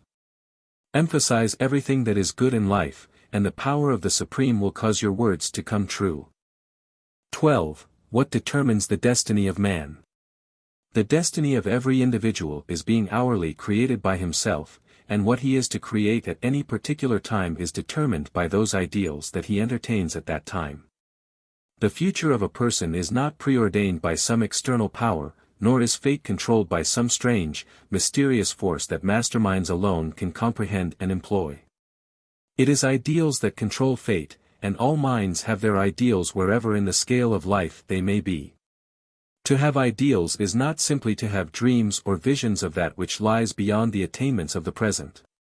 Nor is idealism a system of ideas that the practical mind may not have the privilege to entertain. To have ideals is to have definite objects in view, be those objects very high or very low, or anywhere between those extremes. The ideals of any mind are the real wants, the real desires or the real aims of that mind, and as every normal mind invariably lives, thinks and works for that which is wanted by his present state of existence. It is evident that every mind must necessarily, either consciously or unconsciously, follow his ideals. When those ideals are low, ordinary or inferior, the individual will work for the ordinary and the inferior, and the products of his mind will correspond in quality with that for which he is working. Inferior causes will originate in his life and similar effects will follow, but when those ideals are high and superior, he will work for the superior. He will develop superiority in himself, and he will give superiority to everything that he may produce. Every action that he originates in his life will become a superior cause and will be followed by a similar effect. The destiny of every individual is determined by what he is and by what he does, and what any individual is to be or do is determined by what he is living for, thinking for, or working for. Man is not being made by some outside force. Man is making himself with the power of those forces and elements that he employs in his thought and his work, and in all his efforts, physical or mental, he invariably follows his ideals. He who lives, thinks and works for the superior becomes superior, he who works for less, becomes less. It is therefore evident that any individual may become more, achieve more, secure more and create for himself a greater destiny by simply beginning to live, think and work for a superior group of ideals. To have low ideals is to give the creative forces of the system something ordinary to work for. To have high ideals is to give those forces something extraordinary to work for, and the fate of man is the result of what his creative forces hourly produce. Every force in the human system is producing something, and that something will become a part of the individual. It is therefore evident that any individual can constantly improve the power, the quality and the worth of his being by directing the forces of his system to produce that which has quality and worth. These forces, however, are not directed or controlled by the will. It is the nature of the creative forces in man to produce what the mind desires, wants, needs or aspires to attain. And the desires and the aspirations of any mind are determined by the ideals that are entertained in that mind. The forces of the system will begin to work for the superior when the mind begins to attain superior ideals, and since it is the product of these forces that determines both the nature and the destiny of man. A superior nature and a greater destiny may be secured by any individual who will adopt the highest and the most perfect system of idealism that he can possibly comprehend. To entertain superior ideals is to picture in mind and to hold constantly before mind the highest conception that can be formed of everything of which we may be conscious. To mentally dwell in those higher conceptions at all times is to cause the predominating ideas to become superior ideas, and it is the predominating ideas for which we live, think and work. When the ruling ideas of any mind are superior, the creative force of that mind will produce the superior in every element, faculty, talent or power in that mind. Greatness will thus be developed in that mind, and the great mind invariably creates a great destiny. To entertain superior ideals is not to dream of the impossible, but to enter into mental contact with those greater possibilities that we are now able to discern. And to have the power to discern an ideal indicates that we have the power to realize that ideal. We do not become conscious of greater possibilities until we have developed sufficient capacity to work out those possibilities into practical, tangible results. Therefore, when we discern the greater, we are ready to attain and achieve the greater. But before we can proceed to do what we are ready to do, we must adopt superior ideals, and superior ideals only. When our ideals are superior, we shall constantly think of the superior, because as our ideals are, so is our thinking, and to constantly think of the superior is to steadily grow into the likeness of the superior. When the ideals are very high, all the forces of the system will move toward superior attainments. All things in the life of the individual will work together with greater and greater greatness in view, and continued advancement on a larger and larger scale must inevitably follow. To entertain superior ideals is not simply to desire some larger personal attainment or to mentally dwell in some belief that is different from the usual beliefs of the world. To entertain superior ideals is to think the very best thoughts and the very greatest thoughts about everything with which we come in contact. Superior idealism is not mere dreaming of the great and the beautiful, but is actual living in mental harmony with the very best we can find in all things, in all persons, in all circumstances, and in all expressions of life. To live in mental harmony with the best we can find everywhere is to create the best in our own mentality and personality. And as we steadily grow into the likeness of that which we think of the most, we will, through ideal thinking, perpetually increase our power, capacity and worth. In consequence, we will naturally create a greater and a more worthy destiny. The man who becomes much will achieve much, and great achievements invariably build a great destiny. To think of anything that is less than the best, or to mentally dwell with the inferior is to neutralize the effect of those superior ideals that we have begun to entertain. To secure the greatest results, it is therefore absolutely necessary to entertain superior ideals only and to cease all recognition of inferiority or imperfection. The reason why the majority fail to secure any tangible results from higher ideals is because they entertain too many of the lower ideals at the same time. They may aim high, they may adore the beautiful, they may desire the perfect. They may live for the better and work for the greater, but they do not think their best thoughts about everything, and this is the reason why they do not reach the goal they have in view. Some of their forces are building for greater things, while other forces are building for lesser things, and a house divided against itself cannot stand. Superior idealism contains no thought that is less than the very greatest and the very best that the most lofty states of mind can possibly produce, and it entertains no desire that has not the very greatest worth, the greatest power, and the highest attainment in view. Superior idealism does not recognize the power of evil in anything or in anybody. It knows that adverse conditions exist, but it gives the matter no conscious thought whatever. It is not possible to think the greatest thought about everything while mind is giving conscious attention to adversity or imperfection. The true idealist, therefore, gives conscious recognition to the power of good only, and he lives in the conviction that all things in his life are constantly working together for good. This conviction is not mere sentiment with the idealist. He knows that all things positively will work together for good when we recognize only the good, think only the good, desire only the good and expect only the good. Likewise, he knows that all things positively will work together for greater things when all the powers of life, thought and action are concentrated upon the attainment and the achievement of greater things. To apply the principles of superior idealism in all things means advancement in all things. To follow the superior ideal is to move towards the higher, the greater and the superior, and no one can continue very long in that movement without creating for himself a new world, a better environment and a greater destiny. To create a better future, begin now to select a better group of ideals.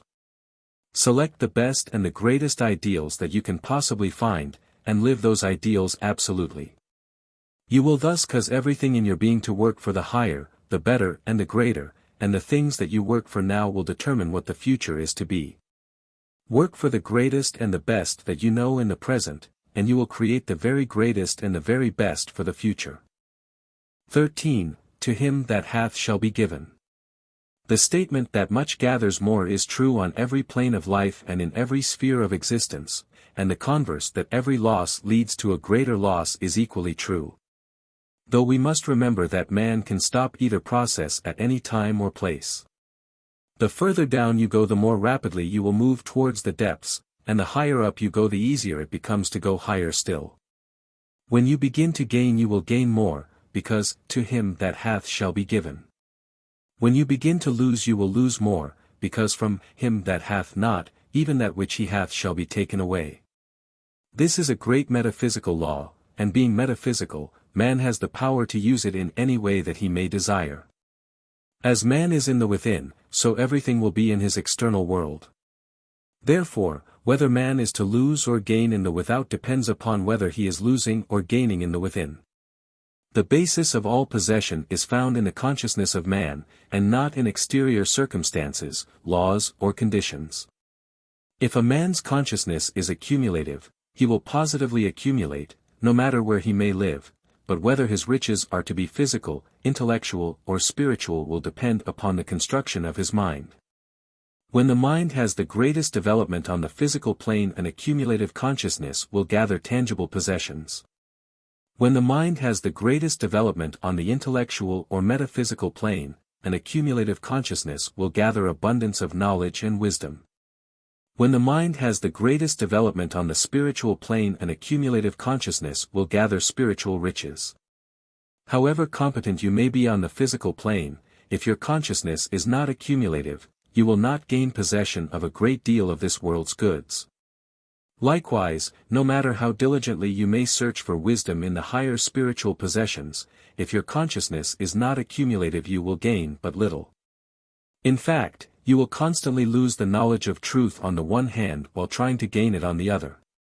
Therefore, to gain abundance in the world of things or tangible possessions, the secret is to become competent in our chosen vocations, and then acquire an accumulative consciousness. To gain the riches of the mind and the soul, the secret is to develop the same accumulative consciousness and to consecrate all the powers of mind and thought to spiritual things. There are thousands in this age who have consecrated their whole lives to the higher state of being, but there are very few who have gained the real riches of the spiritual kingdom. And the reason is they have neglected the development of the accumulative consciousness. In other words, they have overlooked the great law, to him that hath shall be given. Those who have nothing will receive nothing, no matter how devotedly they may pray or how beautifully they may live. But to have is not simply to possess in the external sense. Those who are conscious of nothing have nothing. Those who are conscious of much have much, regardless of external possession. Before we can gain anything we must have something, and to have something is to be conscious of something. We must be conscious of possession in the within before we can increase possession in any sphere of existence. All possession is based upon consciousness and is held by consciousness or lost by consciousness. All gain is the result of an accumulative consciousness. All loss is due to what may be termed the scattering consciousness. That is, that state of consciousness that lets go of everything that may come within its sphere. When you are conscious of something you are among those that hath and to you shall be given more. As soon as you gain conscious hold of things you will begin to gain possession of more and more things. As soon as you gain conscious hold upon wisdom and spiritual power, wisdom and spiritual power will be given to you in greater and greater abundance. On the other hand, when you begin to lose conscious hold of things, thoughts or powers you will begin to lose more and more of those possessions, until all are gone. When you inwardly feel that things are slipping away from you, you are losing your conscious hold of things, and all will finally be lost if you do not change your consciousness. When you inwardly feel that you are gaining more and more, or that things are beginning to gravitate towards your sphere of existence, more and more will be given to you until you have everything that you may desire. How we feel in the within is the secret, and it is this interior feeling that determines whether we are to be among those that have or among those that have not. When you feel in the within that you are gaining more you are among those that have, and to you shall be given more. When you feel in the within that yon are losing what you have, you are among those that have not, and from you shall be taken away even that which you have. When we learn that mind is cause and that everything we gain may come from the action of mind as cause, we discover that all possession is dependent upon the attitude of mind, and since we have the power to hold the mind in any attitude desired, all the laws of gain and possession are in our own hands. When this discovery is made we begin to gain conscious possession of ourselves, and to him that hath himself all other things shall be given. To feel that you, yourself, are the power behind other powers, and that you may determine what is to come and what is to go, is to become conscious of the fact that you are something. You thus become conscious of something in yourself that is real, that is substantial and that is actually supreme in your world. To become conscious of something in yourself is to have something, and to have something is to gain more. Consequently, by gaining consciousness of that something that is real in yourself you become one of those that hath, and to you shall be given. To gain consciousness of the real in yourself is to gain consciousness of the real in life, and the more you feel the reality of life the more real life becomes. The result is that your consciousness of the reality of life becomes larger and larger, it comprehends more and takes in more. In other words, it is becoming accumulative. When this realization is attained you gain conscious hold upon life and are gradually gaining conscious hold upon everything that exists in life. This means a greater and greater mastery of life, and mastery is always followed by an increase in possession. Whatever you become conscious of in yourself, that you gain possession of in yourself. Whatever you gain possession of in yourself, that you can constructively employ in your sphere of existence, and whatever is constructively employed is productive, it produces something. Therefore, by becoming conscious of something you gain the power to produce something, and products on any plane constitute riches on that plane. The more you become conscious of in yourself and in your life the greater your power to create and produce in your sphere of action, and the more wealth you produce the greater your possession. Providing you have learned how to retain the products of your own talent. When we analyze these laws from another point of view we find the consciousness of the real in ourselves produces an ascending tendency in the mind, and whenever the mind begins to go up, the law of action and reaction will continue to press the mind up further and further indefinitely. Every upward action of mind produces a reaction that pushes the mind upward still farther. As the mind is pushed upward a second upward action is expressed that is stronger than the first. This in turn produces a second reaction stronger than the first reaction, and the mind is pushed upward the second time much farther than it was the first time. The fact is, when the mind enters the ascending scale the law of action and reaction will perpetuate the ascension so long as the mind takes a conscious interest in the progress made. But the moment the mind loses interest in the movement the law will reverse itself and the mind enters the descending scale. Therefore, become conscious of the law in yourself and take a conscious interest in every step in advance that you make, and you will go up in the scale of life continually and indefinitely. When the mind is in the ascending scale, it is steadily becoming larger, more powerful and more competent, and will consequently be in demand where recompense is large and the opportunities more numerous. Such a mind will naturally gain step by step in rapid succession. To such a mind will be given more and more continually, because it has placed itself in the world of those who have. The great secret of gaining more, regardless of circumstances, is to continue perpetually to go up in mind. No matter how things are going about you, continue to go up in mind. Every upward step that is taken in mind adds power to mind, and this added power will produce added results in the tangible world. When these added results are observed, mind gains more faith in itself, and more faith always brings more power. On the other hand, when we permit ourselves to go down in mind, because things seem to go down, we lose power. This loss of power will prevent us from doing our work properly or from using those things and conditions about us to the best advantage.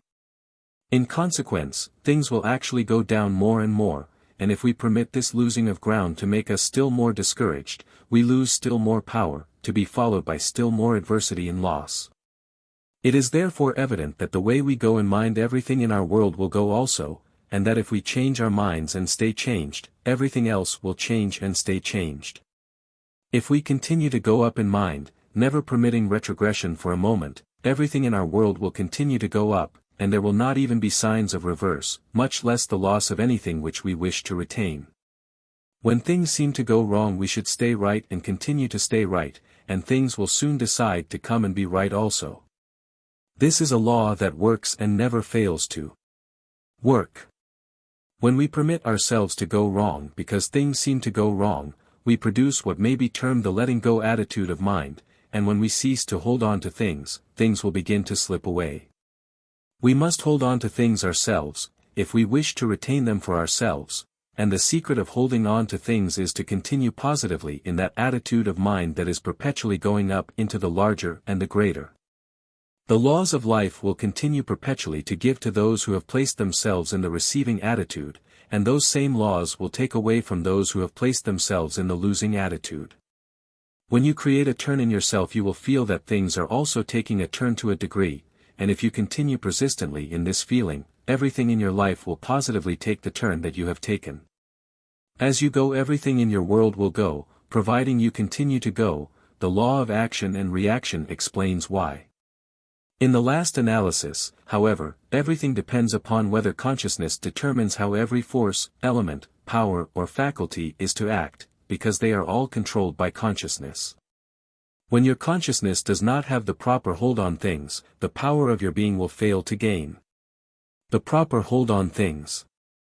But when your consciousness does possess this holding power, all the powers of your being will gain the same firm grip upon everything with which they may have to deal. To establish the accumulative consciousness, that is, that consciousness that has complete hold on things, train yourself to inwardly feel that you have full possession of everything in your own being. Feel that you possess yourself. Affirm that you possess yourself. Think constantly of yourself as possessing yourself, everything that is in yourself, and you will soon be conscious of absolute self-possession.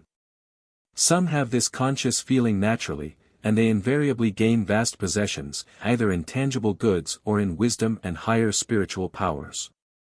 But everyone can develop this state of conscious possession of his whole self by remaining firm in the conviction that all that I am is mine. When you begin to feel that you possess yourself, you actually have something in consciousness, and according to the laws of gain and possessions you will gain more and more without end.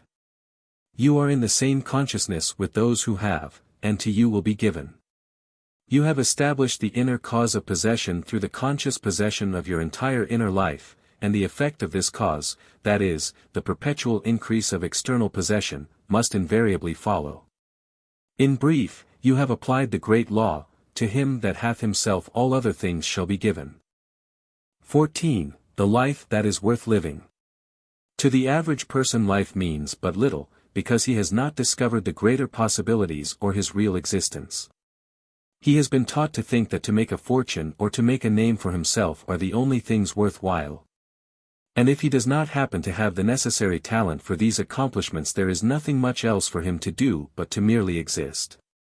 However, if he has been touched with the force of ambition, or if he has had a glimpse of the ideal, mere existence does not satisfy, and the result is a life of unhappiness and dissatisfaction.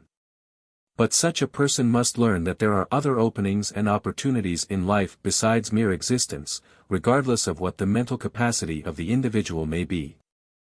These other opportunities, when taken advantage of, will give just as much happiness, if not more, than what is secured by those who have won the admiration of the world. Besides, when one learns to live for these other things, real living becomes a fine art, and he begins to live a life that is really worthwhile. There is many a person whose present position in life depends almost wholly upon his financial returns, and if these are small, with no indications of immediate increase, his life seems to be almost, if not wholly, a barren waste. Not because it is a barren waste, but because he has not found the real riches of existence. The trouble with this person is the point of view. He is depending upon things instead of depending upon himself. He must learn that there is something more to live for besides his salary and what his salary can buy. The value of the individual life is not measured by the quantity of possessions, but by the quality of existence. The value of life comes not from having much, but from being much, and happiness is invariably a state of mind coming, not from what a person has, but from what he is. We must remember, however, that he who is much will finally gain much, providing the powers in his possession are practically applied. And his gains will have high quality whether they be gains in the world of things or in the world of mind, consciousness and soul. The problem for the average person to solve is what he actually can do with himself in his present position. He may not be earning much now, and his opportunities for earning more may not be clearly in evidence, but he is nevertheless living in a great sea of opportunities, many of which may be taken advantage of at once. The first of these is the opportunity to make of himself a great personality, and in taking advantage of this opportunity he should remember that to do great things in the world is not the only thing worthwhile. To be great in the world is of equal if not greater worth, and he who is now becoming great in his own life will, without fail, do great things in years to come. The majority of those who have practical capacity are making strenuous efforts to do something great, something startling, that will arrest the attention of the world. While those who do not possess this practical capacity are not satisfied because they are not similarly favored.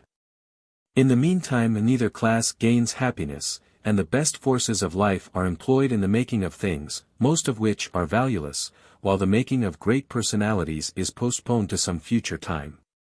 The capacity to make great things is not the only capacity of value in the possession of man, but all minds do not possess this capacity. All minds, however, do possess the power to remake themselves in the exact likeness of all that is great and beautiful and ideal. Begin now to rebuild your own personality and proceed in the realization of the fact that you have the power to produce an edition deluxe out of your own present personal self. You could hardly find a purpose of greater interest and of greater possibility than this, and results will be secured from the very beginning. To find your own personality passing through a transformation process, bringing out into expression the finest and the best that you can picture in your ideals, is something that will add immensely to the joy and the worth of living. In fact, this alone would make life not only worth living, but so rich that every moment would become a source of unbounded satisfaction in itself. The average person usually asks himself how much money he can make during the next 10 years, but why should he not ask himself how much happiness he can enjoy during those same years, or how much brilliancy he can develop in his mind? Or how much more beautiful he may become in body, character and soul? He would find that by living for these latter things he would not only perpetually enrich his life and live a life that is thoroughly worth living, but he would find that the earning of money would become much easier than if he simply lived for material gain alone.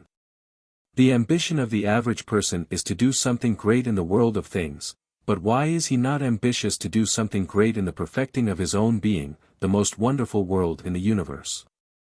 Such ambitions are truly worth living for and working for, but our attention has not been called to their extraordinary possibilities, therefore, we have neglected the greater while wasting most of our energies on the lesser. There are a number of ambitions outside of the usual ones that could engage our attention with the greatest of profit, because they not only have worth in themselves, but they lead to so many other things that have worth. The desire to secure as much out of life as life can possibly give will not only make living intensely interesting, but the more life a person can live, the more power he will get. Live a great life and you gain great power. The increase of your power will enable you to carry out a number of other ambitions, thus adding to the richness of your life from almost every imaginable source. When a person declares that his greatest ambition is to live, he is taking the most interesting, the most satisfying, the most profitable and the most complete course in life that can possibly be selected. Living, itself, when made a fine art, is one continuous feast, and the fact that all increase of power comes from the increase of life makes the ambition to live not only the greatest ambition of all, but the means through which all other ambitions may be realized. If your present life does not hold as much as you would wish, do not think of it as an empty state of existence. Do not depend upon those few things that you are receiving from the external world, but begin to draw upon the limitless life and power that exists in the vastness of your interior world. Then you will find something to live for. Then you will begin to live a life that is thoroughly worthwhile. Then you will find the real riches of existence, and you will also find that these riches will so increase your personal power and worth that you will become able to take advantage of those opportunities that lead to things of tangible worth. When the world of things does not seem to hold any new opportunities for you, resolve to grow more and more beautiful in body, character, and soul with the passing of the years. Make this your ambition, and if you do your utmost to carry out this ambition, you will gain far more satisfaction from its realization than if you had amassed an immense fortune.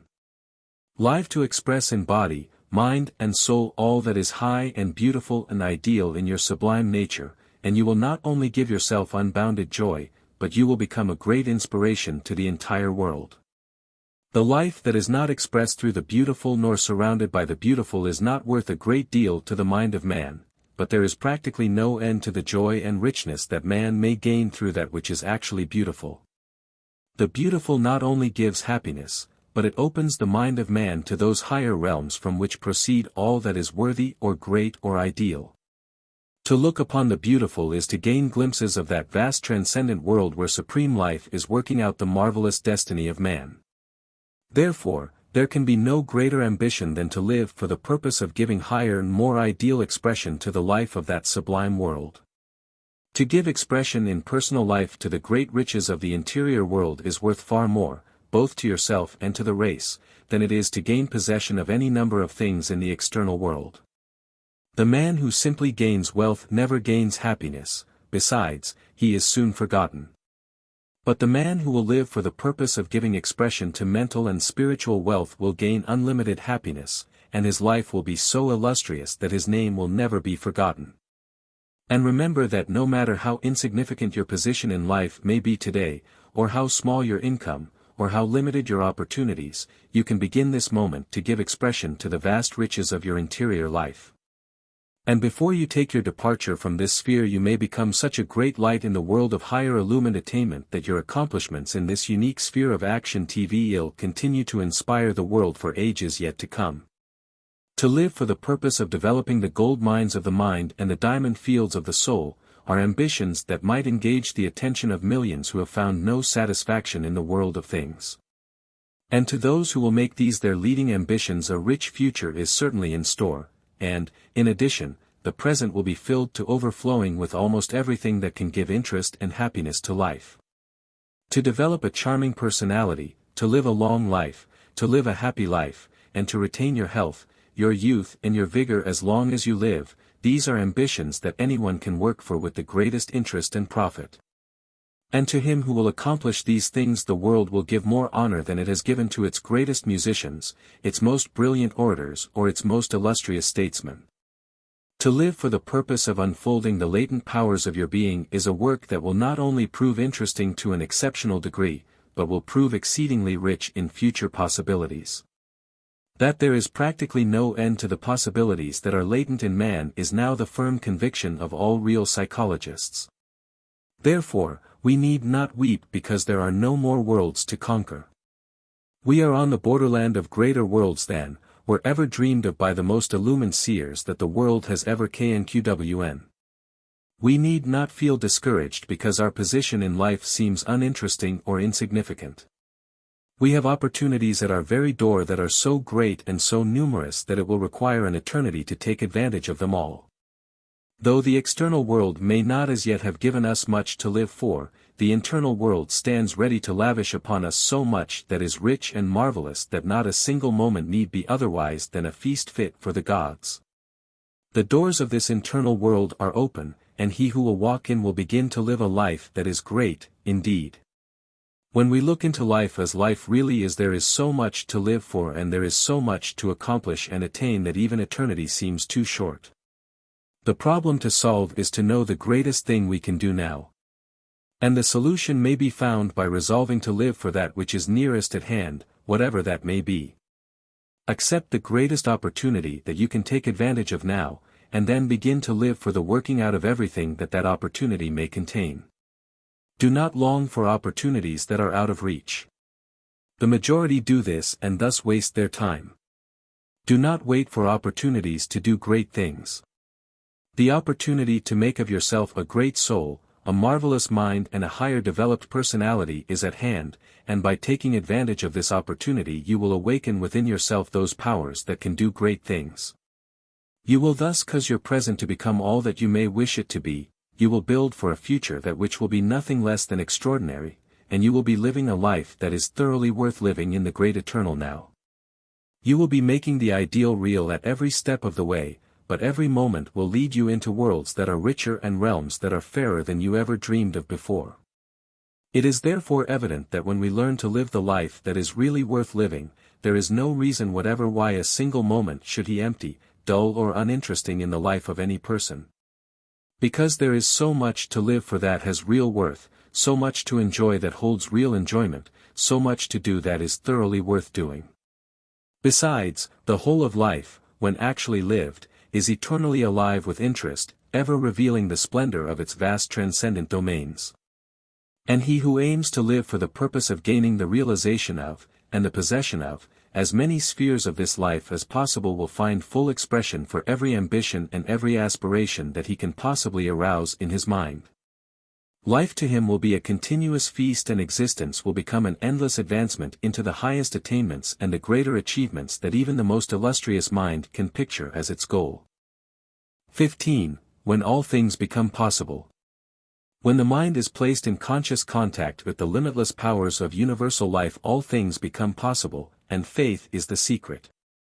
To have faith is to possess that interior insight through which we can discern the marvelous possibilities that are latent in the great within, and to possess the power to enter into the very life of the great within. To most minds there seems to be a veil in consciousness between the spheres of present understanding and the spheres of the higher wisdom, and though there are many who feel distinctly that there is something greater within them, yet it seems hidden, and they cannot discern it. Faith, however, has the power to perceive those greater things within that previously seemed hidden, and this is the reason why faith is the evidence of things not seen. Faith does not simply believe. It knows. It knows through higher insight, because faith is this higher insight. Faith is not blind, objective belief, but a higher development of consciousness through which the mind transcends the circumscribed and enters into the life of the boundless. When faith is active, consciousness is expanded so much that it breaks all bounds and penetrates even those realms that objective man has never heard of before. In this way new truth and discoveries are brought to light, and this is how man gains the understanding of what previously seemed to be beyond his comprehension. When we define faith as that power in mind through which consciousness can penetrate into the larger sphere of life, we perceive readily why almost anything can be accomplished through faith. And we also understand why no one can afford to work without faith. When consciousness enters a larger sphere of action, its capacity is naturally increased, and the greater power that can be drawn upon in performing any kind of work increases in proportion. Likewise, the knowing how to work will be promoted in the same manner. To do anything successfully one must know how to do it and have the power to do what one knows should be done, and both these essentials are increased in proportion to the enlargement of consciousness. One of the principal metaphysical laws declares that whatever you become conscious of you express through your personality. Therefore, according to this law, more life, more power and more wisdom will come into actual possession in the personal life as we become conscious of more and more of these things in the mental life. In other words, the ideal is made real. The art of extending consciousness into the realms of unlimited life and power and wisdom is the secret through which all great attainments and great achievements become possible. But without faith this enlargement of consciousness cannot take place, because faith is that power that perceives and enters into the greater things that are still before us. Faith looks into the beyond of every faculty, talent or power and perceives that there is much more of these same talents and powers further on.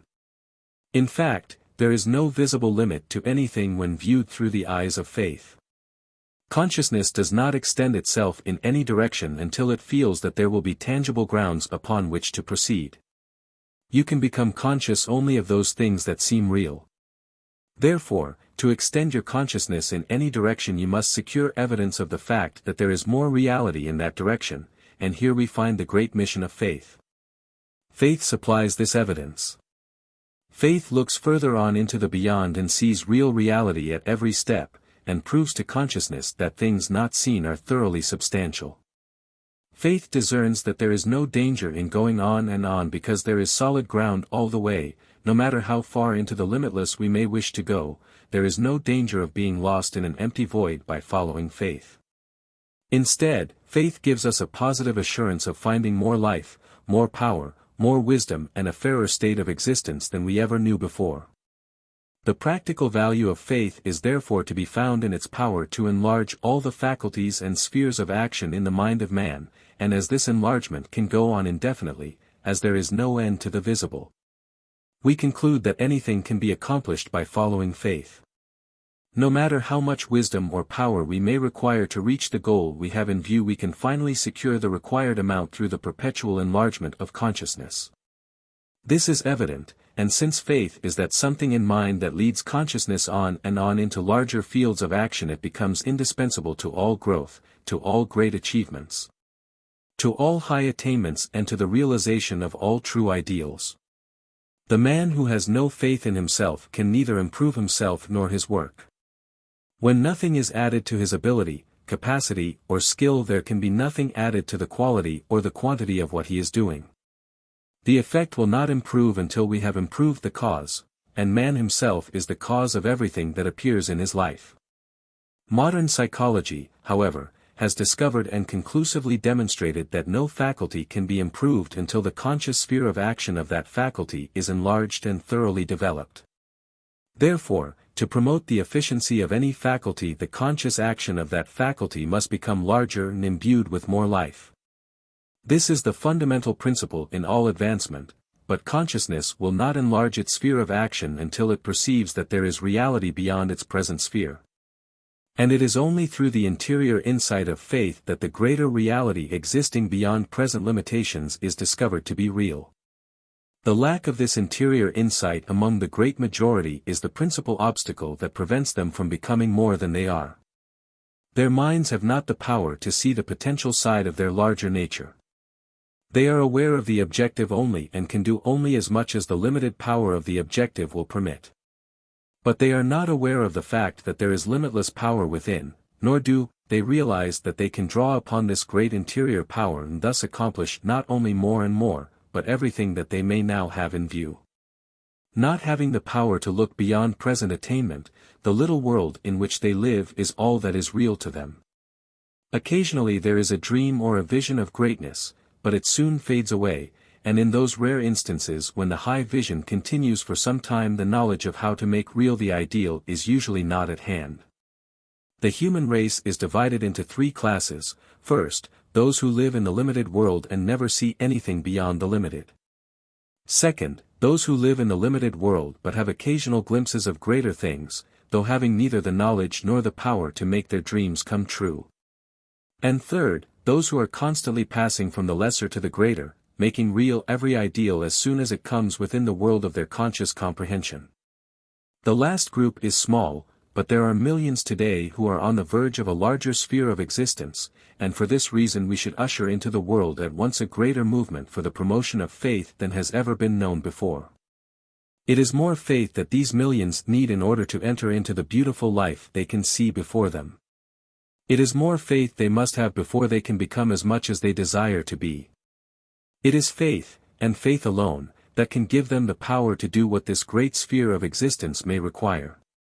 To make real the ideal in any life, faith must be combined with work, and no work should be undertaken unless it can be animated thoroughly with the power of faith. The reason why is found in the fact that all practical action is weak or strong, depending upon the capacity of that part of the mind which directly controls that action. And the capacity of the mind increases in proportion to the attainment of faith. To accomplish what we have in view, it is not only necessary to know how to go about our work, but it is necessary to have sufficient power, and faith is the open door to more and more power. The very moment you obtain more faith you feel stronger. You are then certain of results, and the very best results, and the reason why is found in the fact that faith always connects the mind with the larger, the greater, and the inexhaustible. On the other hand, you may have an abundance of energy, but do not see clearly how to apply that energy in such a way that results will be as desired. Again, the remedy is more faith. Faith elevates the mind and lifts consciousness up above doubt, uncertainty, and confusion. When you go up into faith you enter the light and can see clearly how to proceed, but in this connection we must avoid a very common mistake. When we discover the remarkable power of faith there is a tendency to depend upon faith exclusively and ignore other faculties. We sometimes come to the conclusion that it matters little how we work or think or act so long as we have an abundance of faith, because faith will cause everything to come right.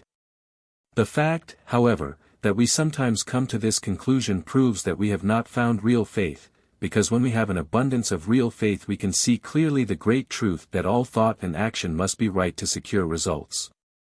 And that all faculties and powers must be employed in their highest states of efficiency if we wish to make real the ideal. Though it is absolutely necessary to have the vision, still the vision is not sufficient in itself. After the vision has been discovered in the ideal it must be made real, the principle must be applied.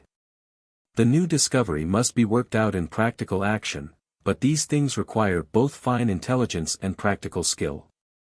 Faith without works is dead, because it does nothing, uses nothing, creates nothing, it is as if it were not. And works without faith are so insignificant and ordinary that they are usually very little better than nothing. But when work and faith are combined then everything becomes possible. The power of faith is placed in action. Work becomes greater and greater, and whatever our purpose may be we shall positively scale the heights. The great principle is to combine unlimited faith with skillful work. Work with all the skill that you can possibly cultivate, but inspire all your efforts with the mighty soul of a limitless faith. Become as learned, as intellectual and as highly developed in mind as possible, but animate your prodigious intellect with the supreme spirit of faith. Faith does not come to take the place of art, skill or intellect. Faith comes to give real soul to art, skill and intellect. Faith comes to fill all physical and mental action with renewed life and power. It comes to open that door through which all our efforts may pass to higher and greater things. Faith is not simply for the moral and spiritual life, is not simply for what is sometimes called higher endeavor. It is for all endeavor, and it has the power to push all endeavor with such energy and force that we simply must succeed, no matter what our work may be. The man who has faith in his work, faith in himself, faith in the human race and faith in the Supreme, that man simply cannot fail, if he gives the full power of his faith to everything that he undertakes to do. We must eliminate the idea that faith is something apart from everyday life, and that it is something for the future salvation of the soul only. We have held to that belief so long that real faith has actually been separated from human existence, and we find very few people today who really know what faith actually is. The fact is that if you are not giving your faith to everything you do, be it physical, mental or spiritual, you have not as yet obtained any faith. When faith comes it never comes to give greater power to a part of your life. It comes to give supreme power to all your life, and it comes to push all your work towards higher efficiency and greater results. When you have real faith, you never undertake anything without first placing your entire being in the very highest attitude of faith. Even the most trivial things you do are done invariably in the spirit of faith. This is very important, because by training yourself to be at your best in little things, it soon becomes second nature for you to be your best in all things, and when you are called upon to do something of exceptional importance, something that may seem very difficult, you do not fall down. You are fully equal to the occasion. The more we exercise faith, the more it develops. It is therefore profitable to use faith at all times and in everything that we do. When we know that faith is that something that takes mind into the superior side of life and thus places in action superior powers, it is not difficult to understand how to proceed when we place ourselves in faith. As we think more and more of this higher side of our nature, this better side, this wonderful side, we gradually become conscious of its remarkable possibilities, and soon we can feel the power of superiority becoming stronger and stronger in everything that we do in mind or body. To develop the power of faith, the first thing to do is to train the mind to hold attention constantly upon the limitless side of life. That is, to live in the upper story of being and to think as much as possible about the true idea of faith, as well as the interior essence of faith itself. When you begin to see clearly that faith is this higher development of mind, this insight that leads to higher wisdom, greater power and more abundant life, you actually find yourself entering into the realization of those greater things whenever you think of faith. By concentrating your attention upon the inner meaning of faith, your mind becomes clearer, your faculties become stronger, and your entire being feels the presence of more life. And that you can do much better work while in this condition is too evident to require any more elucidation. While in the attitude of faith, you cannot only do your present work better, but you will steadily develop the ability and the capacity to do more difficult work, work that will prove more useful to the community and more remunerative to yourself. The world wants everything well done and is more than willing to pay for good work. We are all seeking the best, and the majority aim consciously or unconsciously to give their best. But without faith it is not possible for anyone to be his best, give his best, or do his best. Do your best and the best will come to you in return. The universe is founded upon justice, and justice will positively be done to you if you have faith in justice. Everything in life is moving towards greater worth, and since justice is universal, the greater the worth of a man, the greater the value of those things that he will receive in life. The worthy soul is always rich in those things that have real worth. And when we learn to harmonize ourselves more fully with all the laws of existence, we shall place ourselves in that condition where we not only can give more that has worth, but will also receive everything of worth that actually is our own. Whether you are working in the commercial world, the professional world, the artistic world, the intellectual world. In brief, whatever your work may be, to have the best results you must have faith, and it is practical results in practical everyday life that determines how rapidly and how perfectly the ideal shall be made real in your own world. Whoever will do his present work as well as he possibly can, and continue to work in the highest attitude of faith, will positively advance and perpetually continue to advance.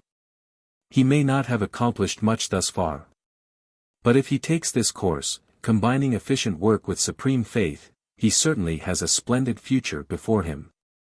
If your present work is not to your liking, do not plan to change at once. First proceed with your present work in this higher attitude of faith. You may thus find your present work to be the very work you want. Or your present work, if it is not what is intended for you, will become the open door through which you will reach that field of action that will be to your liking. Providing you animate your present work with all the faith that you can possibly realize. Make yourself the best of your kind whatever your sphere of action may be, because by so doing you are not only increasing the number of great minds in the world, but you are adding immeasurably to the world's welfare and joy. And he who combines his work with limitless faith will become the greatest and the best in his sphere. In the application of faith, however, the whole of attention must not be directed upon the improvement of your work, but more especially upon the improvement of yourself. The more you improve, the better work you can do, but while you are improving yourself, your improvement will be incomplete and insufficient unless you each day practically employ in your work what you have developed in yourself. Give the power of every moment to greater attainment in yourself and to greater achievement in your present occupation, and you will fulfill that dual purpose in life that invariably leads to the heights. Develop more power, more ability and more faith, and combine these in everything that you do. Through the power of faith you will not only discern higher and higher ideals, but you will also give greater capacity to your practical ability.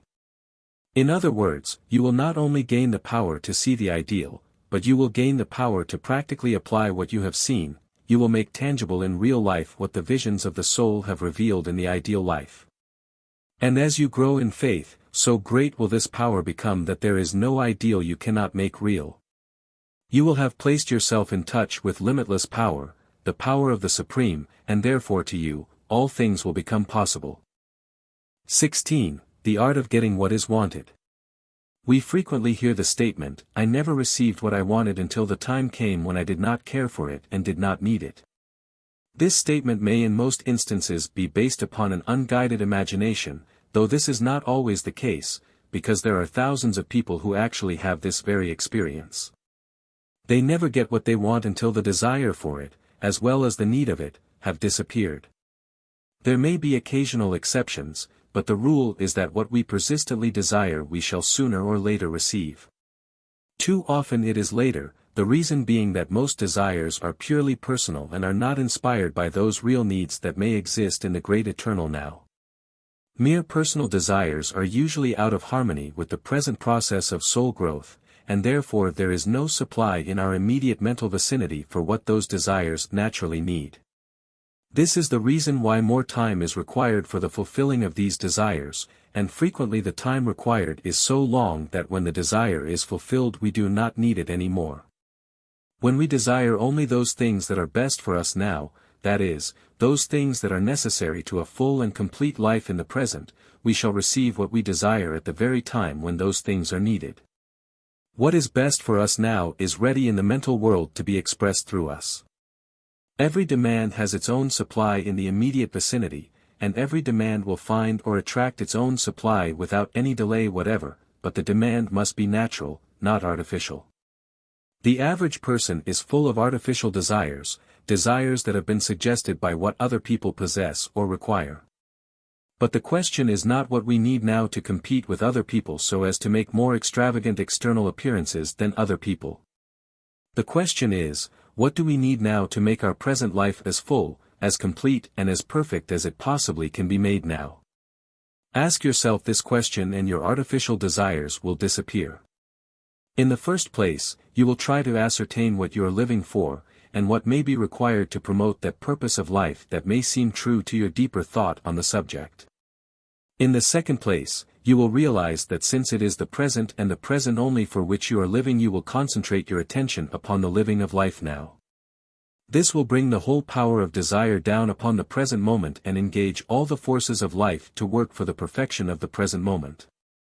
The result will be the elimination of nearly everything that is foreign to your present state of existence.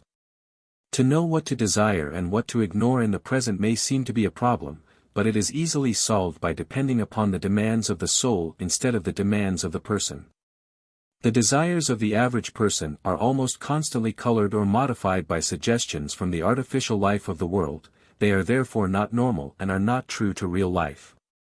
The desires of the soul, however, are always true and are always in harmony with the greatest good and the highest welfare of the entire being of man in his present sphere. It is the soul that lives.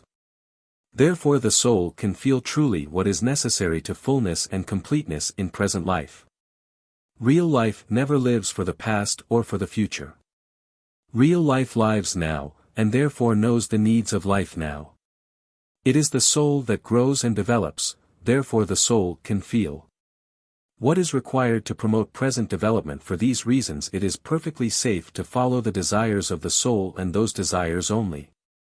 It will mean the best of everything for body, mind and spirit, and the right things will appear in the right places at the right time. We live not to acquire things nor to provide for an extravagant personal appearance. We live to become more than we are. We live to live a larger and a greater life perpetually, therefore every desire must desire only those things that are conducive to growth, advancement, attainment and superior states of existence. The expression of desire, however, must not confound cause with effect, but must so place every desire that the power of cause invariably precedes the appearance of effect. To promote advancement in life we must advance in our own conscious beings before true advancement in the external world can follow.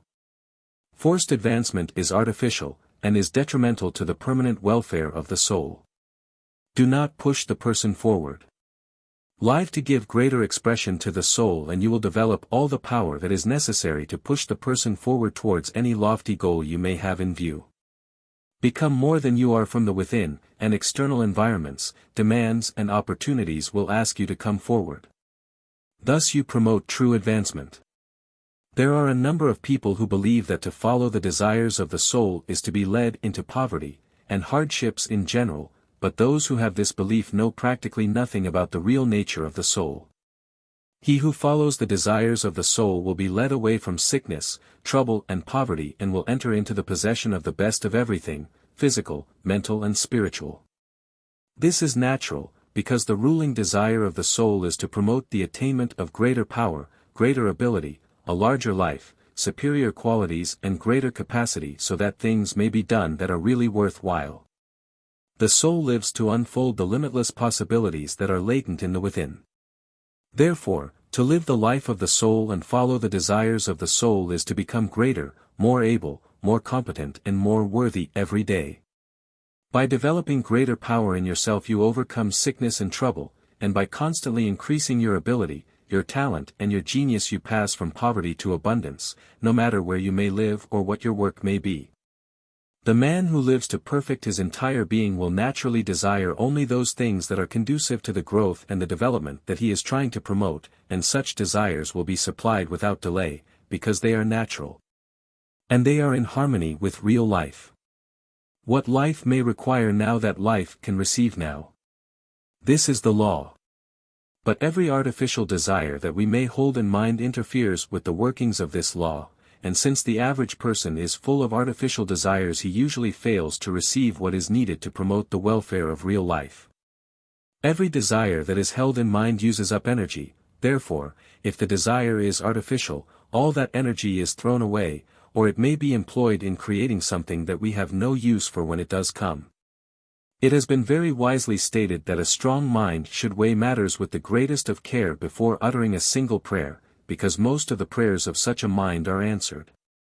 And should he pray for something that he cares nothing for when it does come he will have a burden instead of a blessing.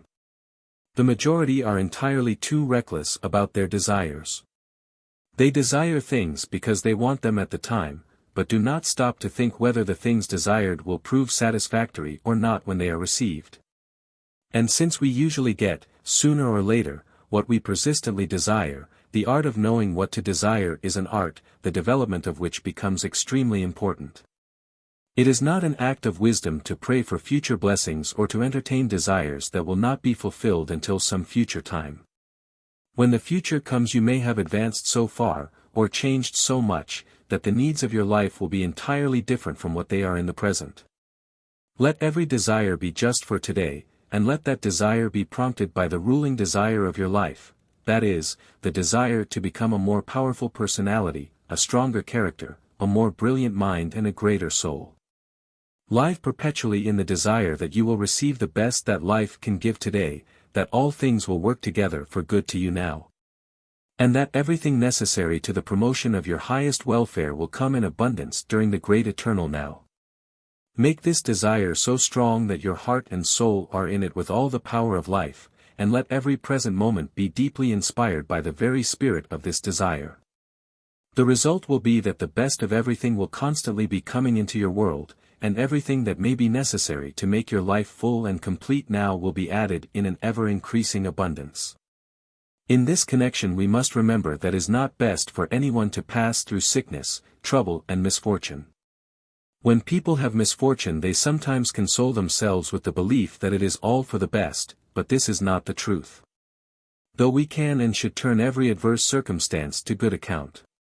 When you come into trouble you have not been living for the best. You have made mistakes or entertained artificial desires, and that is why trouble came. Had you lived in the faith that all things are working together for good, nothing but good would have come. And had you lived in the strong desire for the best and the best only, you would have received the very best that you could appreciate and enjoy now. The belief that we have to pass through trouble to reach peace and comfort is an illusion that we have inherited from the Dark Ages, and the belief that we are purified through the fires of adversity is another illusion coming from the same source. We are purified by passing through a perpetual refining process, and this process is the result of consciousness gaining a deeper, a higher, a truer and a more beautiful conception of that divinity in man that is created in the image and likeness of the Supreme. And it is well to remember that this refining process can live and act only where there is peace of mind, harmony of life and the joy of the Spirit.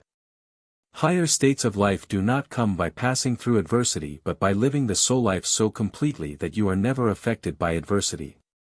The peace that passeth understanding does not come from the act of overcoming trouble, but is the product of that state of mind that is so high and so strong that it is never moved by trouble.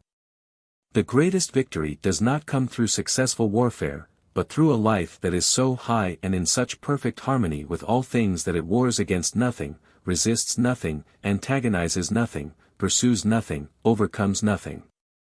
The life that is above things does not have to overcome things, and it is such a life that brings real peace, true joy and sublime harmony. The belief that we have to fight for our rights is another illusion. Likewise, the belief that wrongs have to be overcome. The higher law declares, be right in all things and you will have your rights in all things. Be above all things and you will not have to overcome anything. Live in the spirit of the limitless supply and you will not have to demand anything from any source, because you will be in the life of abundance. There is value in the silent demand, but it is not the highest thought. The highest thought is to desire with heart and soul whatever we may need now, and live in the absolute conviction that all natural demands are supplied now, then we shall not have to make any demands whatever, silent or audible. A mental demand usually becomes a forced mental process, and such a process, though it may succeed temporarily, as all forced actions do, will finally fail, and when it does fail the mind will not be as high in the scale as it was before. The highest state is pure realization, a state where we realize that everything is at hand for us now and will be expressed the very moment we desire its tangible possession. Here we must remember never to turn our desires into mental demands, but to make every desire an inward soul feeling united perfectly with faith. The highest desire is always transformed into a whole-souled gratitude, even before the desire has been outwardly fulfilled, because when the desire is high in the spirit of faith it knows at once the prayer will be answered. And consequently gives thanks from the very depths of the heart. The prayer that is uttered through the spirit of faith and through the soul of thanksgiving, the two united in one, is always answered, whether it be uttered silently or audibly. The desires that are felt in such a prayer are inspired by the divinity that dwells within and are therefore true to real life. They are soul desires. They belong to the present and will be fulfilled in the present at the very time when we want them and need them. When we fail to get what is wanted, our wants are either artificial or so full of false and perverted wants that the law of supply is prevented from doing its proper work for us. Under such conditions it is necessary to ask the great question, what am I living for? Then eliminate those desires that are suggested by the world, and retain only those that desire the highest state of perfection for the whole man. It is the truth that when man seeks first the kingdom of the true life, the perfect life, all other things needful to such a life will be added. He who desires more life will receive more life, and with the greater life comes the greater power, that power with which man may create his own destiny and make everything in his life as he wishes it to be. In order to get what is wanted or what is needed, the usual process of desire must be reversed. Instead of desiring things, desire that greater life and that greater power that can produce things. First, desire life, power, ability, greatness, superiority, high personal worth, and exceptional spiritual attainments. Never desire definite environments, special things or certain fixed conditions. Leave those things to higher power, because when higher power begins to act you will receive the very best environments, the richest things and the most perfect conditions that you can possibly enjoy. Desire real life first, and all that is beautiful and perfect in the living of such a life in body, mind and soul, will invariably be added. Follow the desires of the soul and you will receive everything that is necessary, not only for the life of the soul but for the life of mind and body as well. Seek the source of all good things and you will receive all good things. 17. Paths to happiness. To be happy is the privilege of everybody, and everybody may be happy at all times and under all circumstances through the knowing and living of a few simple principles. The reason why happiness is not as universal and as abundant as it might be is because the majority seek happiness for itself alone. Happiness is an effect. It comes from a definite cause. Therefore, if we would obtain happiness we must not seek happiness for itself, but seek that something that produces happiness. He who seeks happiness directly, who desires happiness for the sake of gaining happiness or who works directly for the attainment of happiness will find but little real joy in his life. To seek happiness is to fail to find it, but to seek the cause of happiness is to find it in an ever-increasing measure. Happiness, however, is not the result of any one single cause. It is the result of many ideal states of being grouped together into one harmonious whole. In brief, happiness is the result of true being perfectly lived upon all planes of consciousness. Happiness does not come from having much, but from being much, therefore, anything that will tend to bring forth into tangible expression more and more of the real being of man will add to his joy. To promote the larger and larger expression of the real being of man, in other words, to promote the living in the real of more and more of the ideal, a number of methods may be presented. But as happiness is based upon simplicity, methods for producing the cause of happiness must also be based upon simplicity, therefore only those principles that are purely fundamental need be employed. These principles however must not be applied singly. It is necessary to combine them all in practical everyday living, and when this is done, more and more happiness will invariably follow. The principles necessary to the perpetual increase of happiness are as follows. 1. Live the simple life.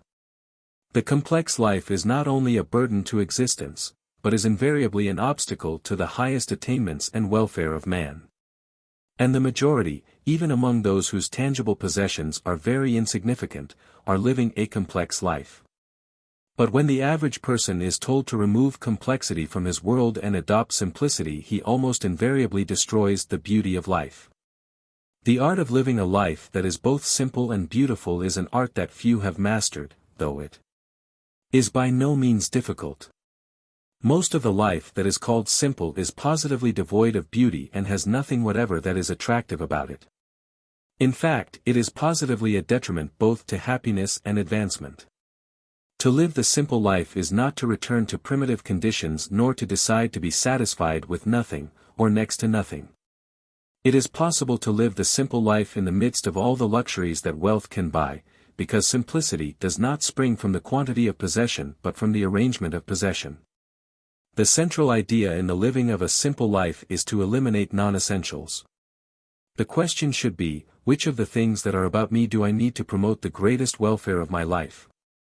To answer this question will not be difficult, because almost anyone can determine at first thought what is needed and what is not needed to a complete life.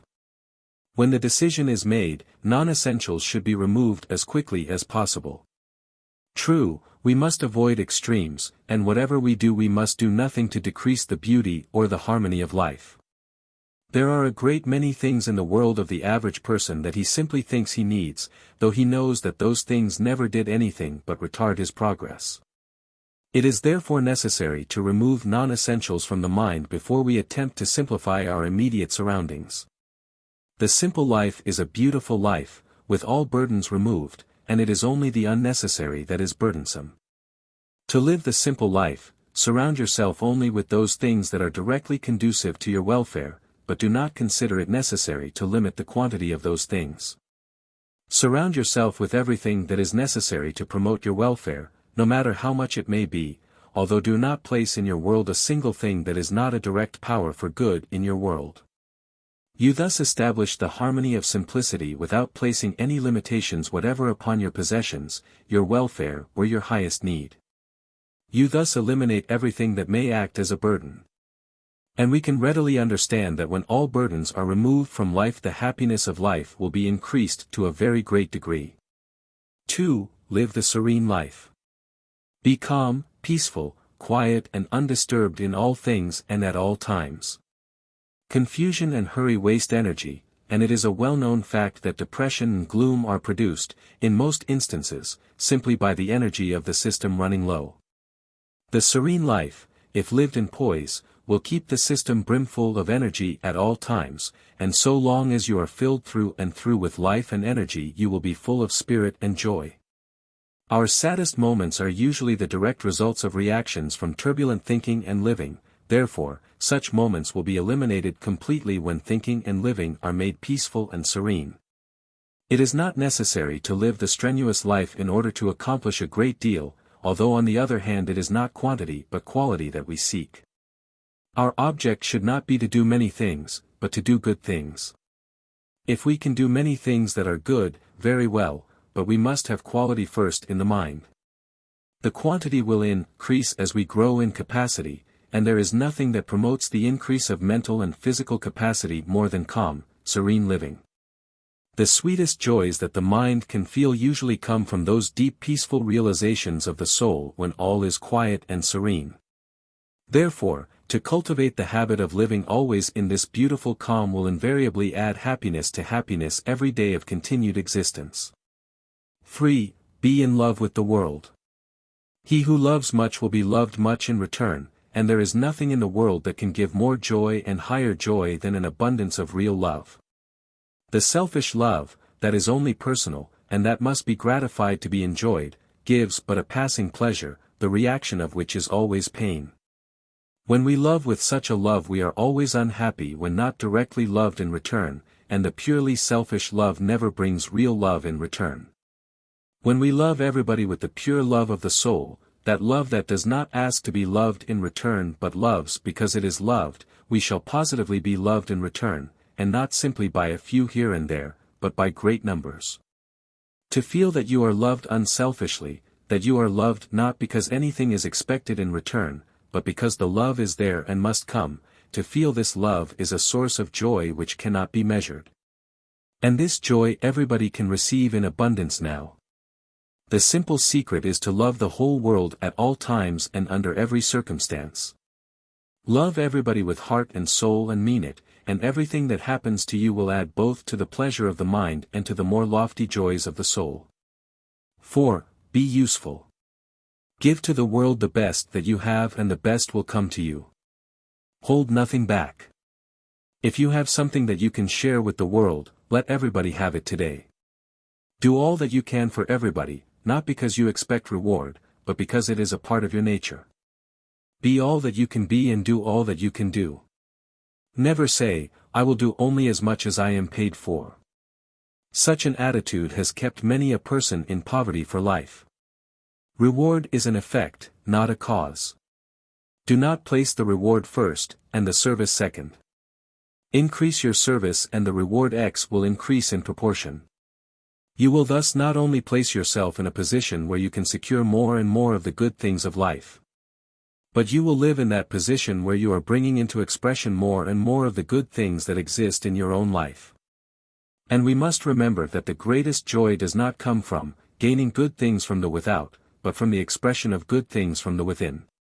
And when both of these are combined harmoniously we shall secure all the joys of life, the joys that come from the outer world and the joys that come from the beauty and the splendor of the inner world. To combine these in your life, be useful. Express your best, be your best, do your best. You thus bring forth riches from within and attract riches from without. Give richly of the best you have and good things in an ever-increasing number will constantly flow into your life. That deep soul satisfaction that comes to mind when we have rendered valuable service to man is entirely too good to be ignored, it is one of the deepest and highest joys that man can know.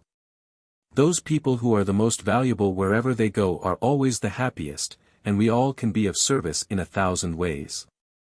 Therefore, We may add to our happiness in just as many ways, if we will always remember to be and do the best we can wherever we may go in the world.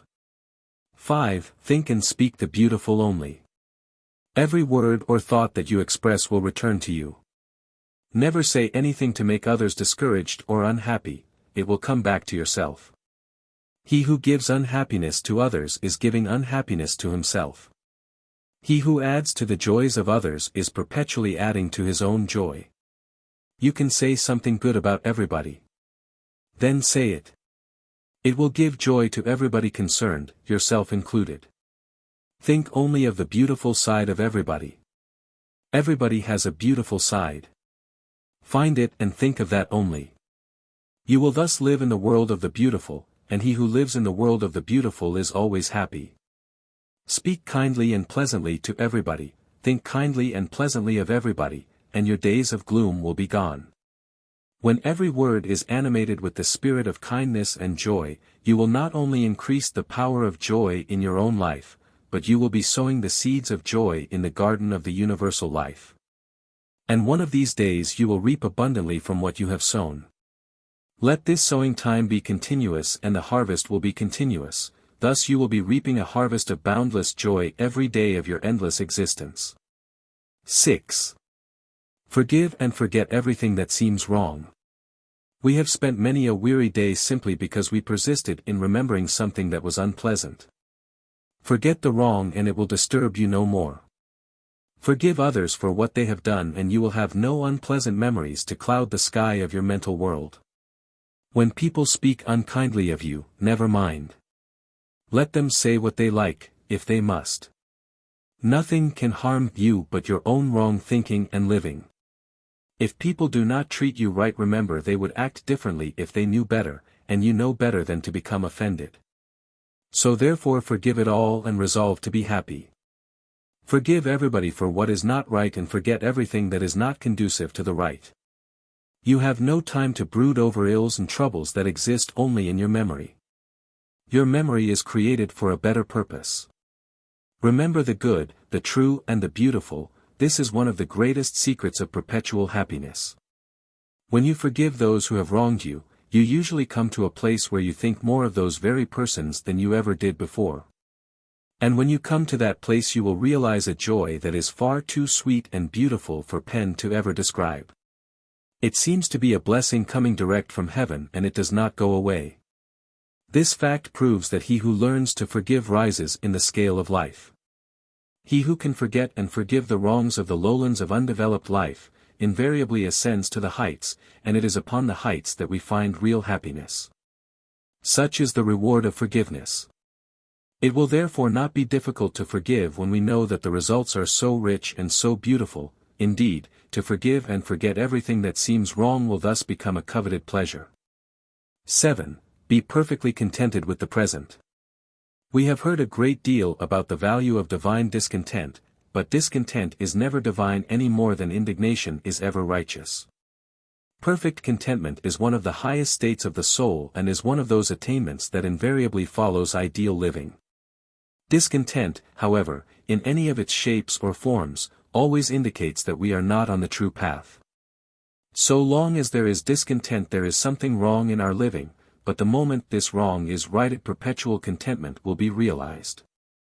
If your present lot is not what you wish it to be, discontent will not make it better. Be perfectly content with the present and create more lofty mansions for the future, thus you will not only improve your condition every year, but you will be supremely happy every day.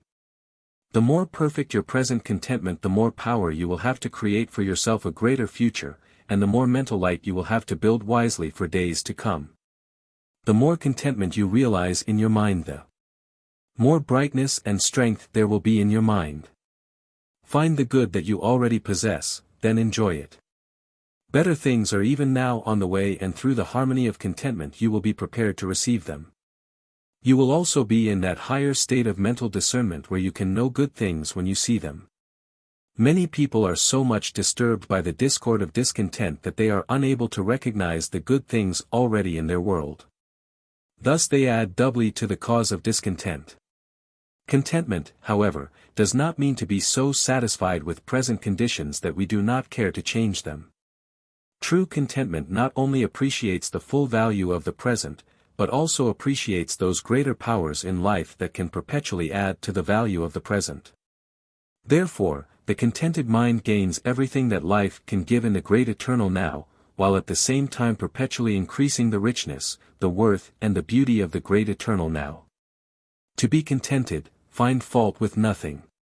Those things that are not quite right can be made better. Proceed to make them better, and one of the greatest joys of life comes directly from that action of life that is causing things to become better. The process of growth and advancement is invariably conducive to joy, therefore, if we cease finding fault, and use all our time in promoting improvement, we will find sources of happiness in every imperfection that we may meet in life.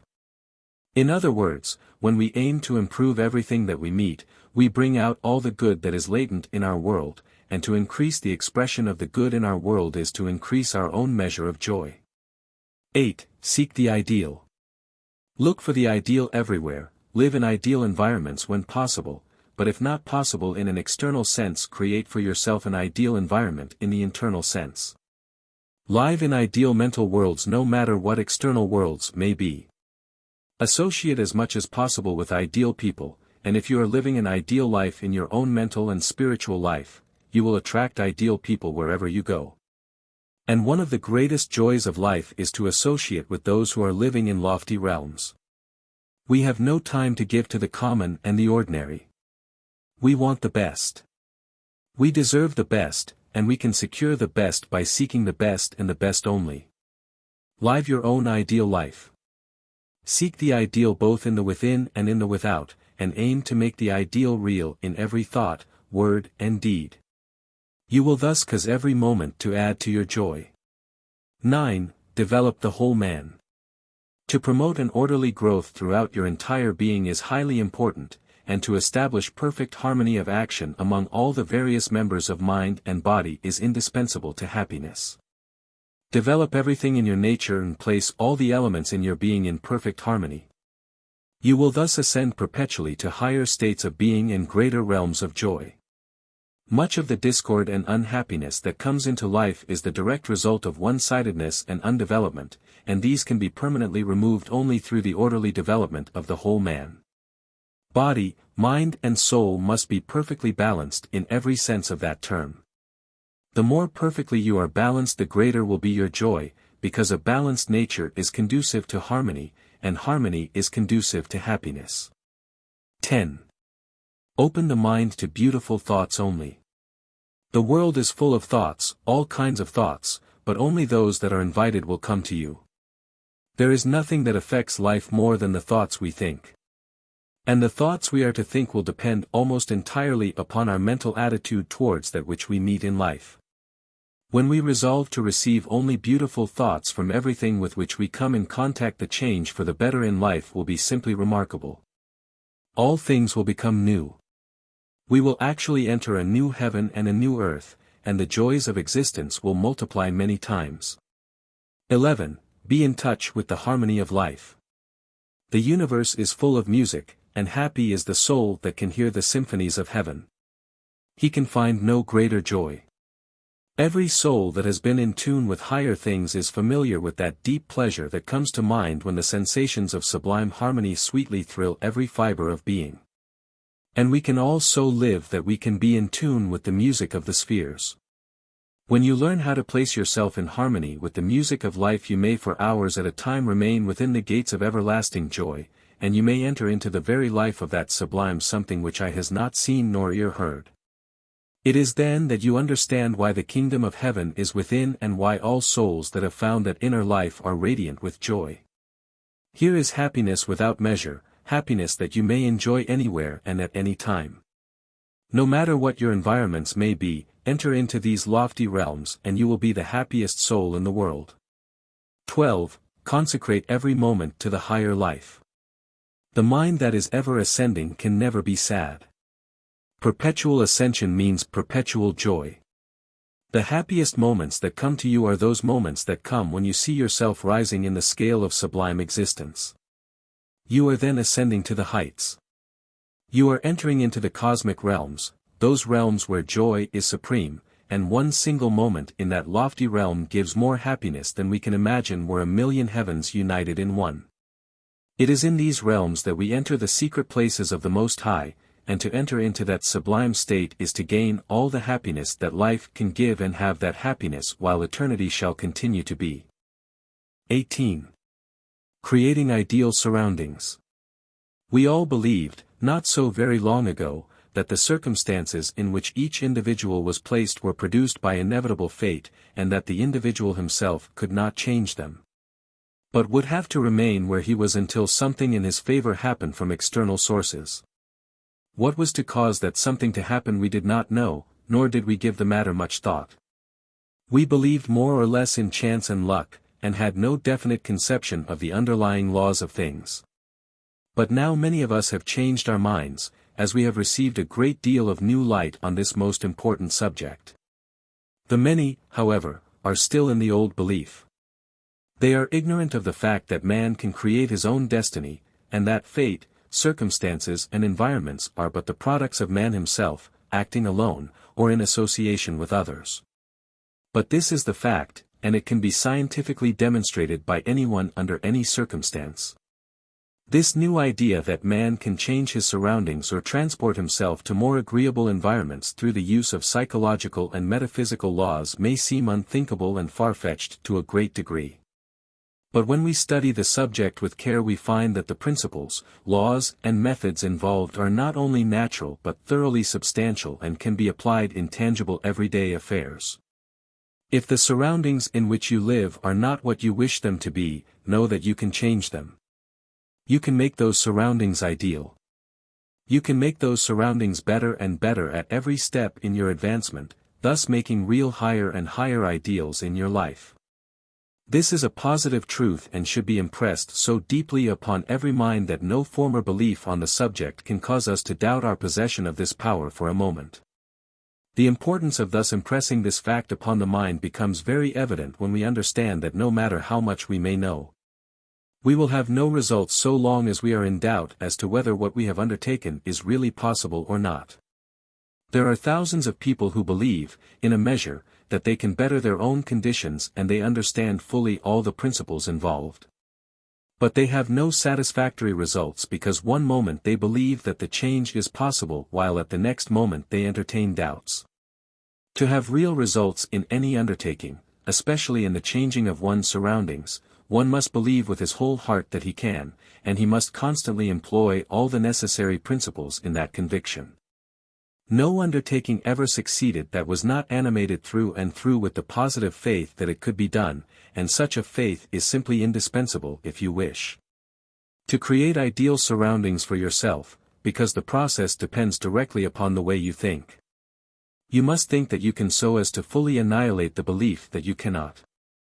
Know that you can, and in that attitude continue to apply the necessary methods. Let nothing disturb your faith in the possibility of what you have undertaken to do in this respect, and you will positively succeed. To create ideal surroundings, the first essential is to gain a clear understanding of what actually constitutes your surroundings. The world in which you live is a state of many elements, factors, forces and activities. The physical environment with all its various phases and conditions has been considered the most important, but this is not necessarily true, because the mental environment is just as much a part of the world in which you live as the physical. The term world is not confined simply to visible things, it also includes states of mind, mental tendencies, thoughts, desires, motives, and all the different phases of consciousness.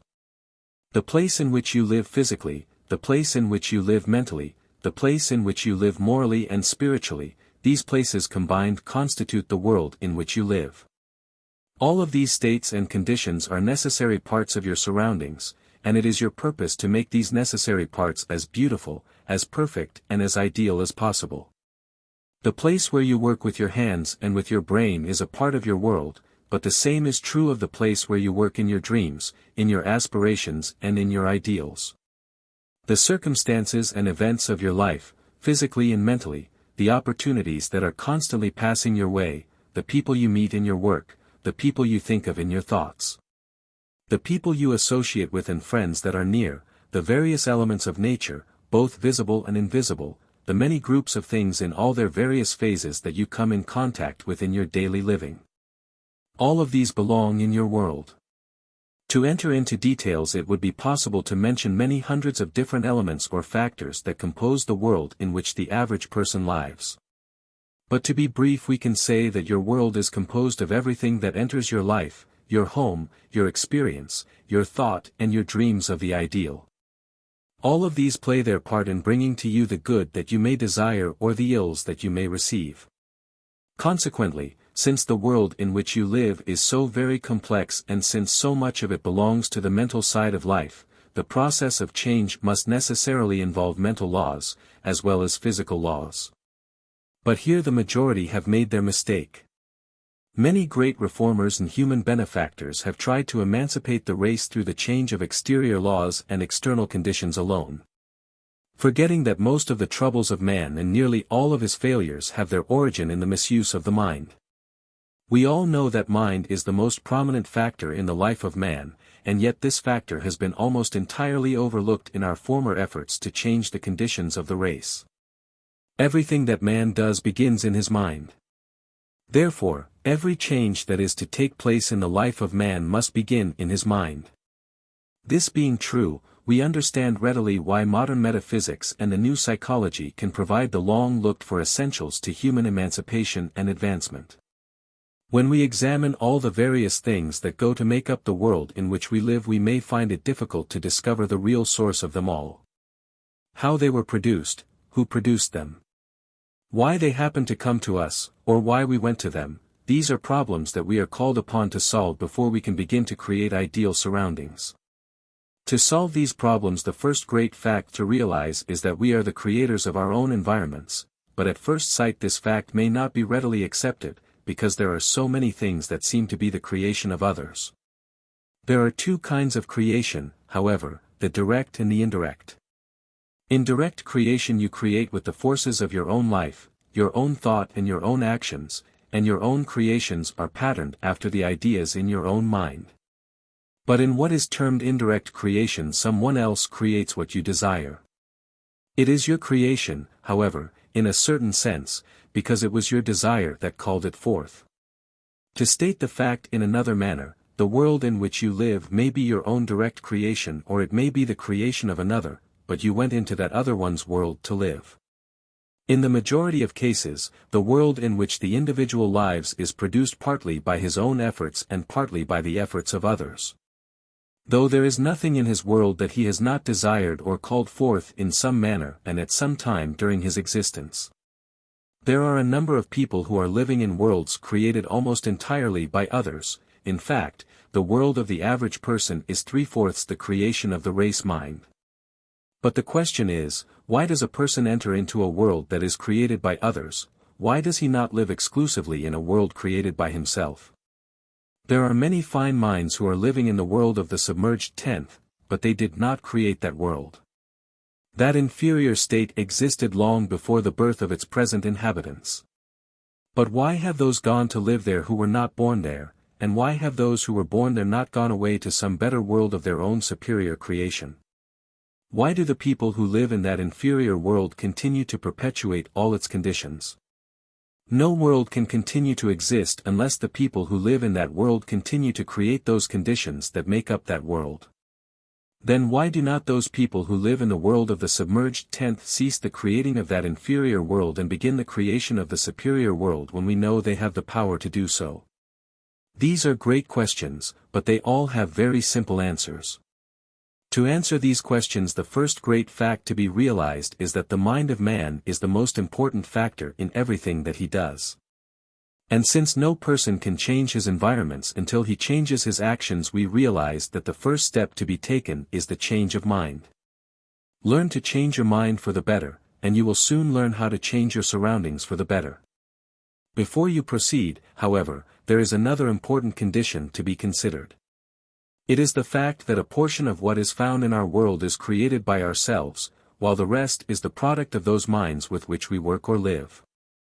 In the home, each individual contributes to the qualities of the world which all the members of that home have in common, but each individual lives in a mental world distinctly his own.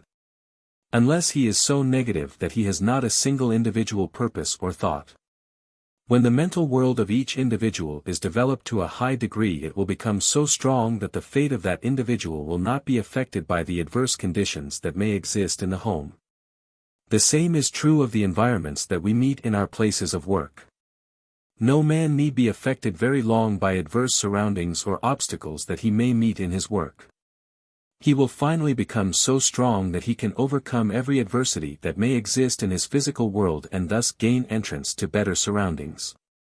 However, we can readily see how a great deal of discord can be produced in a home or in our place of work where the different members are not in harmony with each other, and we can also understand how the events, circumstances and conditions of all those members, as well as each individual member, will be affected more or less by that inharmony. Providing, however, that each individual is not developing that power of his mental world that can finally overcome all adversity.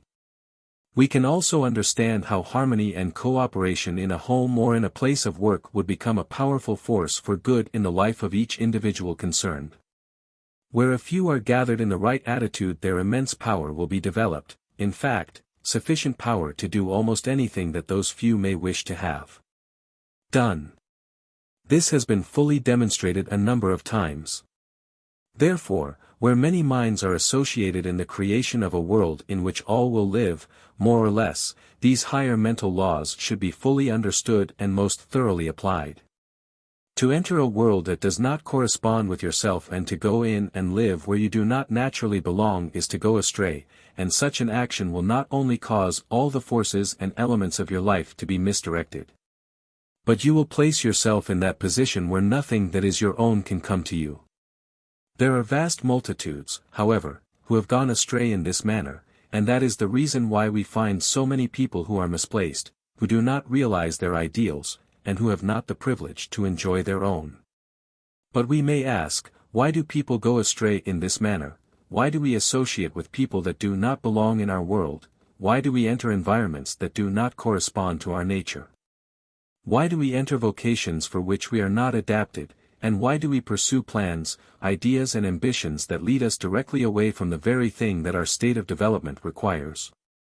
These are questions that we must answer, because no one can get the greatest good out of life or make the most of himself unless he lives in a world where he truly belongs. It is only when you live in a world created by yourself or in a world that others have created in harmony with you that you can be your real self. And since one must be truly himself to be wholly free and to promote his own advancement naturally and completely, the subject is of great importance. There are two reasons why we stray from our own true world and enter worlds where we do not belong. First, because we frequently permit the inferior side of our nature to predominate. And second, because we permit the senses to guide us in almost everything that we do. No person who has qualifications for the living of life in a superior world will ever enter an inferior world if he does not permit inferior desires to lead him into destructive paths. And no person, no matter what his work may be, will go down the scale so long as he follows the highest mental and spiritual light that he can possibly see during his most lofty moments. Follow the highest and the best that is in you, and you will constantly ascend into higher and better worlds.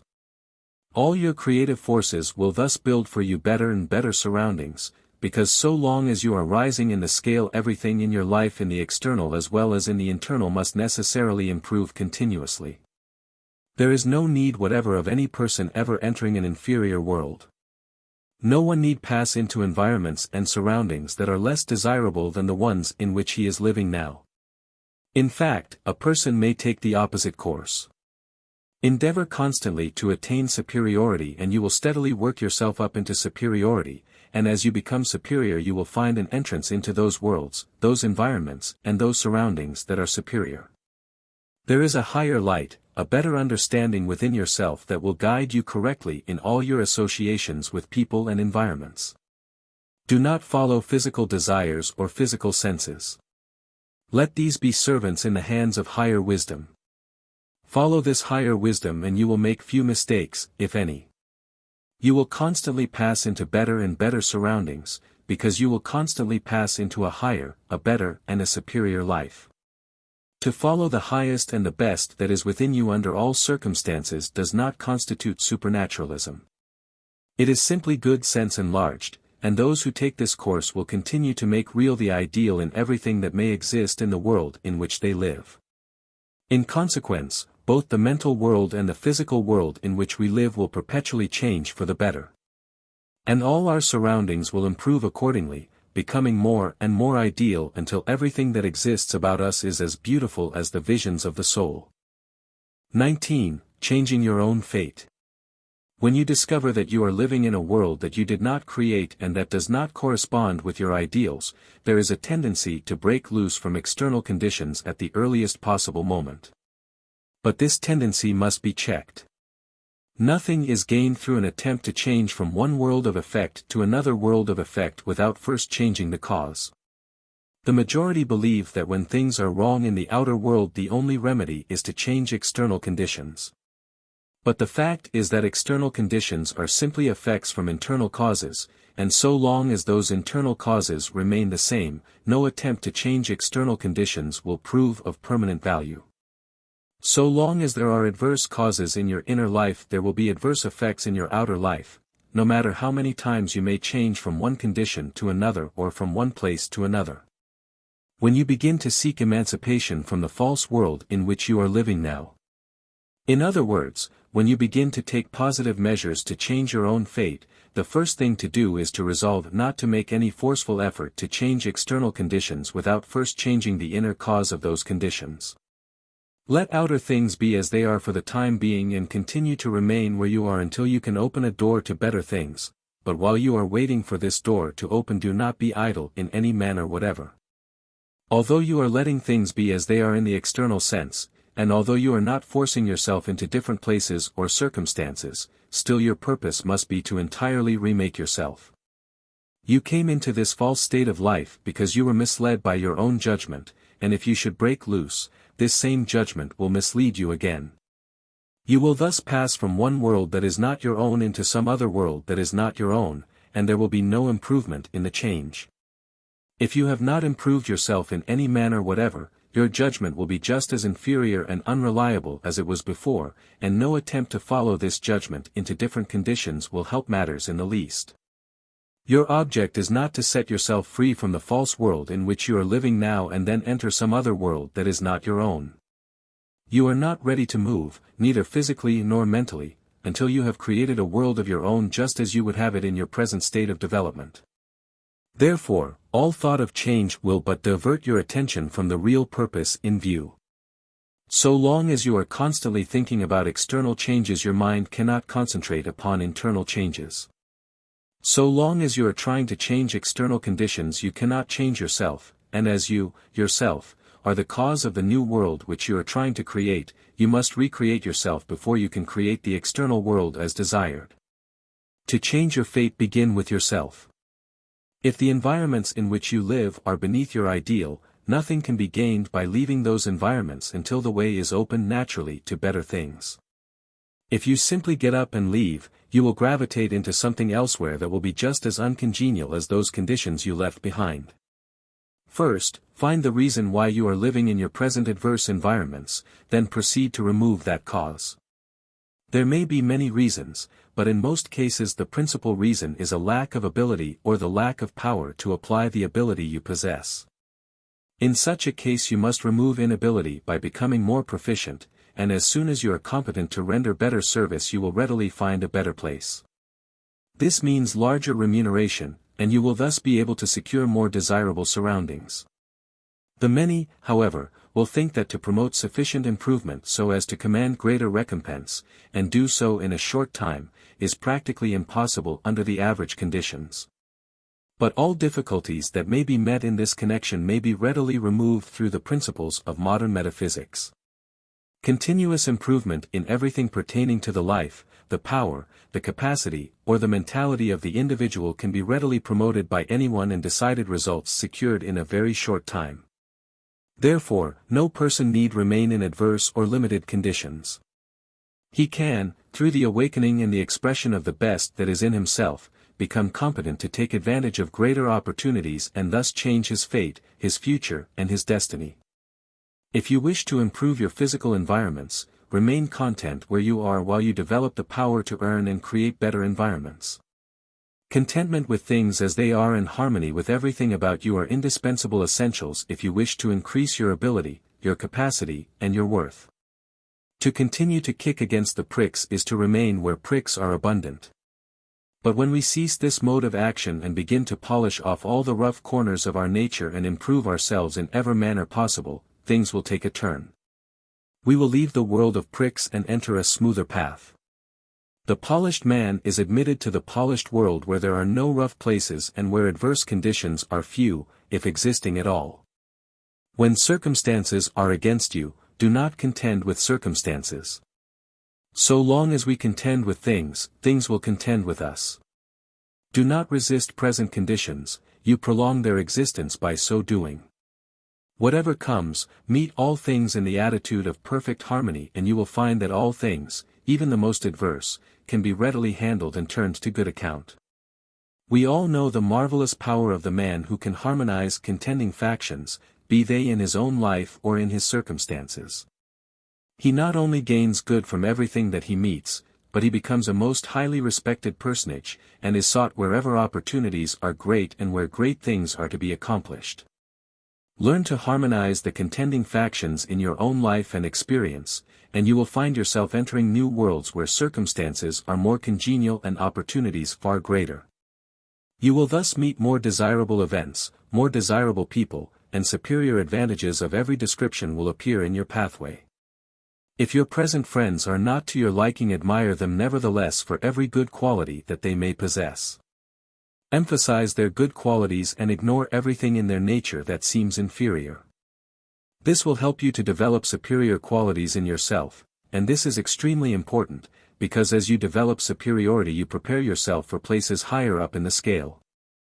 Make yourself over, so to speak, in your own friendship.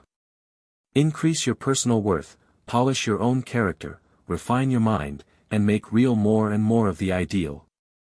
Double and treble your love and your kindness and constantly increase your admiration for everything that has real quality and high worth.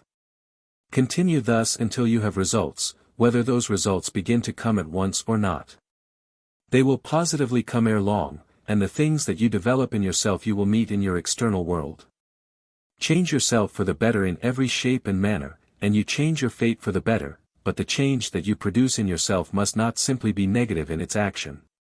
It is the positive character, the positive mind, the positive personality that meets in the external world what has been developed in the internal world. The fact that a change in yourself can produce a similar change in your fate, your environments, your circumstances, in brief, everything in your outer world, may not seem clear at first. But it is easily demonstrated to be the truth when we analyze the relationship that exists between man and the world in which he lives. Everything that exists in your outer world has a correspondent in your inner world.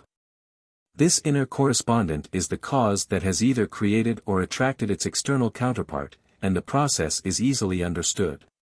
To state it briefly, environment corresponds with ability. Circumstances are the aggregation of events brought about by your own actions and associations and friends, which follow the law of like attracting like. That environment is the direct effect of ability may not seem true when we observe that there are many people living in luxury that have practically no ability, but we must first demonstrate that these people have no ability. We shall find that those who have actually accumulated their own wealth have ability, in fact, exceptional ability, though they may not always have employed it according to the exact principles of justice. On the other hand, when we understand the process of creation we shall find that ability employed according to principle will produce far greater results than when it is employed unjustly. Therefore, the law underlying the power of ability to create its own environment acts wholly in the favor of him who lives according to the highest ideals of life. This fact becomes more evident when we discern that success is not measured simply by the accumulation of things, but also by the accumulation of those elements in life that pertain to quality and worth in man's interior nature. It is wealth in the mental and the spiritual worlds that has the greatest value or the greatest power in promoting the welfare and the happiness of man. And this higher wealth can be accumulated only by those who are living according to their ideals. However, the accumulation of mental and spiritual wealth will have a direct tendency to increase the power and the capacity of practical ability, and practical ability when scientifically applied will tend to increase tangible wealth.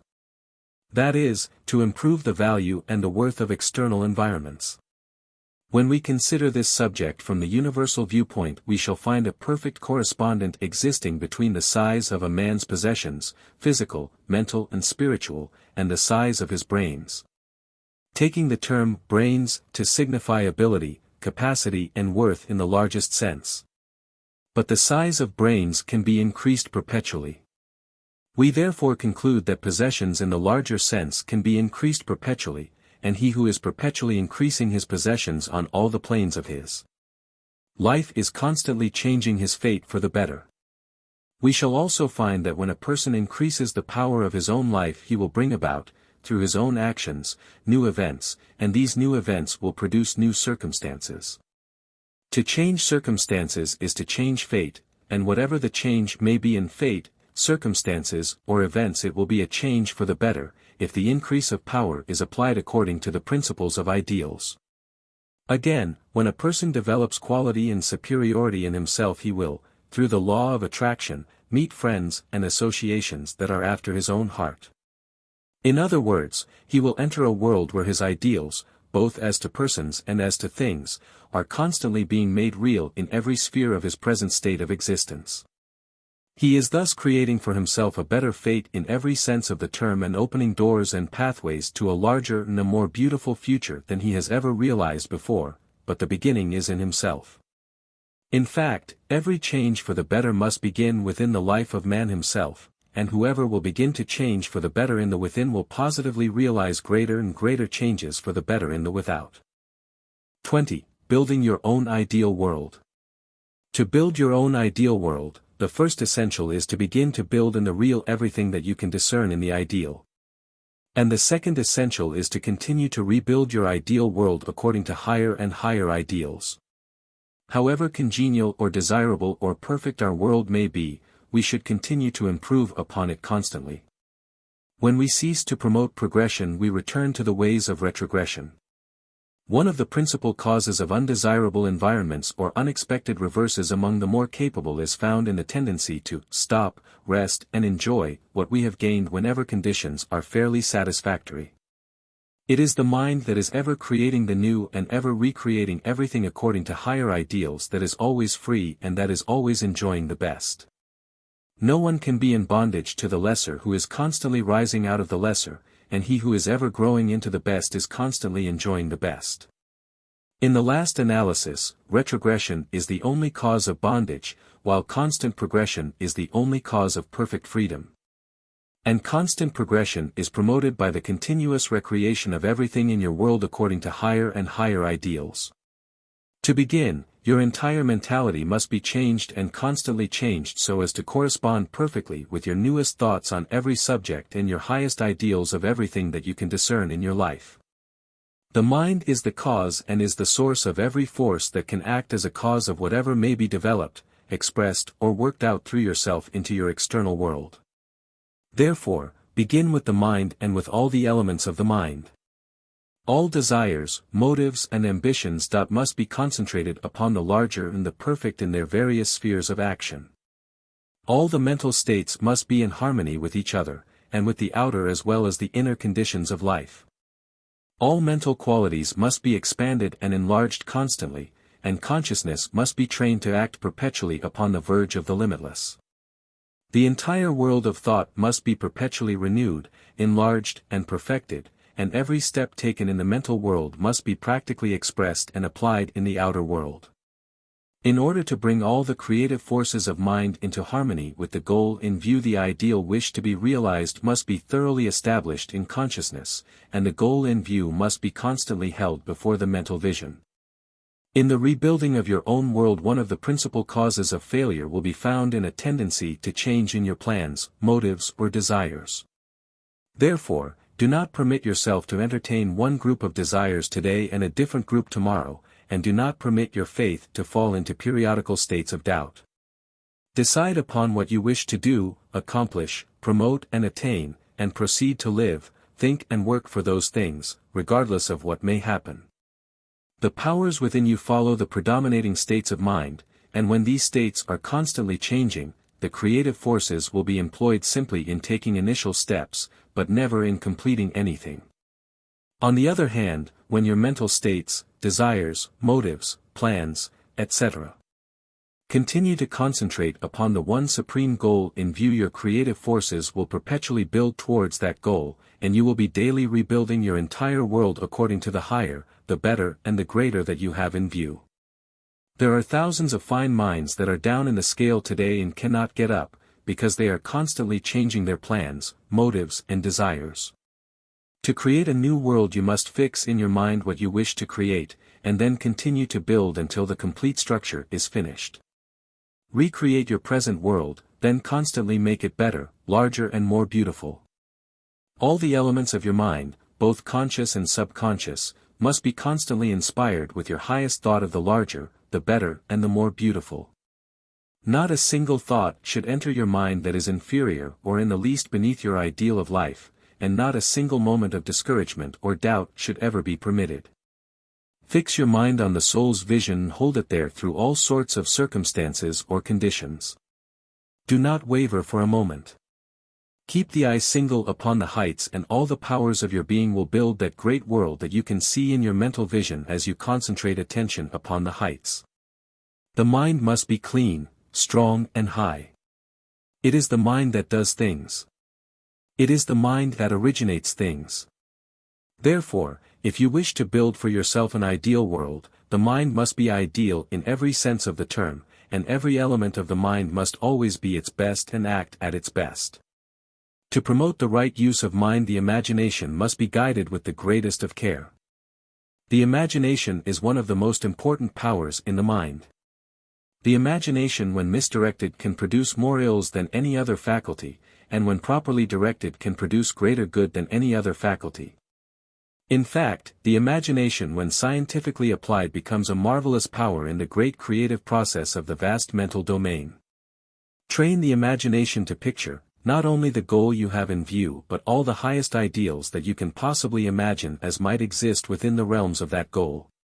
Train the imaging faculty to impress upon the mind only those superior qualities that you wish to incorporate in your new world, and whatever you impress upon the mind will be created in your mental world. To create superior qualities in the mental world means that you will create, as well as attract, the superior in your outer world, and you thus promote the building of an ideal world. To build your own ideal world, the more opportunities that you can take advantage of the better, but opportunities come only to those who have demonstrated their worth. Prove to the world that you have worth, and you can have your choice of almost any opportunity that the world can offer. There is nothing that is in greater demand than great men and women, minds of ability and power, people who can do things. The great mind is constantly in the presence of opportunities to change his environment and his field of action, therefore, he may enter into a new world almost any time. Those opportunities, however, do not come of themselves. They come because he has made himself equal to those opportunities. Make yourself equal to the best and you will meet the best. This is a law that is universal and is never known to fail. Make yourself a great power in your present sphere of action. Learn to do things better than they have ever been done before. Produce something for the world that the world wants, and the gates to new and greater opportunities will open for you. Henceforth, you may secure almost anything that you may wish. And all the elements that may be necessary for you to employ in order to build the ideal world you have in mind may be readily obtained because you have placed yourself in touch with the limitless supply of the best that life can give. Those who are in search for new and greater opportunities should eliminate the belief that the best things have been said, that all great things have been done, and that all remarkable discoveries have been made.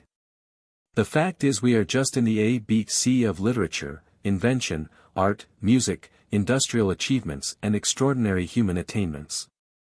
The human race is now on the verge of hundreds of undeveloped fields that have just been discovered, and they have more possibilities in store than we have ever dreamed. Many of these possibilities when developed will supply the world with the very things that the present development of the race is demanding in every expression of thought and desire. It is therefore easier to attain greatness, and do something of exceptional value at the present time than it ever was before. The opportunities of this age are very numerous, and some of them hold possibilities that are actually marvelous. Those who will prepare themselves to meet the requirements of this age will therefore find a number of rich fields already at hand, and all minds can prepare themselves as required. Every person of moderate intelligence can, in a short time, place himself in the path of some of these new opportunities, and all minds can find better opportunities in their present spheres if they will proceed to become more than they are. Train all the elements of your being to work towards a higher goal, and you will bring forth into expression those greater powers that will make for you a mentality that the world will demand for its highest places of action and achievement. When you proceed to build in yourself an ideal mental world, a mental world of power, ability, capacity, and high worth, you will find it necessary to adapt this mental world to the external world in such a way as to promote harmony of action. The added power of your new mental world must work in harmony with your external world if practical results are to be secured. Circumstances come from personal actions. Therefore, to change circumstances, personal actions must be changed, and to change personal actions your ideal mental life must be expressed in your personal life, and to this end the development of a high degree of harmony becomes necessary. Harmony, however, will not only promote the united action of the inner world with the outer world, but will also tend to eliminate mistakes from personal actions. And when we eliminate mistakes from personal actions, we will cease to produce adverse circumstances. When you are in perfect harmony with yourself and everything, you eliminate mental confusion. You thus place your mind in that position where you can think clearly, reason logically, and judge wisely. The result is, you will do the right thing at the right time.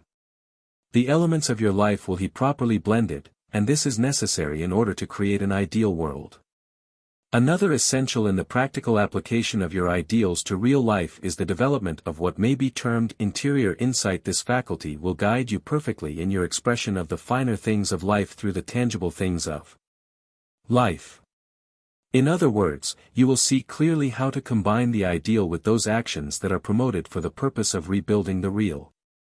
To combine the ideal with the real and make the two one, we must come into the closest possible relationship with the finer things in life and learn to use that phase of mind that is always in a cleared-up condition. The lower story of the mind is often darkened with false conclusions about things, and is frequently more or less filled with ideas that have been impressed through the senses, but in the upper story we can see things as they are. We can think clearly, and invariably come to the right conclusions. The power to think in the upper story of the mind, the cleared-up side of consciousness where the sun is always shining and where there are no clouds, is called interior insight. This interior insight not only discerns the ideal, but can discern the practical possibilities that every ideal may contain. And we make the ideal real when we proceed to develop and apply in actual life those practical possibilities that our ideals may contain. Interior insight will also elevate all our mental faculties and cause those faculties to function with far greater efficiency. In fact, the entire mind will be lifted up into a state of greater power, greater brilliancy, and greater ability for high and efficient mental expression. To develop interior insight, aim to use consciousness in the discernment of what may be termed the spirit of all things. Do not simply think of things as they appear on the surface, but try to think of things as they are in the spirit of their interior existence. The mere effort to do this will develop the power to look through things or to look into things. And the growth of this power promotes interior insight. You may thus discern clearly the real worth and the real possibilities that exist in the lofty goal that you have in view, and by keeping the eye single upon that lofty goal, never wavering for a moment, all the powers of your being will work together and build for those greater things that you can see upon the heights of that goal. Thus your entire world in the within as well as in the without will constantly be recreated and rebuilt according to the likeness of your supreme ideals. In consequence, you will not only build for yourself an ideal world, but you will be building for yourself a world that is ever becoming more and more ideal, and to live in such a world is ideal living indeed. The world that is ever becoming more and more ideal is the world in which to live, and the power to create such a world is now at hand in every human mind. The end.